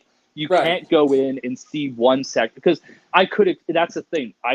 For people that haven't seen Old Boy, I could say, he fucked his daughter, but like, I feel like people would be like, what? Like, people would be shocked, but I'm like, but you have to see how it's played out to see how fucking smart and ingenious that movie is. But that's also a thing of, but if you're gonna work in and I feel this with like stuff I write, it's like, if you're gonna behind the transgression. If you're gonna work in transgression, do it in a way where it ties into the themes, or don't be someone who's like, and the example I always give is, don't be Serbian film. There's no point to any of the shit that happens in that movie, and it's just there to piss people off. Well, like, and I don't like the movie for that reason. Well, like, for instance, again, last example, and then we'll go, I promise. Like, that was another one my mom wanted to describe to me, because she likes Emma Stone. And she generally likes her. And so I was she loves La La Land, which I do too. But, like, she wanted me to describe to her, like, and she can handle most stuff that Emma Stone is in. Like, she does, she's not a prude necessarily, but, like, Poor Things, she saw the trailer and she's like, I want to see that. And I'm like, Mom, you don't want to see that. But with Kinds of Kindness, the thing about the trailers, which again, brilliant, is that they don't tell you what it's about, because you can't, because it's 3. How do you tell someone in anthology? You have to just kind of ease them into that. But she saw the trailer and she's like, I don't know what this is going to be about. But, like, she thought it was funny, like, in the trailer when Jesse Plemons makes the joke about the police uniform and stuff like that's all that. And she saw the isolated sellable bits and was like, oh, this looks kind of interesting. And so basically her questions are always like, how much violence is it? Is there any graphic? Yeah. Like, sex where it's uncomfortable, and then also she would hate one of my favorite scenes in that. And I think it's not because of what you see, it's because of the uncomfortableness of it. And that's when he's like, she's been gone for a while, can we watch one of our videos? That is one of my favorite scenes in the movie, because it's so fucking uncomfortable, where you're like, oh. That would be one of the moments, though, that I think she would actually think is funny because I think she'd get what the joke is. What Yeah. I'm saying is like the stuff where it's like the rape scene, for instance. She would Yeah, not yeah, yeah. be able to- But like something like a big thing also is that my mom, she cannot see anything where children and animals, particularly dogs, get hurt. Like she just Yeah. can't. I feel And, that. like, Yeah. when we watch John Wick, she loves John Wick, but every time we watch it, she has to close her eyes when they kill his dog. Like, When she the can't dog, watch it. yeah. So I said, "Oh yeah, Mom, you're not gonna like this." And she goes, "What happens?" I'm like, "Do you want me to tell you?" She goes, "What happens?" She kind of was like, "No, but just go ahead." Yeah, she basically like cuts this poor dog's heel with like a freaking pocket knife, like, and it's really Just so cold as she shit can about get- it too. Like, And I think that it's a wild scene, but in context to the story, you're like, oh, that makes it sense. makes sense. No, exactly. Yeah. And see, if you say that to someone who's a dog lover, it kind of puts someone like my mom, who that will shut her Yeah. down. Like, okay, yeah, fuck that movie. No. Yeah. But yeah. like, when you see it in context, you kind of have to have that scene. It makes sense. Yeah, to the- you have to that show point the in- levels that people, because that whole movie's thesis is how far will someone go for love, for what they perceive as love. Well, And it's- I feel like you've got to show some of this stuff to show the deep depravity people will go to honor someone. The motif of the Eurythmics song, I think, is the key. It's the roadmap of that film. It's Yeah. The thing I thought was brilliant about it that I think a lot of people miss is that the first thing you hear in the movie is "Sweet dreams are made of these," and it's those lyrics of some of them want to hurt you, some of them want to be hurt by you. It's like all those things, and the Yeah. stories are all. The one thing that kind of connects them outside of RMF, of course, is the fact that they're all about people who are in situations about power and control that they believe are love, and in a weird Yeah. way, they kind of are love. But it's about when does a power become abuse and when does love simply Yes. become accepting the love you believe you deserve as a human Or like, being when because does you it have love become more of a for you. lust than it is a love? Yeah. Like an addiction. And Yeah.